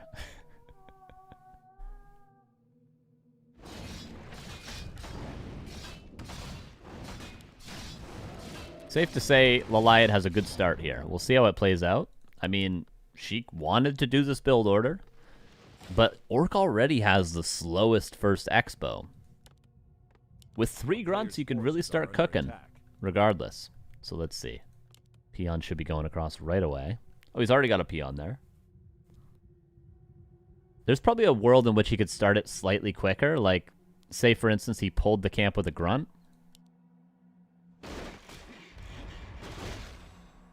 But the creeping pretty clean. And the Liat already creeping his next expansion. Is he going to go for a third base before teching?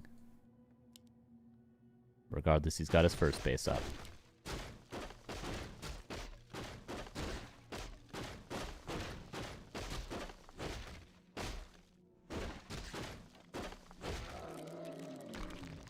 Expansion cleared and pretty healthy.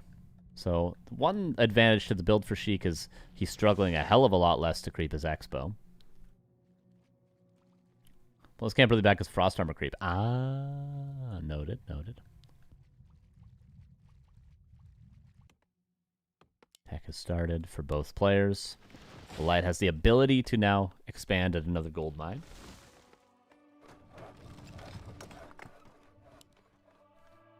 He's going to be clearing the lab, Shredder available. Maybe he won't actually creep the lab. Yeah, no, he's just gonna slam a Shredder. I'm coining that phrase, by the way, in case you're wondering. Another expansion now for Sheik. There's the Shredder slam. Slammer. That's the catchphrase sound. You go slammer when they do that.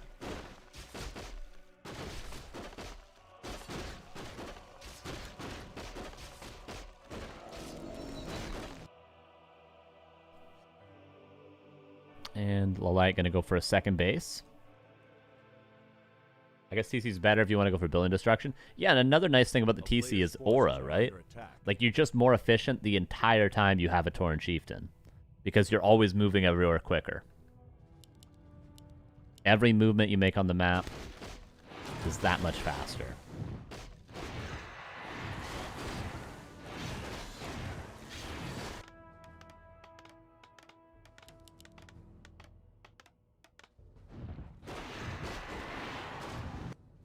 Liat going for a fourth base now. Chic, is he going to clear another gold mine? Probably pretty soon.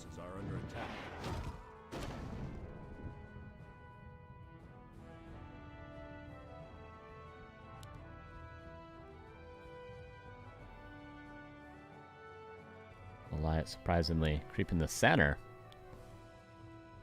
I guess he doesn't want more than 4 bases. Doesn't want to go for this, potentially.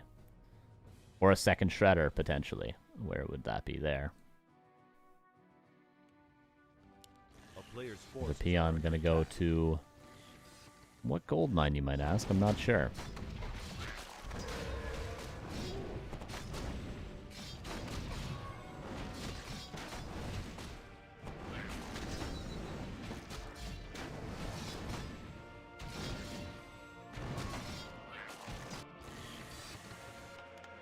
Fourth base up for Liat right now.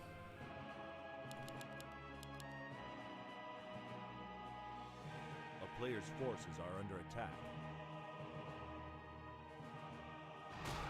Creeping will continue for the TC. A lot of claws. He wishes he was a Blade Master now, didn't he? Holy. Ring of Regen also a fantastic find just for the continued momentum of this game.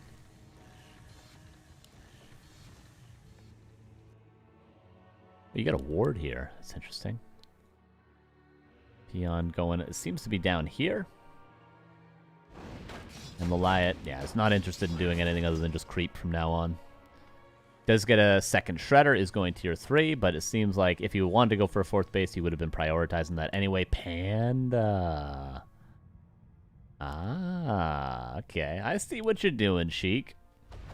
TC Panda. I used to play this on ladder back in the day, and it was so much fun. TC Panda. It's the ultimate fun strat. I recommend trying it, everybody. Boots of speed on both heroes and aura. It's fantastic.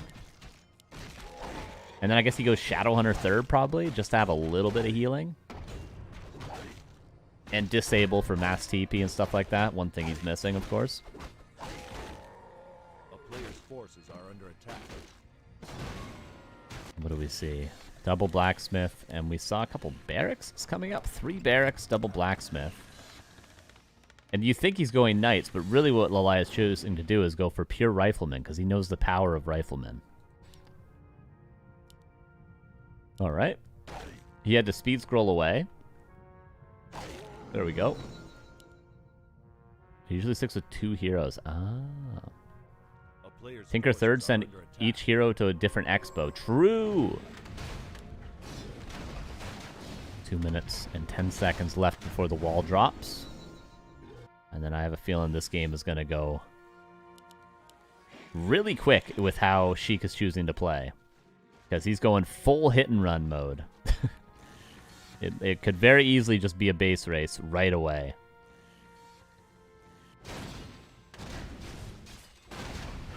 A player's forces are under attack. Oh, love to see a Panda level 3.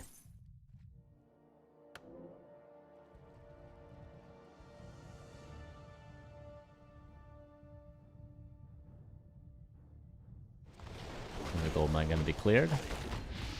She can't really go for the Neutron immediate tiny Great Hall if he doesn't go for a third hero. Look at the towers.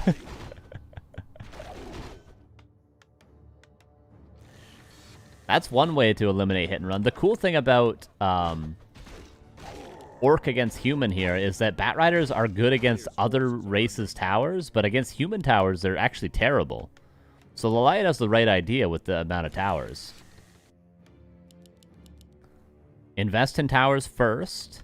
Build a strong army, knowing the Orc is going to play the Lamo game, because every Orc plays the Lamo game. And then hold and have the better army. He's going pure Knights. Giga Chad Liat.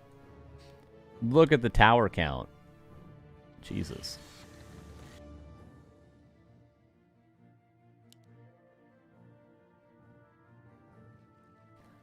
Center line's dropping in 33 seconds.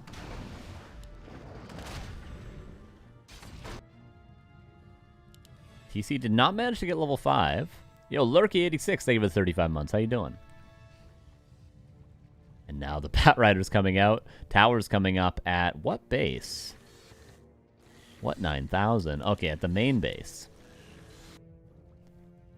Because the main way, the interesting thing about the towers at the main base, the main way Liat's going to counter the pure hit and run style is to try to force the issue in the main base. So he doesn't care if Liat hits one of his expansions, Sheik. He just cares about his main. That's why he's towering only the main. And then he's going to try to stay aggressive on this side of the map as long as he can. Liat's still concerned with creeping. He knows he's got so many towers that he can just play the long game. But let's see. How good is TC Panda? Oh, yeah. They're pretty good, as it turns out.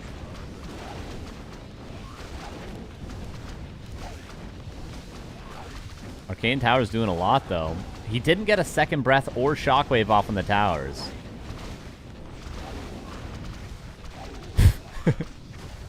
I think this is how Orc was meant to be played. When Blizzard made this game, when they were coding it, they're like, yeah, man. This is what this game's gonna look like. And the light just keeps creeping.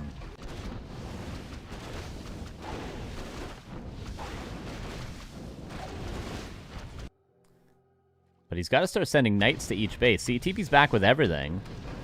Okay, he's sending 3 knights. Send them to each base. I mean, I guess all 3 going to each base one at a time is also a good way to do it. Back to the shop.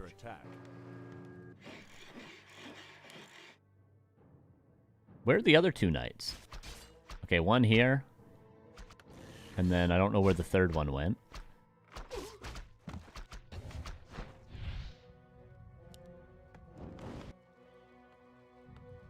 There's another knight. Liat's got the right idea.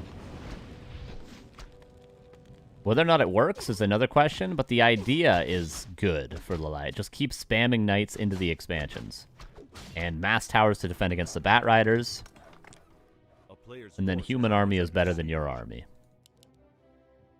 It is the right idea indeed.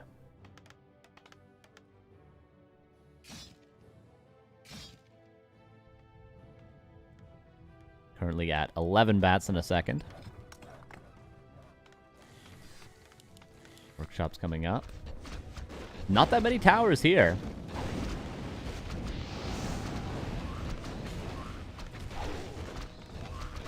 But Liat, the repair was fantastic. Okay, nice shockwave though.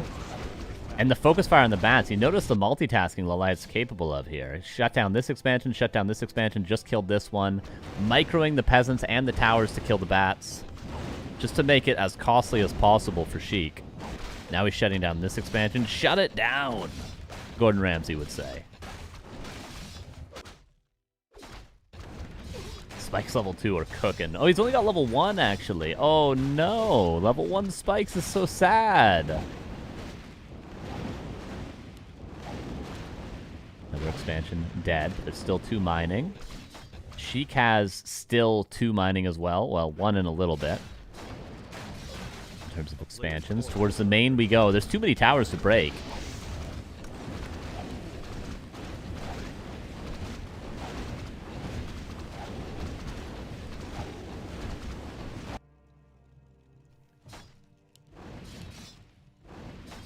Another expansion gonna fall. There's only 1 X-Boat left.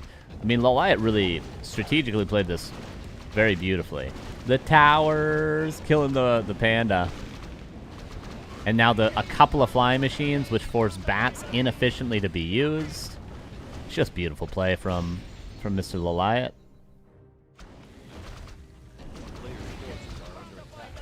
And 1 flying machine for 1 bat, you're super glad to see that.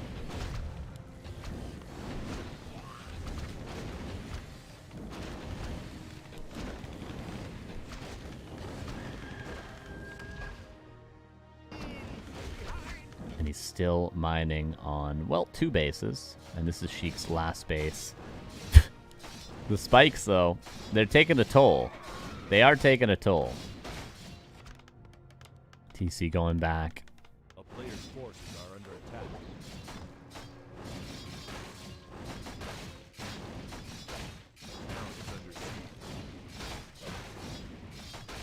Oh, the spikes. The spikes. Not so easy, is it? Killing.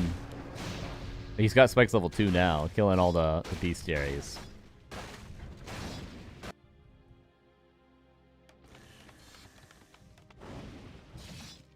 He's trying to cut the head off the dragon, though. He's trying to cut off the production entirely.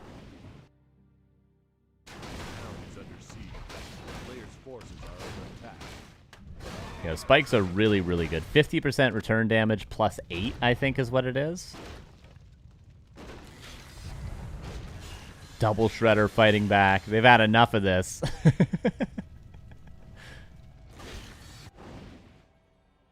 Level 3 water elementals.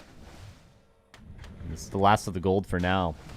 Whereas Liat, his economy is doing just fine with these 2 bases towered up now. The player's forces are under attack.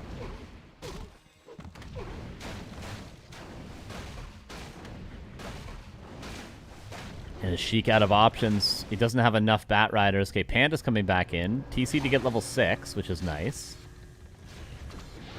Staff's back the Mountain King, but it doesn't look like Sheik's going to allow the Mountain King's staff to finish.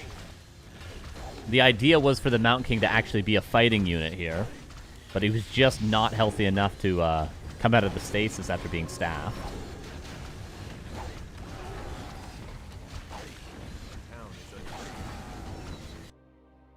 This is exactly what you want at 5 in the morning, eh, Liat? Get hit and run by Panda TC. Knight is there now, too. This expansion is being scouted by a Knight, I think. No, it's just being sent back for now.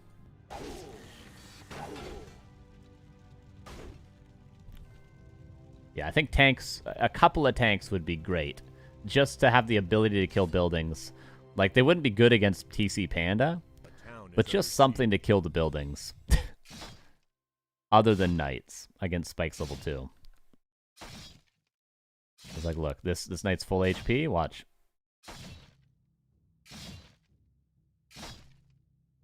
Watch his HP go. You see? Took 180 damage, almost 200 from canceling a constructing Great Hall from like 1/3. Town is under siege. You see Panda trying to break these towers. They're doing a great job, but there's just a lot of towers, and the repair has consistently been good by Liat. So like the TC is going to die here, resurrect, and have enough mana to probably break the Expo. But in the meantime, the last bastion of hope has been canceled down here and is being killed up here. TC's back from the grave. slowly, Sheik is dwindling in game 1. Just well played. Liat showed a good understanding of what Sheik was going to do. I don't know if he revealed that it was a TC Panda combo so he knew, or if he just assumed, but really good understanding here.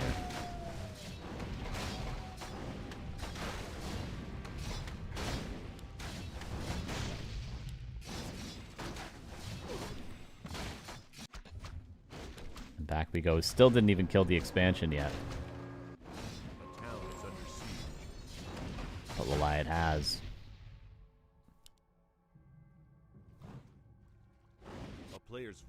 Okay, Shredder working on a barracks. Liat just buying as much possible time as he can back at home. No Blizzard retrains still. The towers are going to be hard to break because, again, I'll repeat, spikes level 2 are really good.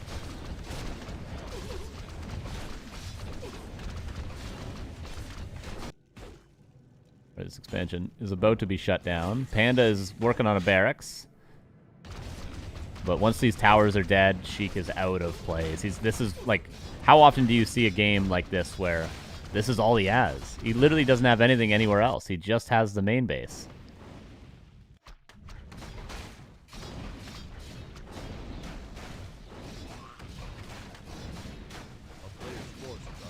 And spikes are doing great, but unless the TC Town Portal's back, Shockwaves kills the entire army, and then he immediately somehow buys 3 tiny Great Halls, I don't think it's winnable for Sheik. And he hasn't even looked at this yet. I'm sure if he saw those towers there, he'd be like, oh my god. The lamer has become the lame, though, you know, when you think about it. Liat's like, you want to play hit and run? All right, I'm going to build 15 towers at each base. 1-0 for Liat. Neutron, of course, waiting in the wings still for an opponent in the grand finals.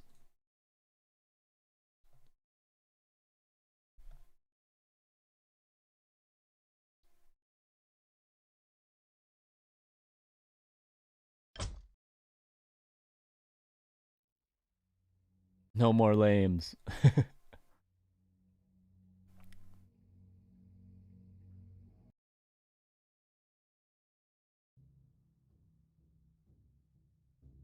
But who lamed who? Okay? As AC/DC once said, okay? Who lamed who? Who lamed you? That's the question. Because all Liat did was pre-move the lame from Sheik. Can you really blame him? Game number 2 is on Silver Pine Forest.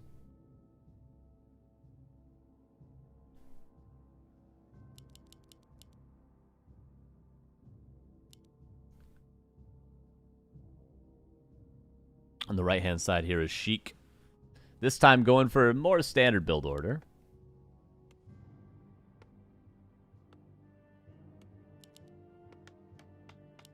Liat actually doesn't go for the lumber mill first. He's going for legitimately standard 3-farm expo.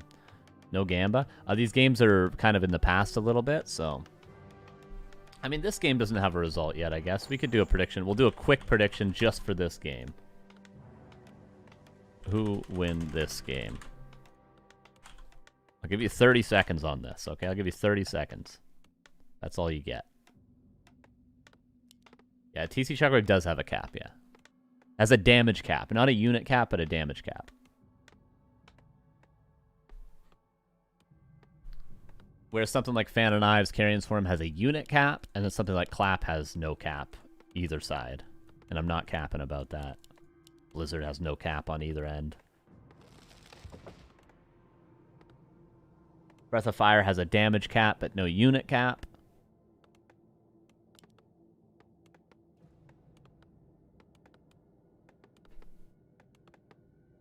Shockwave does have a cap, but hard to hit in 1v1. I'm hitting the damage and unit cap on Shockwave every goddamn Shockwave I throw. Because I'm the GOAT. A player's forces are under attack.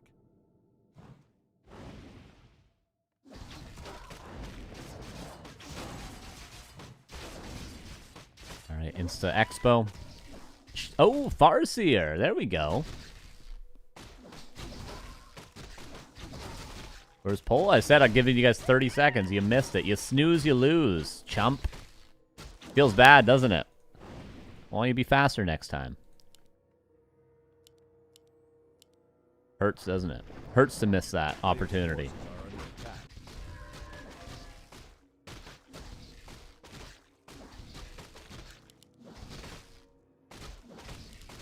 Feels terrible. Now I feel bad. Hurts too? Oh no.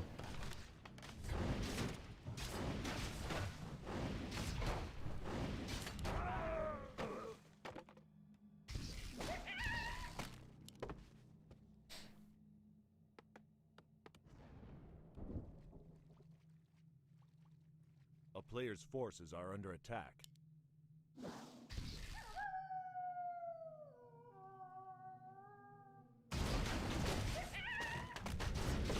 Alright, one base going up for Mr. Liat. Same with Sheik. Second Great Hall coming up now too, but a little bit tricky to creep this. He does pull it. Farseer is better than Blade at creeping at lower levels. Once the Blade gets level 3, the Blade is better, but at level 1, level 2, the Farseer is stronger, which level 1, level 2 are the important levels for this, because those are the initial expansion creeps that you're taking.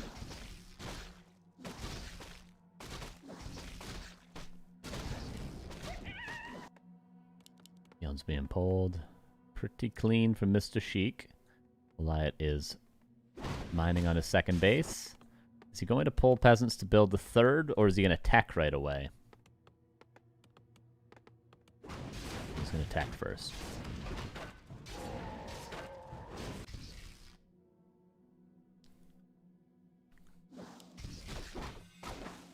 She's going to take one more camp, then he'll go to the lab.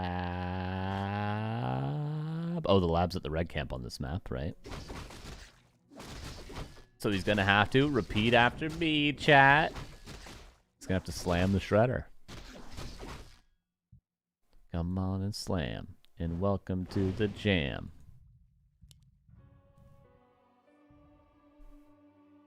Is gold mining more efficient in an odd angle? Angle is better for peon micro than straight up and down, but the actual mining itself is capped when you're at 5 out of 5, regardless.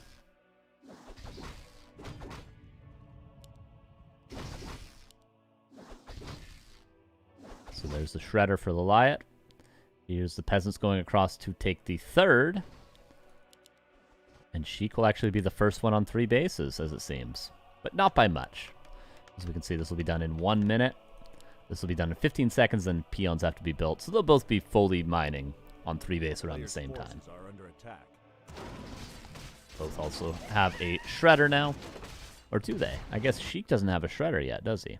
Okay, now he's getting it. There we go. Was it an intentional map-making decision that mains are at an angle? I don't know. I don't know. I'd say the only race that is favored via the gold mine being on like a perfect peon micro angle, like this is not good. This is not good. I don't know. None of these are good examples. This is good for peon micro. Would be Orc, because human players don't really peon micro that much, and Orc players use it as part of the build order often. So if map makers did that intentionally, it would be to make maps better for Orc.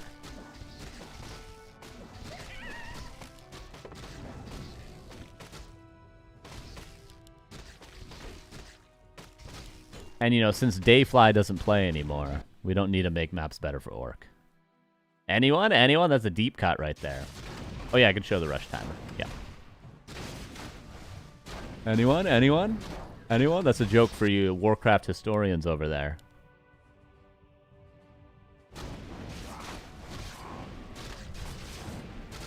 Hella deep cut. All right, Creepy continues. TC. Farseer TC. Which is probably better for the lames than TC Panda. Like, Farseer is better at creeping initially, and then Wolves are better at harassing an expansion on their own, and then Chain Wave is actually kind of... You can kill peasants without needing to kill towers with Chain Waves, so... I like the build. I'm a Farseer TC fan in this game mode. I really am.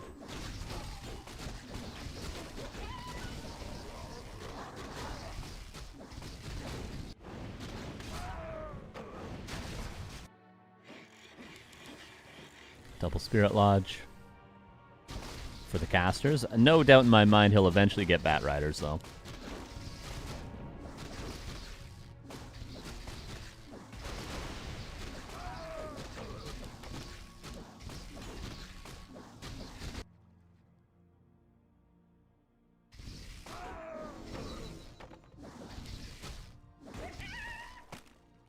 Orb of Darkness.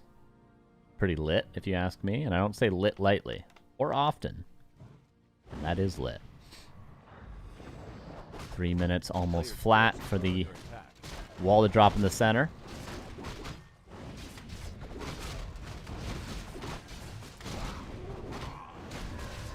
Lots of towers again for the Liat. Is he preparing for a ghost that isn't there? Maybe he is.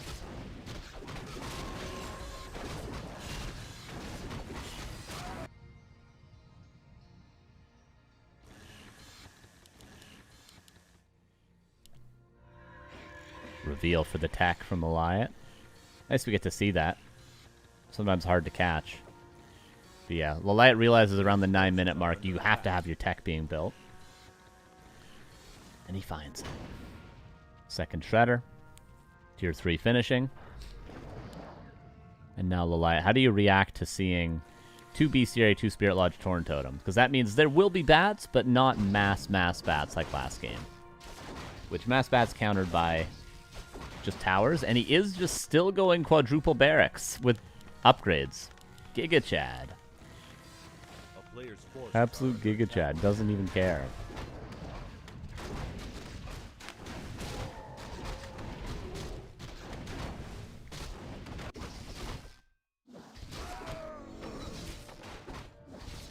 So, final check before the wall drops.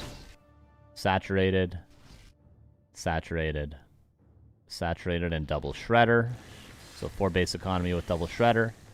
Here's the tech buildings. And then saturated, saturated, saturated.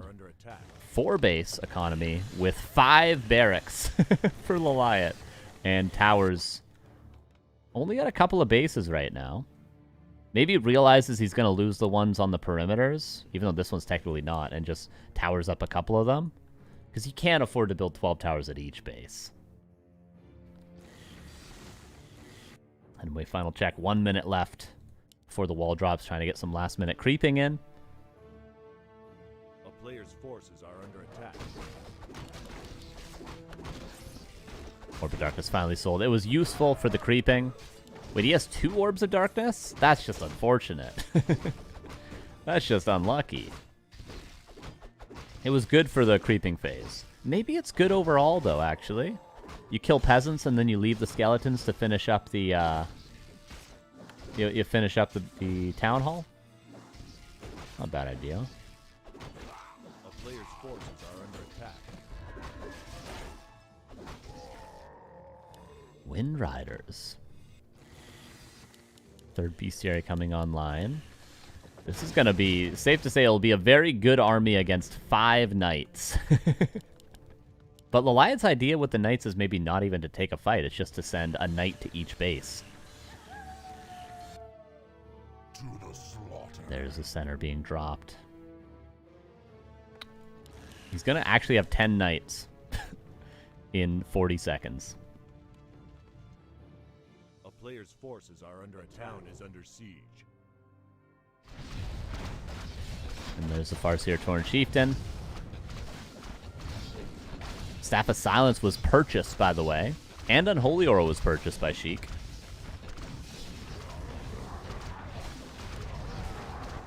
And here we go.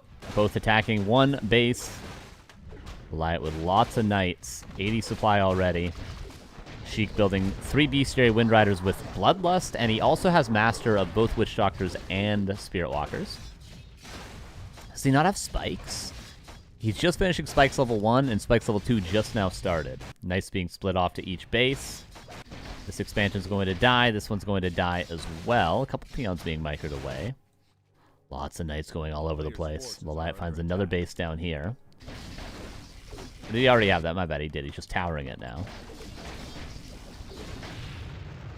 89 supply for Sheik, who goes towards this base that has not that many towers, but maybe it's enough to hold on. Wind Riders. I mean, water elementals are going to be pretty good here, but it's funny that the whole army can't really attack the Wind Riders.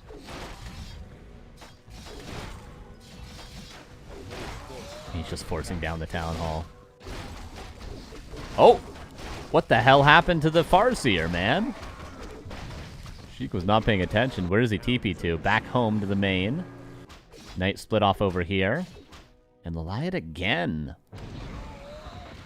is looking... With the 5 barracks knights just looks unstoppable.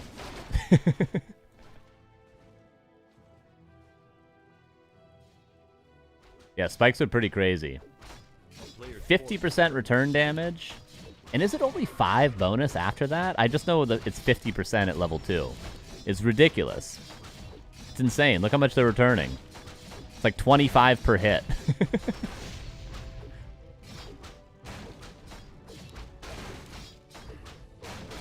And yet he still goes 5 barracks knights. Now 4 workshops coming up.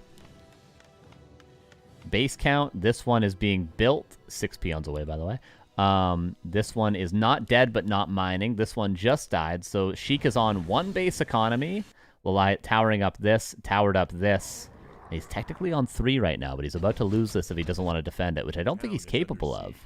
Is he going to buy heal scrolls just to be able to attack buildings more? Yep. Just to be able to attack buildings. This expansion is good as dead. This expansion also good as dead. Unless there's a TP, I wouldn't be surprised to see Sheik Town Portal. Yeah, there it is. Where to? To the main. The safer position. But Liat probably needs to TP himself and wait for flying machines. Not to mention Chainwave, very good against knights as well. 2 go down, but he actually might have wanted to lose those knights just to free up some supply. Purge! 3 knights were not accounted for. He doesn't want to lose that much supply. But now he can build tons of flying machines. And these Wind Riders, if they're not supported by a decent number of bats, are going to be pretty much dead supply. A player's forces are under attack. Did he burn the heal scrolls? He burned 1. No shop. He forgot, or he either lost or forgot the shop. Sheik has an expansion coming up over here. He doesn't have a tiny right now. Oh, no, he bought a tiny. Okay. Where's he going to place it? So he's building 3 expansions the old-fashioned way. Farseer, I don't know where, has not placed the tiny Great Hall yet.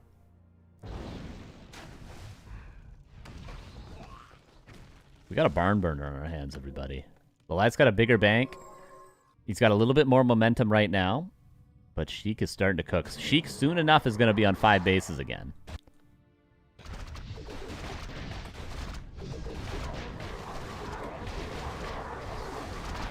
The Liat can definitely not win a fight unless what's the flying machine count? Oh, he's got 17 flying machines. Never mind, he can win the fight. There's the TP. Pre-splitting the Bat Riders, or pre-splitting against the Bat Riders is going to be necessary. Oh! Ah! No! No! No! Okay, 1 more Bat Explosion. Oh, god damn it. Still enough flying machines, though. There's still enough. But he lost a lot. He lost 10 flying machines there to the bats. He did not pre-split them, as I wisely suggested. Farseer surrounded and no way out? Liat. Micro doesn't normally shine in this game mode, but Liat right there showing why he's the BITG.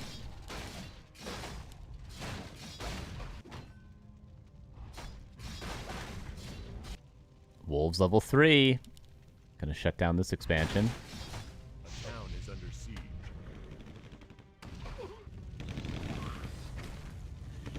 And honestly, small numbers of flying machines against Bat Riders is super favored for the flying machines. It's only against large numbers of flying machines, weirdly enough, that Bat Riders are good.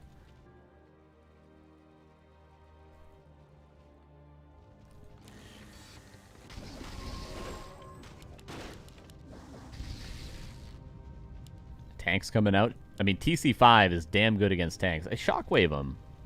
Shockwave him, bruv. Hit him with the straight line there. What are you doing? Hit him with the 1-2. What you thinking, man? Arseer back from the tavern. Oh, he was scared because he had literally nothing to save the TC. That's why. Okay. I apologize, Sheik. I take it all back. Wolves more or less shut that expo down for now.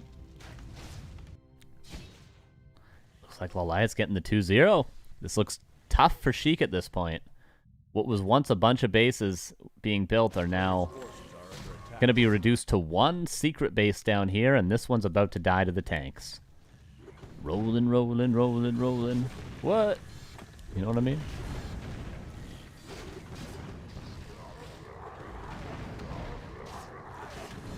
Wolves being split off to do some damage.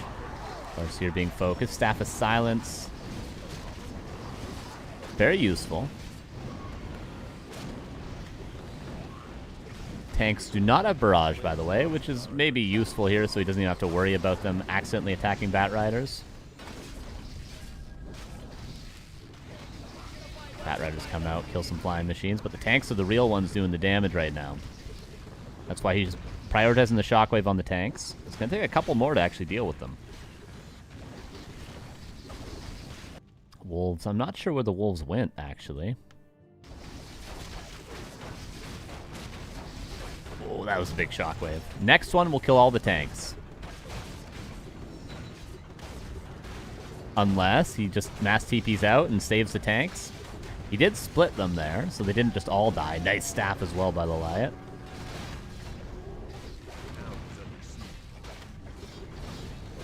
More tanks coming out. The Liat's sealing the deal with the tanks. He opens with 5 Racks Knights, and then he just goes into 4 workshops afterwards.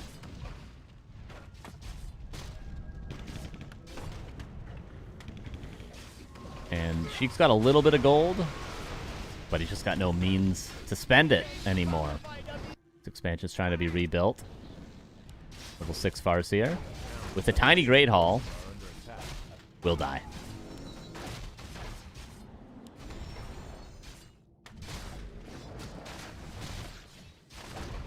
And it looks like we're going to have Liat versus Neutron, the champion. We're going to have a different grand finals than the actual Don't Rush Me Cup.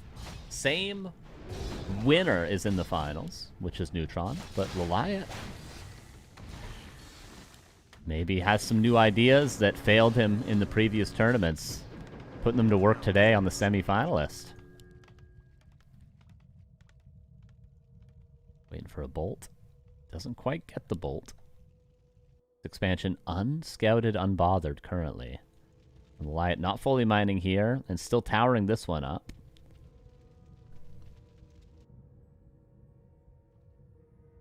Is there an angle for Sheik?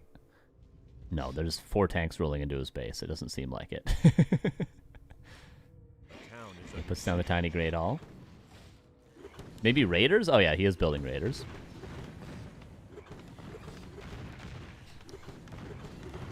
He's going to run out of resources from just repairing, and the Liat gets the 2-0. At 6 in the morning, he gets the 2-0 versus Sheik. A nice try to Sheik. Obviously, one of the strongest players in this game mode, but Liat goes into the grand finals. One more series for the day.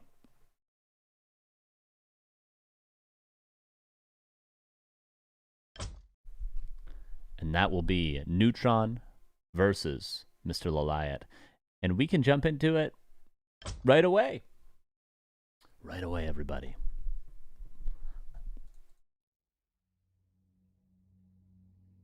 What a day. What a day, what a hotel.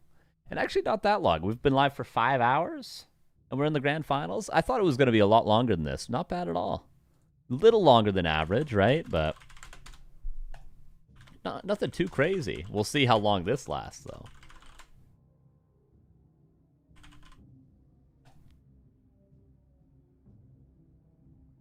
Liat is continuing to play human, by the way. So same matchup, but Neutron probably going to have a little bit of a different approach, let's say.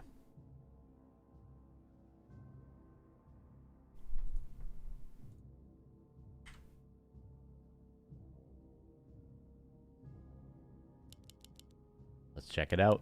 Game number 1. Pay Gamba. Oh, yeah. Pay Gamba and do a new Gamba. Bossy boy, though. You think you can boss me around like that? Really? About the predictions? Stefan? The fake Stefan? You think you can boss me around? Who win best of 3?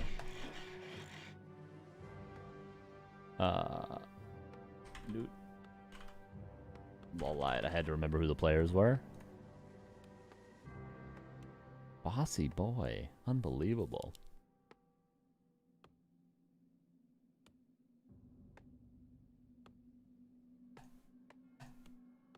What a forward young man you are. Here we go. Bottom right, here is Neutron. Upper left, here is Liat. Hurry up. What the hell, reset?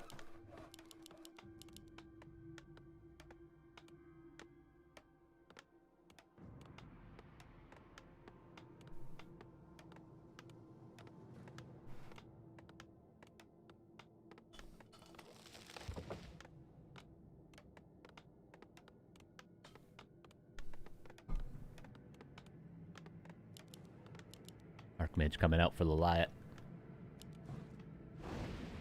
And Blade Master for Neutron. He also enjoys the shop, as opposed to his orc counterpart, Chic.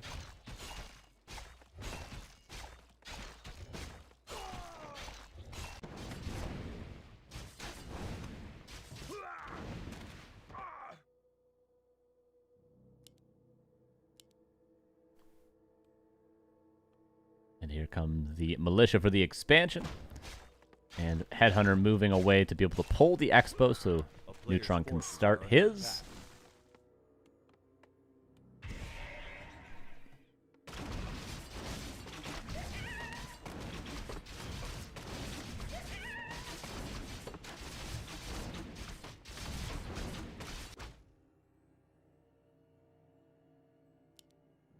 And here's the Great Hall and a little bit of lumber. One return of the lumber. There we go. Pretty clean for both players so far. Liat even keeps the water elemental around for some extra auto attacks. Keeps the shop, interestingly, next. I guess he needs to wait to have the resources to do anything anyway. And creeping gives resources too, so you might think, like, should they only creep expos and expand in the early game, or labs to get shredders? But no, I mean, the gold you gain from the creeps and the items you gain speeds everything up, so just creeping in general in any efficient way is beneficial. Not to mention Liat's going to be level 3 right after this. And we just see how much Neutron struggles. You know, it's not actually a struggle, but it takes a long time just for Orc in general to clear this expansion. Like, Liat's a full camp ahead, more or less. But it doesn't matter because the expansion's still coming up.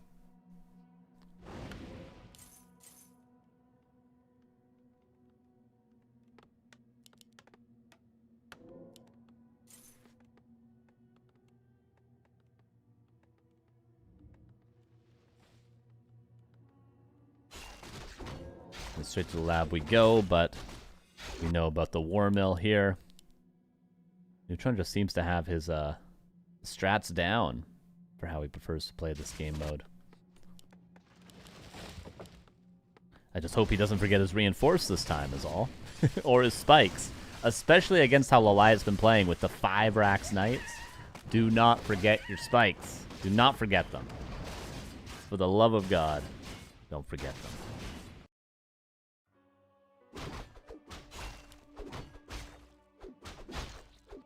Okay, so finished, and what do you know? 5 minutes on the dot for the Shredder. Pretty clean. And now we probably go for a third base. This Expo is going to be saturated in a second. Liat has workers not going across for another base just yet. He's going to creep this with just 2 Militia and a Shredder. That's a nice little efficient play from Liat.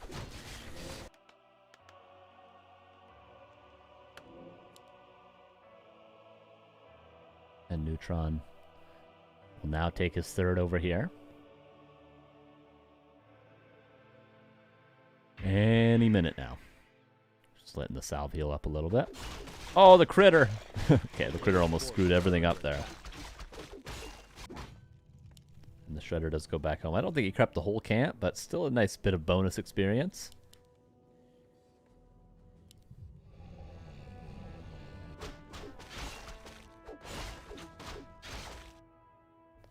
Peasants run a little bit past the mark. Ooh, all right. All right, Liat, I see you. That's sick, actually. Love that. Love that for Liat. What an idea.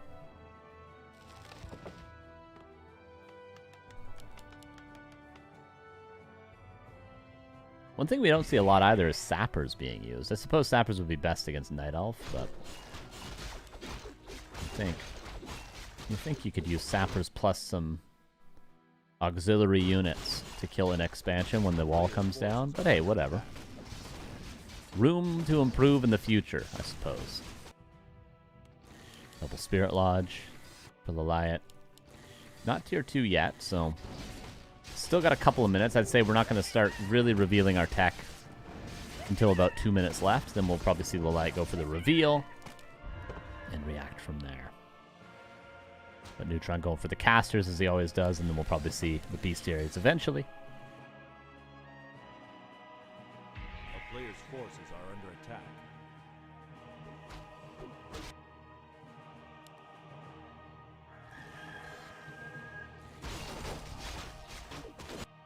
And we continue to creep. Mountain King coming out in a second. Shadowhunter's already there, bringing some items for the blade. It has not really stopped creeping.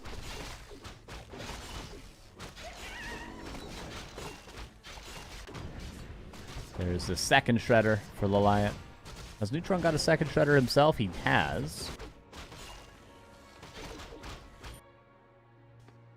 Let me put it over here.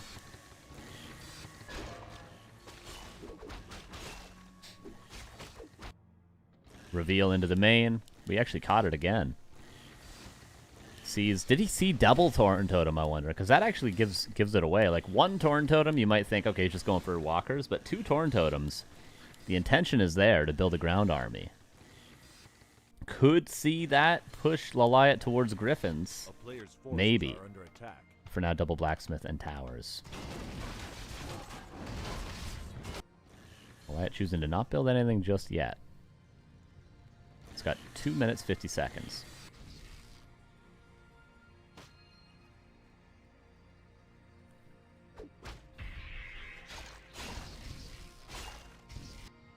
Neutron has a peon over here. Shouldn't the peon... Okay, he's going to build a Great Hall here. So you're going to go 1, 2, 3, 4, 5 bases. Liat's cleanly on 4 right now, sorry. And there's the barracks. He went for 5 last game. He seems like he's going for 4 this time. Maybe 5 was too many. He thought it was a little overcooked.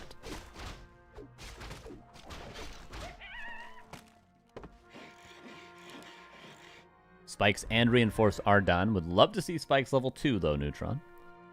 As soon as you can. And love the shop here to get the tiny. And then the TC could almost grab another tiny on his way out. I mean, doesn't have a lot of surplus gold right now, but another tiny, and then I guess you don't have anywhere to place it, right? You'd have to put it here, which is possible.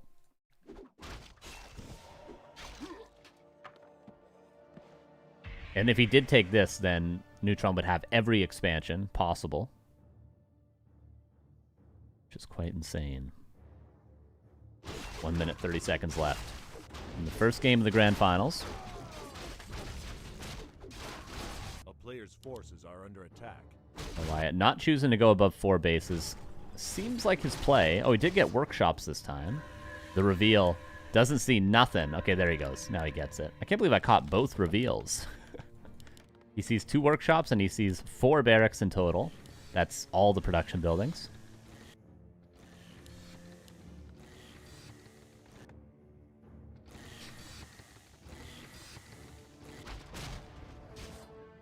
A player's forces are under attack.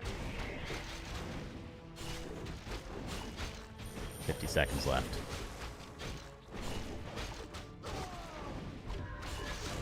We have a couple bestiaries coming up somewhere. There they are. Spike's level 2 still not being researched. He's getting attack upgrades instead. Where's the other War Mill? And there's Spike's level 2. Okay. Tower's coming up over here. Does the Liat tower very much? Not as much as he usually does, at least. Especially not this base. 20 seconds until the wall falls down. Cloak of Flames. That's nice. Because that actually works for the... Oh, no, sorry. That doesn't work. I was thinking Bone Chimes works for illusions. Cloak of Flames does not. There's the wall. Here's the Liat. Knights and tanks. The tanks are kind of... It's like a better version of a knight. Like, it can't kill workers, but it can shut down expansions, forcing them to repair. So, and it doesn't die as quickly. So it's kind of like a knight towards expansions in a way.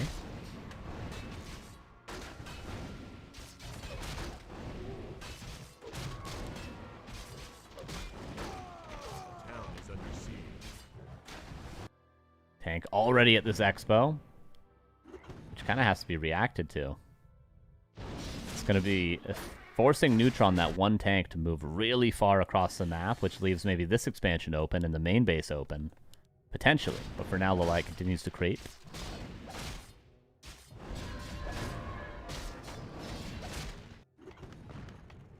A player's forces are under attack. He does react fully to that tank. I'd say this tank did its job for the Liat. Lots of towers coming up. And Neutron's not going to easily be able to break this because he's going to have to go through both these lumber mills to get here. So these lumber mills, the single tank and the lumber mill, have done so much for the Liat because they forced Neutron into a position where the only expansion he can easily attack is going to be the one that's most fortified. This tank doesn't do much, but it still buys a lot of time. And in the meantime, the Liat's over here, forces the TP immediately. Look how much damage the Knights already took.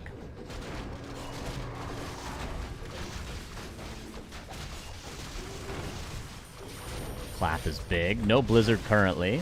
Stasis Trap, but no Heal Ward just yet. TC going to get a big stomp. Clap again lands pretty well. Where's the Heal Ward? Does not have enough mana for a Heal Ward? I'm looking at the Witch Doctor here, and he's got no mana. Yeah, he's got no Heal Ward mana. Blade Master, careful. Big Potion of Invulnerability. Another Clap in a second. He needs a little bit more mana. Stomp lands good. But no Heal Ward makes this fight so much more tricky. Paladin barely lives. Neutron survives long enough to see a Heal Ward, which will save all of the units that otherwise are close to death.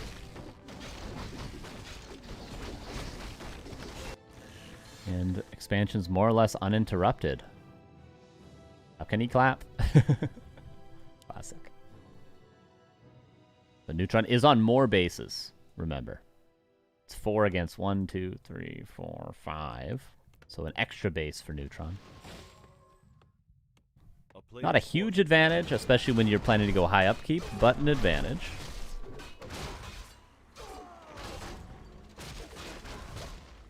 The Liat's super prioritizing hero levels, maybe realizing that Clap and Blizzard will carry him later on, if it is ground armies.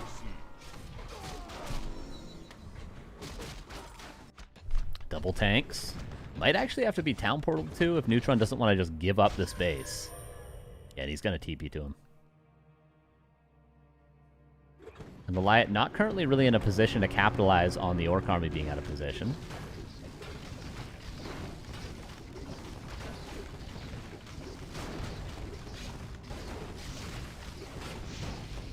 Burrow goes down at least. Burrow and Tower are killed, and that means there's an opening for a single Knight to come down and shut that expansion off in terms of mining.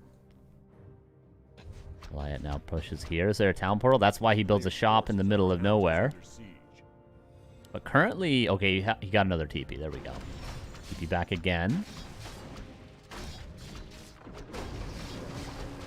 And counter Town Portal. Kills a couple of peons. Liat's playing this wisely. He's always sending tanks down here, which forces Neutron into a position where he can't counterattack and then he forces another TP over here. So he's essentially getting a 2-for-1 trade. Now, the tanks are an investment, but as long as he's killing peons when he attacks this, slowly but surely he's going to edge an advantage. It's been really smartly played by Liot. I'm very impressed by what he's doing. Like, the whole day, kind of. Oh! That, I think, might screw the whole game, by the way.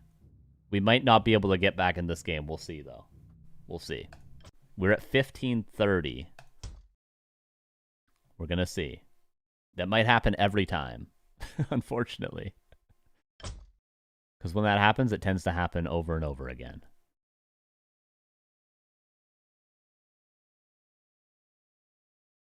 Okay.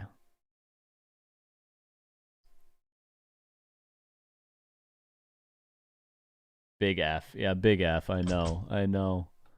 I don't know what causes that, but... Wait, is the game not even on Flow TV anymore? What the hell?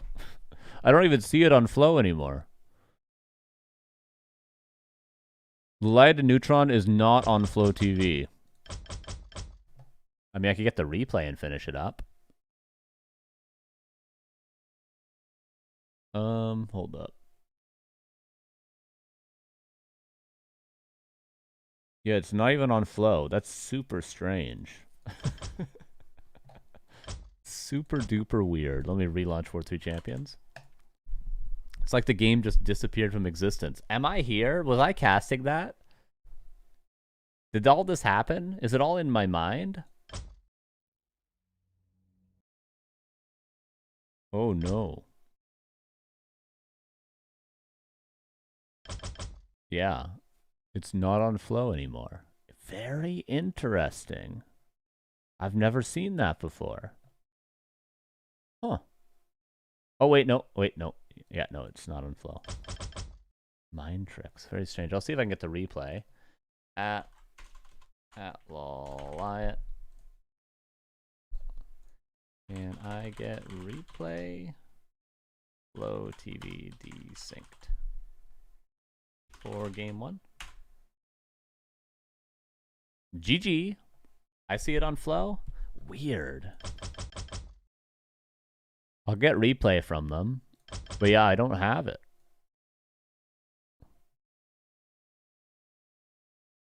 I don't have it. The last game I have is Liat vs. Sheik on Silver Pine Forest. What the hell? I want a refund? I know, right? See, this never happens when I stream Warcraft, like on my stream. But when I'm casting here, it seems to happen like once a month. We get like this sort of desync, which is unfixable. Unfixable. Yeah, I'll show you.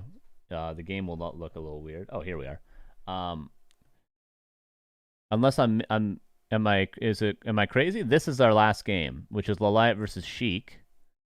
And then this isn't our game, this isn't our game, this isn't our game, this isn't our game. And if we scroll down, Neutron Lucifer, Liat Chic, Neutron Lucifer.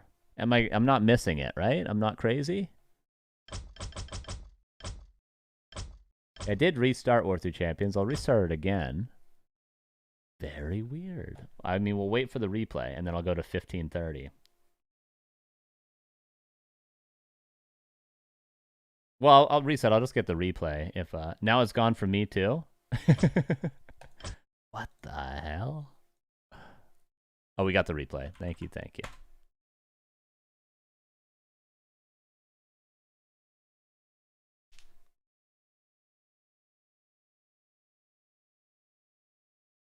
Yeah, we go from replay.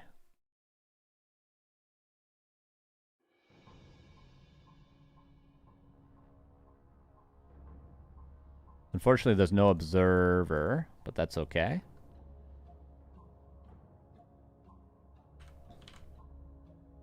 Okay, let me get to 15 minutes really quick, and then we'll just be into the game. You don't see it either? Yeah, what the hell happened? Oh, it's all right. We're getting it. We're getting it. I've got the replay, and then we'll jump into game 2. And the nice thing about watching this from replay as opposed to resuming it from Flow TV, I have 32 times speed. So we can get to the 15-minute mark a lot quicker than if we had to rewatch on Flow TV. Do I dare to do 64? 64 always lags for some reason. Oh yeah, 64 is working. Thank God there's no 128 times. That my computer would blue screen immediately if I had 128 times. Knock on wood. Been there before. Okay, just fast forwarding. Last game, last Gamba? The Gamba was for the whole series, no? Pretty sure it was. Didn't I do whole series? Alright, we're at the 7-minute mark. This was a pretty good game, too. Very close, it felt like.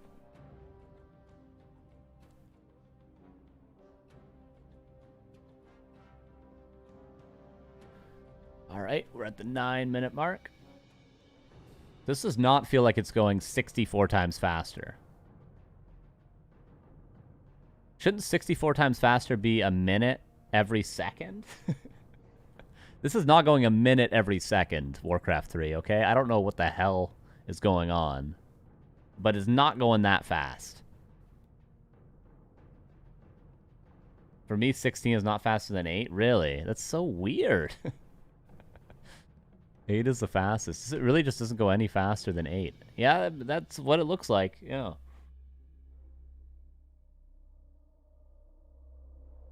So strange. Okay, we're almost there, everybody. We'll go from the 15-minute mark.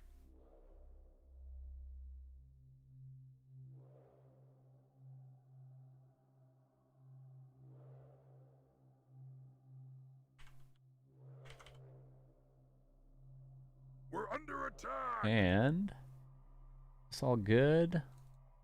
Yes. Work complete.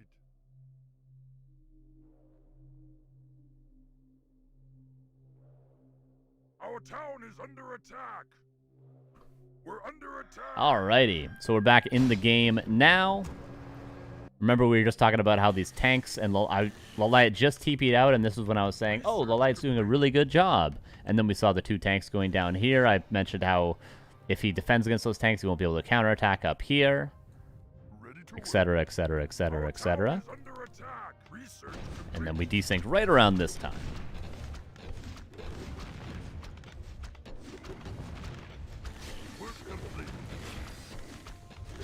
And tanks not so easily dealt with.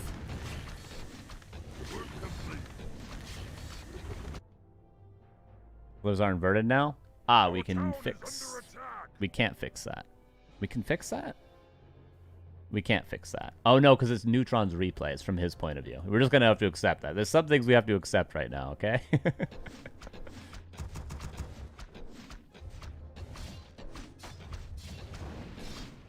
Our town is under attack. We're under attack.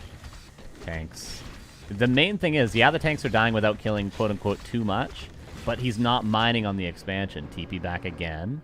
And more tanks streaming in. Liat is playing this positionally extremely well. And his Shredder is up here denying this expansion. He's just playing this very, very good. Oh, I guess what we can do is we can do this. Our forces are under attack. There we go. Research complete. I can fix it. Pog. I await your command. Tanks down here. TP's back, and now, what do you know? Liat has the positional advantage to attack this. Our forces are under attack.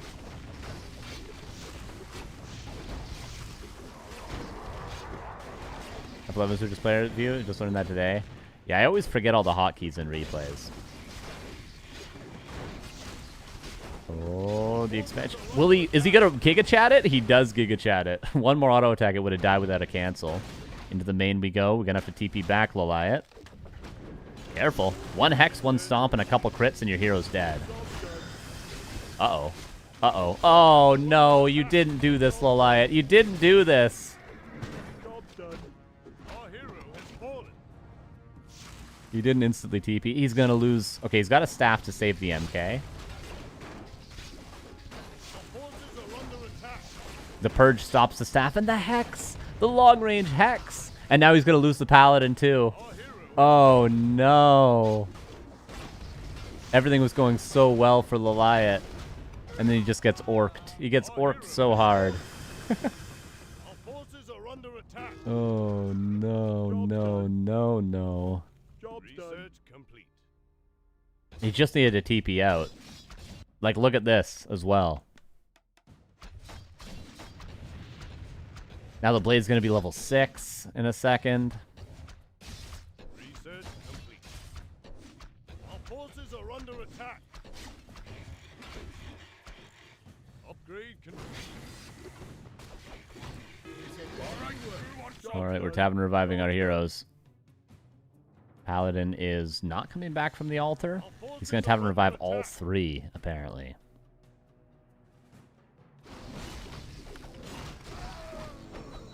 Now, Neutron's heroes are so insane.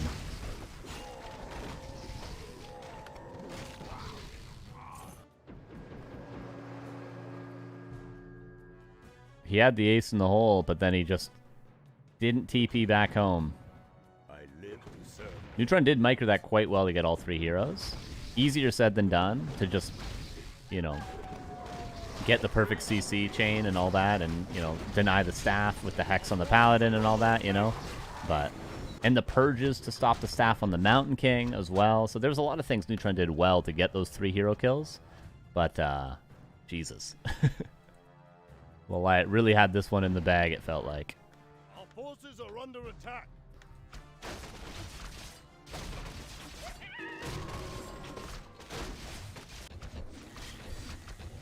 Okay, so expansion count. This one's not mining, but 1, 2, 3, 4. Ooh, the burrows are actually both going to die. Versus 1, almost, 2, 3, 4, 5. The Liat's still ahead, as long as this one finishes. The hero levels are ridiculous for Neutron, though. Safe to say that. We haven't actually seen a Blade Storm today. We might just see it in this game. Shadowhunter. That probably is going to have to be a town portal. You'd hope sooner rather than later. If he eats a bolt, he might die. But Neutron is microing this quite well. The level 3 stomp staffs out the Paladin. But he can't actually kill the Shadow. Where was the Blade Master? I hope we didn't miss a Blade Storm during all this. I don't think we did. Job's done.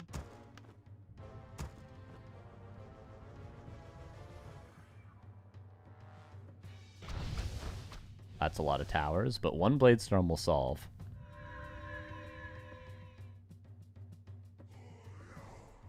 Oh, I was still ahead. It's true. It's true. He's human after all, Death Note. He chose the right race.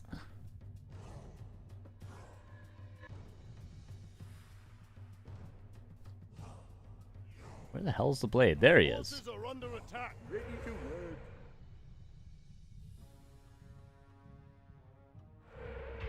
Research complete. And there's the Blade Storm.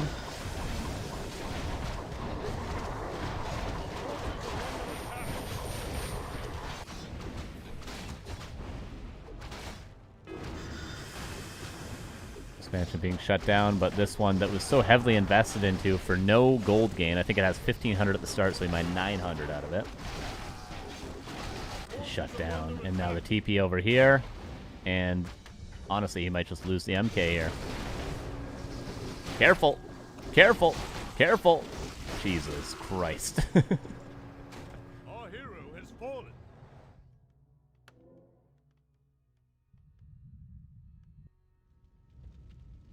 It's only a matter of time, it feels like, for Neutron to close this one out. Our town is under siege. Now that we're watching the replay from Neutron's point of view, we're going to see Liat go, like, lucky noob and then leave the game instead of GG. He'll be like, you lucker. Because he knows that there's no observers in the game, so he knows he can get away with it, Liat. He's going to show his BM side at the end of this game. You're such a noob, he's going to say. Unbelievable how lucky such a noob can get. At least that's what I've learned from playing 4 before. That's how people talk. Forces are under attack. Such luck. Our town is under siege. Ready to work. Expansion slowly being chipped away. TC town portaling away. Where to? Forces are under attack. I'm not sure where he TP'd to. Over here to deal with these double tanks. Hard to keep track when there's no, when we're on one player's vision with no fog of war.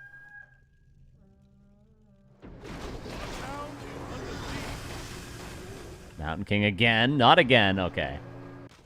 Witch Doctor. I don't know if he's going to kill that Town Hall. Hello, Rob. Forces are under attack. Careful with your heroes. One Hex, one Stomp, and a Blade Master Chop, and you're dead. That's the terrifying thing about this, because you don't have that staff right away, Job's done. you're going to get owned. Speed Scroll. There's a Hex in a second. He might just die from full HP, unironically. Stomp. Our town is under siege. Are under attack. He actually did it in such a way where there was no counter. He hexed, and then he stomped perfectly on time, and then he had hex cooldown again. There was no saving the Archmage unless he preemptively TP'd. There was nothing. The Shocker dealt with by the Shredder. Tanks doing something, but could be dealt with again by a Shredder.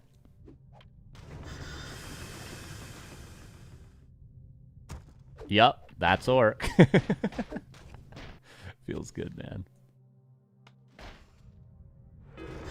He didn't even have the blade there, and there was no saving the Archmage.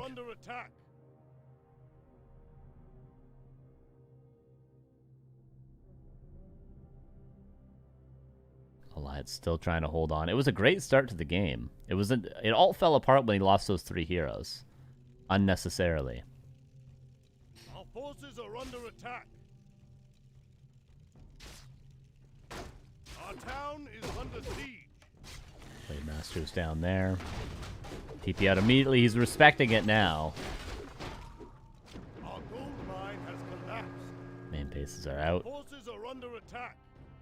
Almost. 1100 versus 1400 gold. Oh, the lumber mill's finally come into play. You'd love to see it.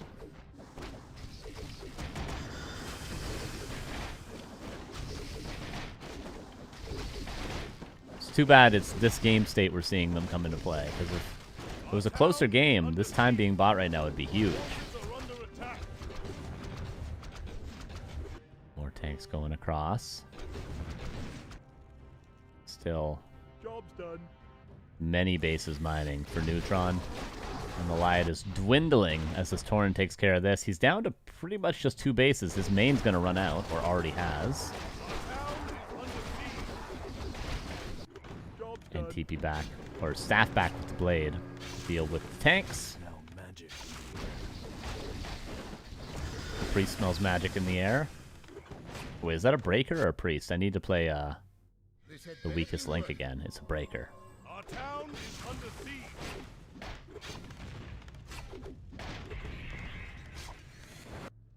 Our forces are under attack. Expansion is Dunzo. Tanks over here dealt with a Burning Oil Demolisher. 3/3 Burning Oil Demolisher, I might add. Priest says, I await your service. Right. Our forces are under attack. Breaker's more of like a Giga Chad sort of statement. Love the Demolisher. Alright, we've got some Griffins coming out now. Our forces are under attack. Our town is under siege. The heroes are so insane for Neutron. They're so insane. This is the Orc. The version of Orc that everybody fears is this. You have casters, everything's spirit linked, bloodlusted, heal warded. Your Blade Master's critting for 500.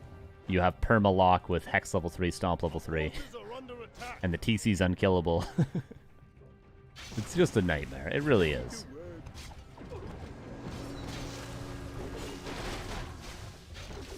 All you can do is town portal away for the rest of the game. Trying to get Griffins out is a good idea, because what other army are you really supposed to build at this point? The tanks have not been able to shut down any expos.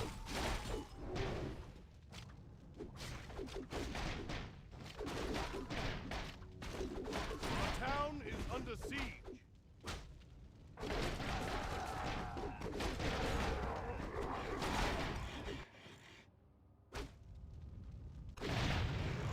expands here. Feels like it's only a matter of time. Gold is dwindling, but Neutron's already got a big enough army, and he's got plenty of bases.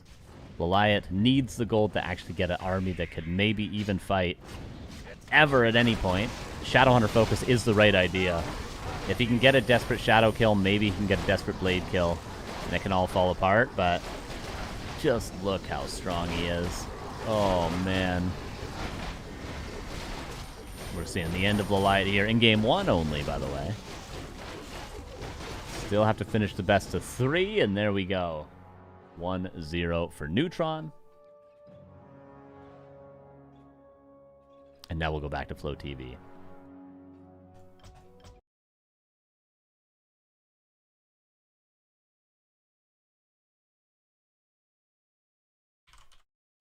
Nice try. I mean, really, it was just those hero losses, man.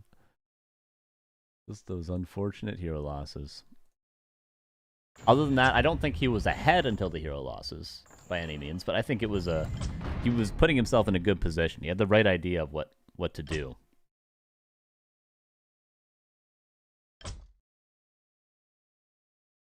All right, now I'm seeing game 2. Liat versus Neutron. There we go.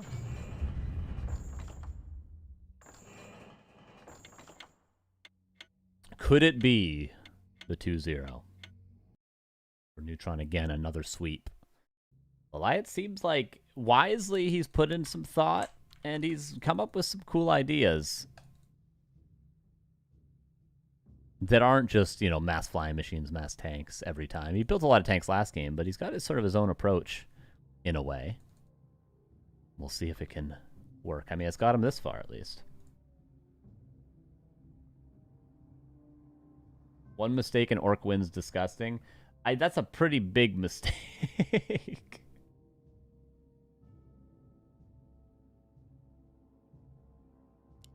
Yeah, if you lose all 3 of your heroes, typically the other person wins. The game is not that complicated that there are avenues to win if you lose all 3 heroes like that. You know, typically the person that kills the 3 heroes is going to be getting the win.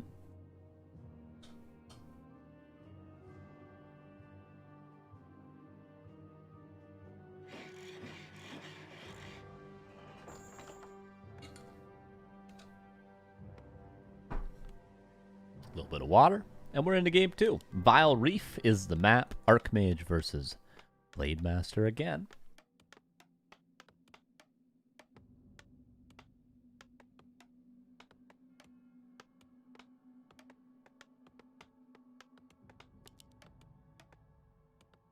And should have kind of a standardized intro to the game.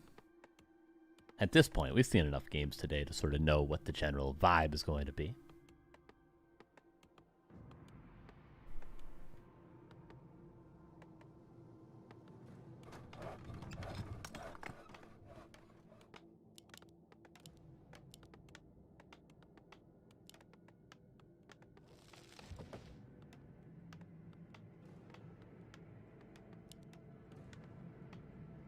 They'll actually creep these annoying little sea giants first that always tend to get pulled to the green camp. Both players will.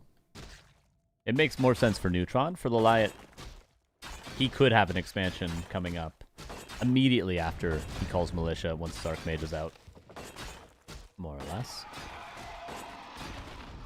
But still okay. The expansion's so close by that taking that camp I don't think is too bad.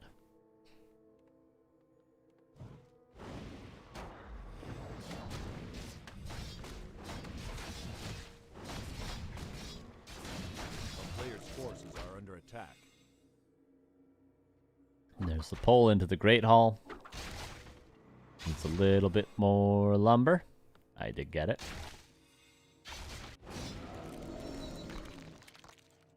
We'll have a slightly earlier expansion, but there's not really much Neutron can do. It's just sort of how it works out. More expensive, though, for the Liat. We go towards... actually, another intermediate camp. Not going for the next expansion right away. It probably will be this into a next expo into lab.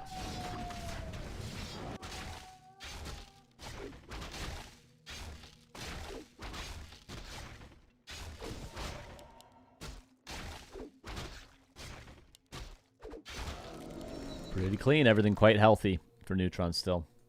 For the Liat, same dealio. Ring and claws for him.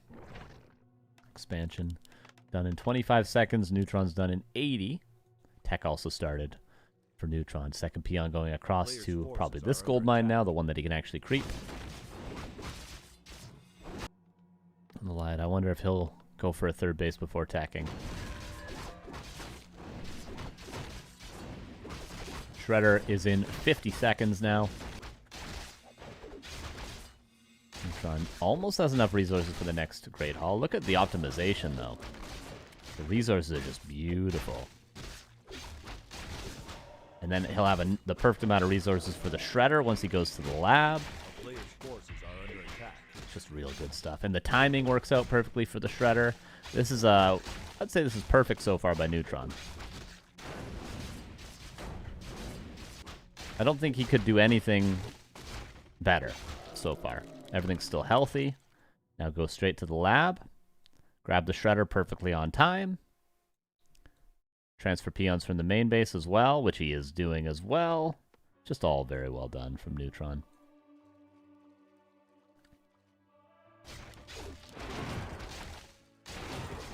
It's crazy to think we've been live here for 6 hours, and like Neo turned the stream off, what, 40 minutes before we were live? And he had been streaming 8 hours. So this channel's been live for like, it goes live like 16 hours a day. A lot of streaming over here. Okay, there's the third base for the Liat.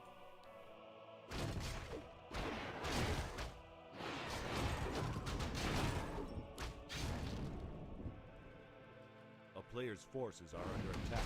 And the fourth being cleared as well. He tends to prefer just to go for 4 bases, as it seems. Neutron, what's the next play for him? To the next lab? For a quick double Shredder, I wonder.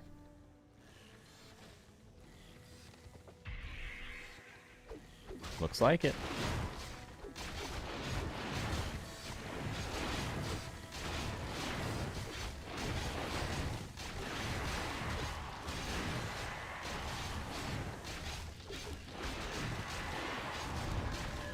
Double Shredder and the Shadow Hunter and the Tier 3. Look at the resources for Neutron, though. I mean, come on. It's very, very, very, very clean from Neutron. Let's hire a few more casters for back to Warcraft 24/7. Between the 3 of us, we could almost make it. Just don't know. There's almost... I mean, it says something about the amount of content there is right now, that we can almost fill up a full 24-hour clock with Warcraft 3 tournaments. Not quite enough, though.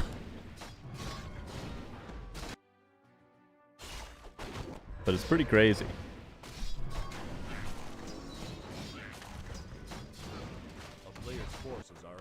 Alright, fourth base for Liat coming online, and fourth base for Neutron. It's just, I mean, I've been paying more attention to Neutron's movement this game, and it's really, really, really optimized. It truly is.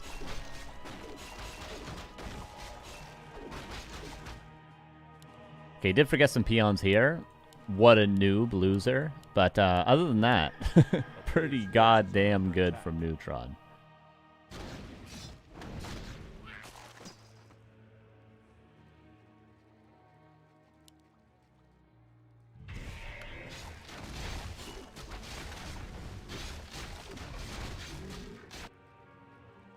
Three minutes, 40 seconds. If only America had good players, it'd be 24 hours. Yeah, if only anybody in America played the game still, we could do a 24-hour Warcraft 3 schedule. Unfortunate. Sorry, American players. I'm one of you, too.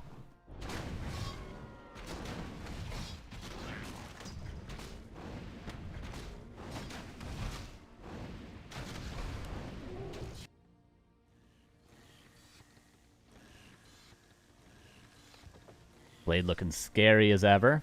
We go for the red camp now. I suppose 4 bases is enough for Neutron. Both players have 4 bases, and that seems to be enough. We're getting close to reveal territory. We'll keep an eye to see who scouts who. They both have been pretty consistently.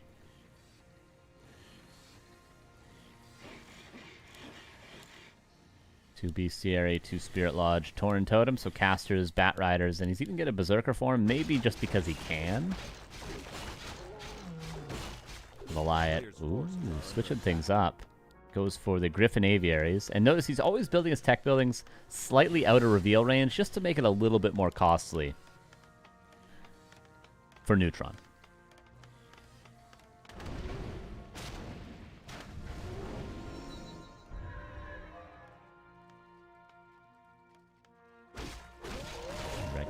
Just to get that Blade 5, Shadow 3.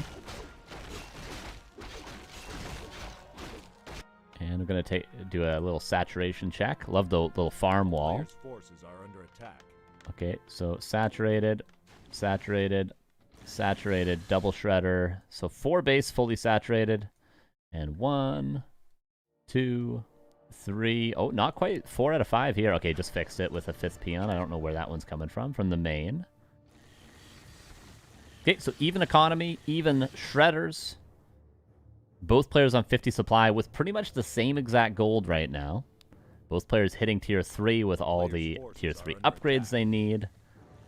Neutron was a little bit ahead in the tier 3 tech. Notice his TC's already here. The Paladin just came out. And the wall comes down in just over a minute. Okay, this is not the creeps you want to have in your base. Solo creeping without the blade. You love to see it. Tiny Great Hall for the 5th base. TC always seems to bring a tiny, which is just a great way of flowing into your 5th base. And there's only 6 apiece. This would be the 6th one. Or no, sorry. There's even more. There's a lot of bases. 7 each, technically, if you ever clear this red camp. But we have 5 for Neutron and 4 for Liat. So that's 9 out of 14 in total. For those of us keeping track at home.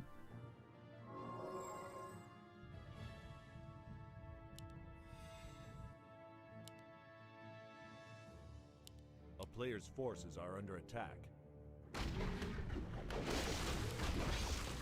Blade Master's just a horrifying beast already. And he has a +5 agility he could give away from Hood of Cunning. If he wanted to give that to the Blade, too. He's already got 1 Hood of Cunning on him.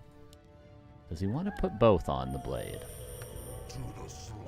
There's the center line dropping. Bought Boots of Speed on the Blade instead. And the Liat, what are the upgrades? He's got the 3rd armor upgrade and 3rd attack upgrade on the way. And look, no, I never see anyone creep this camp, because it's like impossible to creep, but with Griffins, it's so damn easy.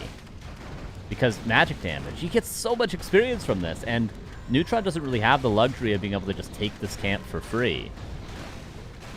This is an insane amount of experience the Liat is getting. And he's opening up another gold mine that might not be... Well, it's hard to not get scouted, unfortunately. The farm wall! He says, the center line might have dropped, but my farm wall will hold. And look how much time is being bought. Beautiful. It's so beautiful. The farms, man. Fix them. Fix them. Look at this. It's unbelievable. Look. Look. Look. I can't believe what we're seeing. I've been trying to tell you guys for years. And no one listened. And now look.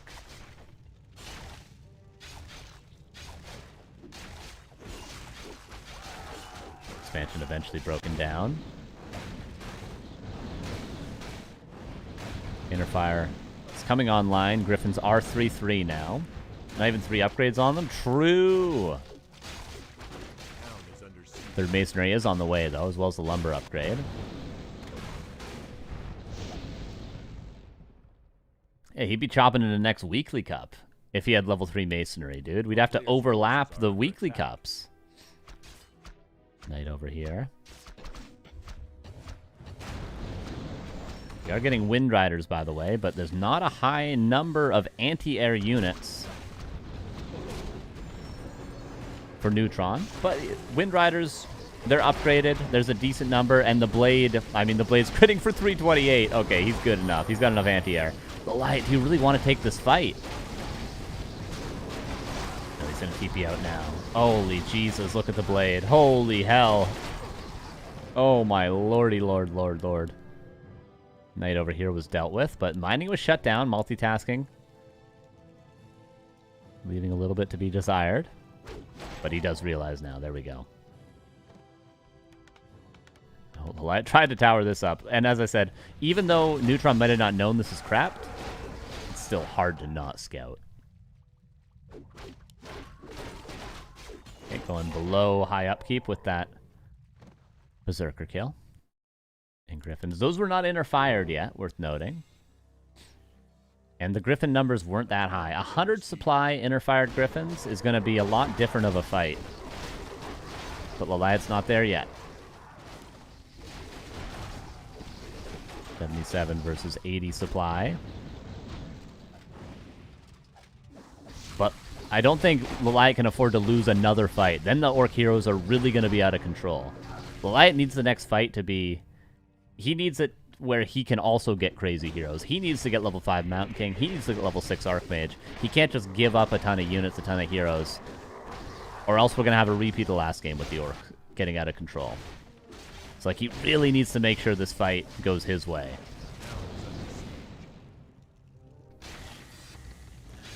Shredder's going to be there all week. Okay, base count. 1, 2 are mining. 3 are still standing. And then 1, 2, 3, 4 are mining. Neutron pulling ahead. Looking like a 2-0 if it continues like this, everybody. But here's the Interfire Griffins. He did go to high upkeep. He's rebuilding the farms that were lost to the Shredder. And Neutron is going 4 Wind Riders at a time. Look at the creeping, though. This is the thing about Griffins, man. They got it like this.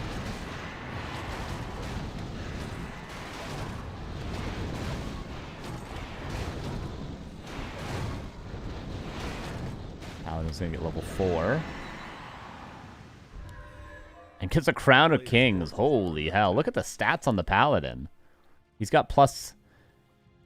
Okay, he gave away 2 rings of the Archmagi. He did have plus 11 on every stat, though. PC. Getting in range for a big stomp. Wind Riders seem to be winning the fight. Not a lot was interfired. I guess everything got dispelled. Mountain King doing some big claps. 71 against 84. Blade Master's just chopping away, though. He's like 2-shotting Griffins. Oh, man, the Blade got 6.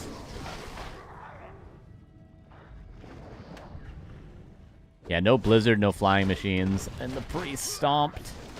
And I think this might be the end of the Liat. I mean, he's probably going to keep trying because he did keep trying last game, even when he lost all 3 heroes. But this seems even more desperate somehow than the first game.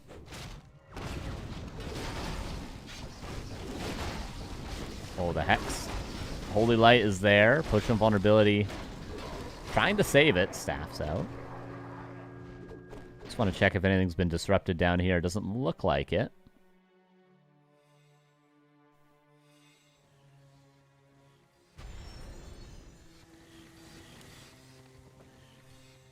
If the Liat even gets up to 100 supply, would that be enough against the heroes now?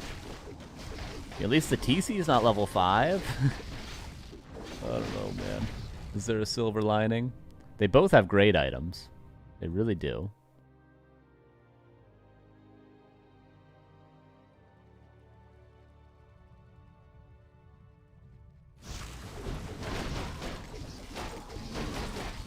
Nice staff. Mountain King definitely needs to get level 5 to be able to start chipping away at the casters. Let's get a couple unit kills. Mountain King has no mana, though. Where's the mana on the MK? More Griffins reinforcing in. Breaker coming in. Can steal some Bloodlust. Nice micro to get the casters away. Griffin's being chopped at. Now he focuses his attention towards the Archmage. There'll be a clap in a second, which will do good damage. Which doesn't have enough on the Mountain King to really start carrying. Kills the heal ward.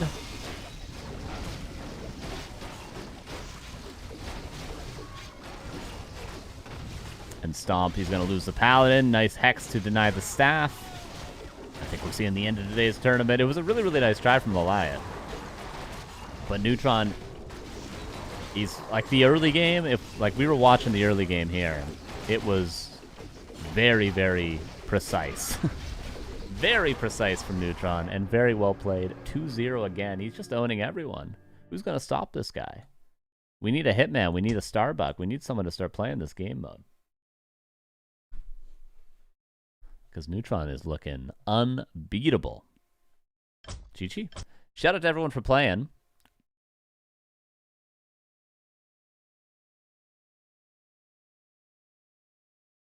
Thank you for, especially the Koreans that stayed up super duper duper ooper late. Well played to Neutron.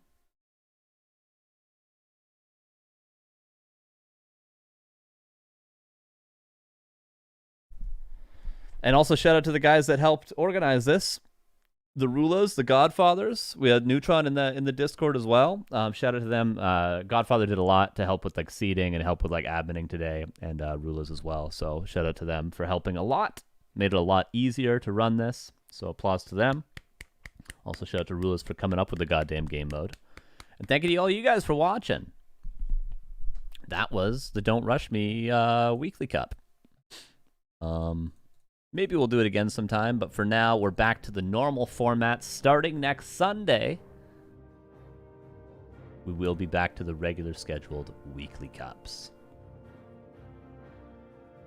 Or Todd. Yeah, Todd would be really great at this game mode. Oh, yeah. No doubt about that. With that, thank you guys for watching. If you want to see the schedule for the rest of the week, you can go to backwarcraft.com. That'll bring you to this page.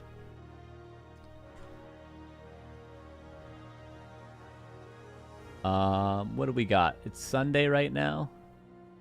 It's the 29th right now. Doc Inferno starts Tuesday. No doubt there'll be something on Monday as well. There's probably going to be show matches. There'll be definitely a stream every day of the week. You can just check, follow us on Discord, maybe check Facebook, Twitter, all that stuff. Or just, you know, follow us on Twitch and you'll get a notification when we go live because there is streams every single day. But for me, I got to finish packing and I'm going to be moving. So you might not see me for a few days. I'm hoping I'll have internet up and running soon, but I'm literally like, I'm turning the stream off, and I think I'm going to pack my computer. I might leave it up so I can play RuneScape tonight, but more or less, my computer's going in a box, and I'm going to be moving, and I'm hoping to have internet up quickly enough that I can stream sometime this week on my channel, but, you know, don't forget about me, okay? I'll be back. Thank you guys for watching. Shout out to everyone that watched today. We had a huge number of viewers, so appreciate that. Glad you guys are enjoying this. And thank you. Thank you. Thank you, Buckcrumbs. Thank you. Again, shout out Godfather Rulas. Appreciate you guys' help. And I'll see you guys next week if I don't see you somewhere else. Have a good end of your weekend, all right? Bye.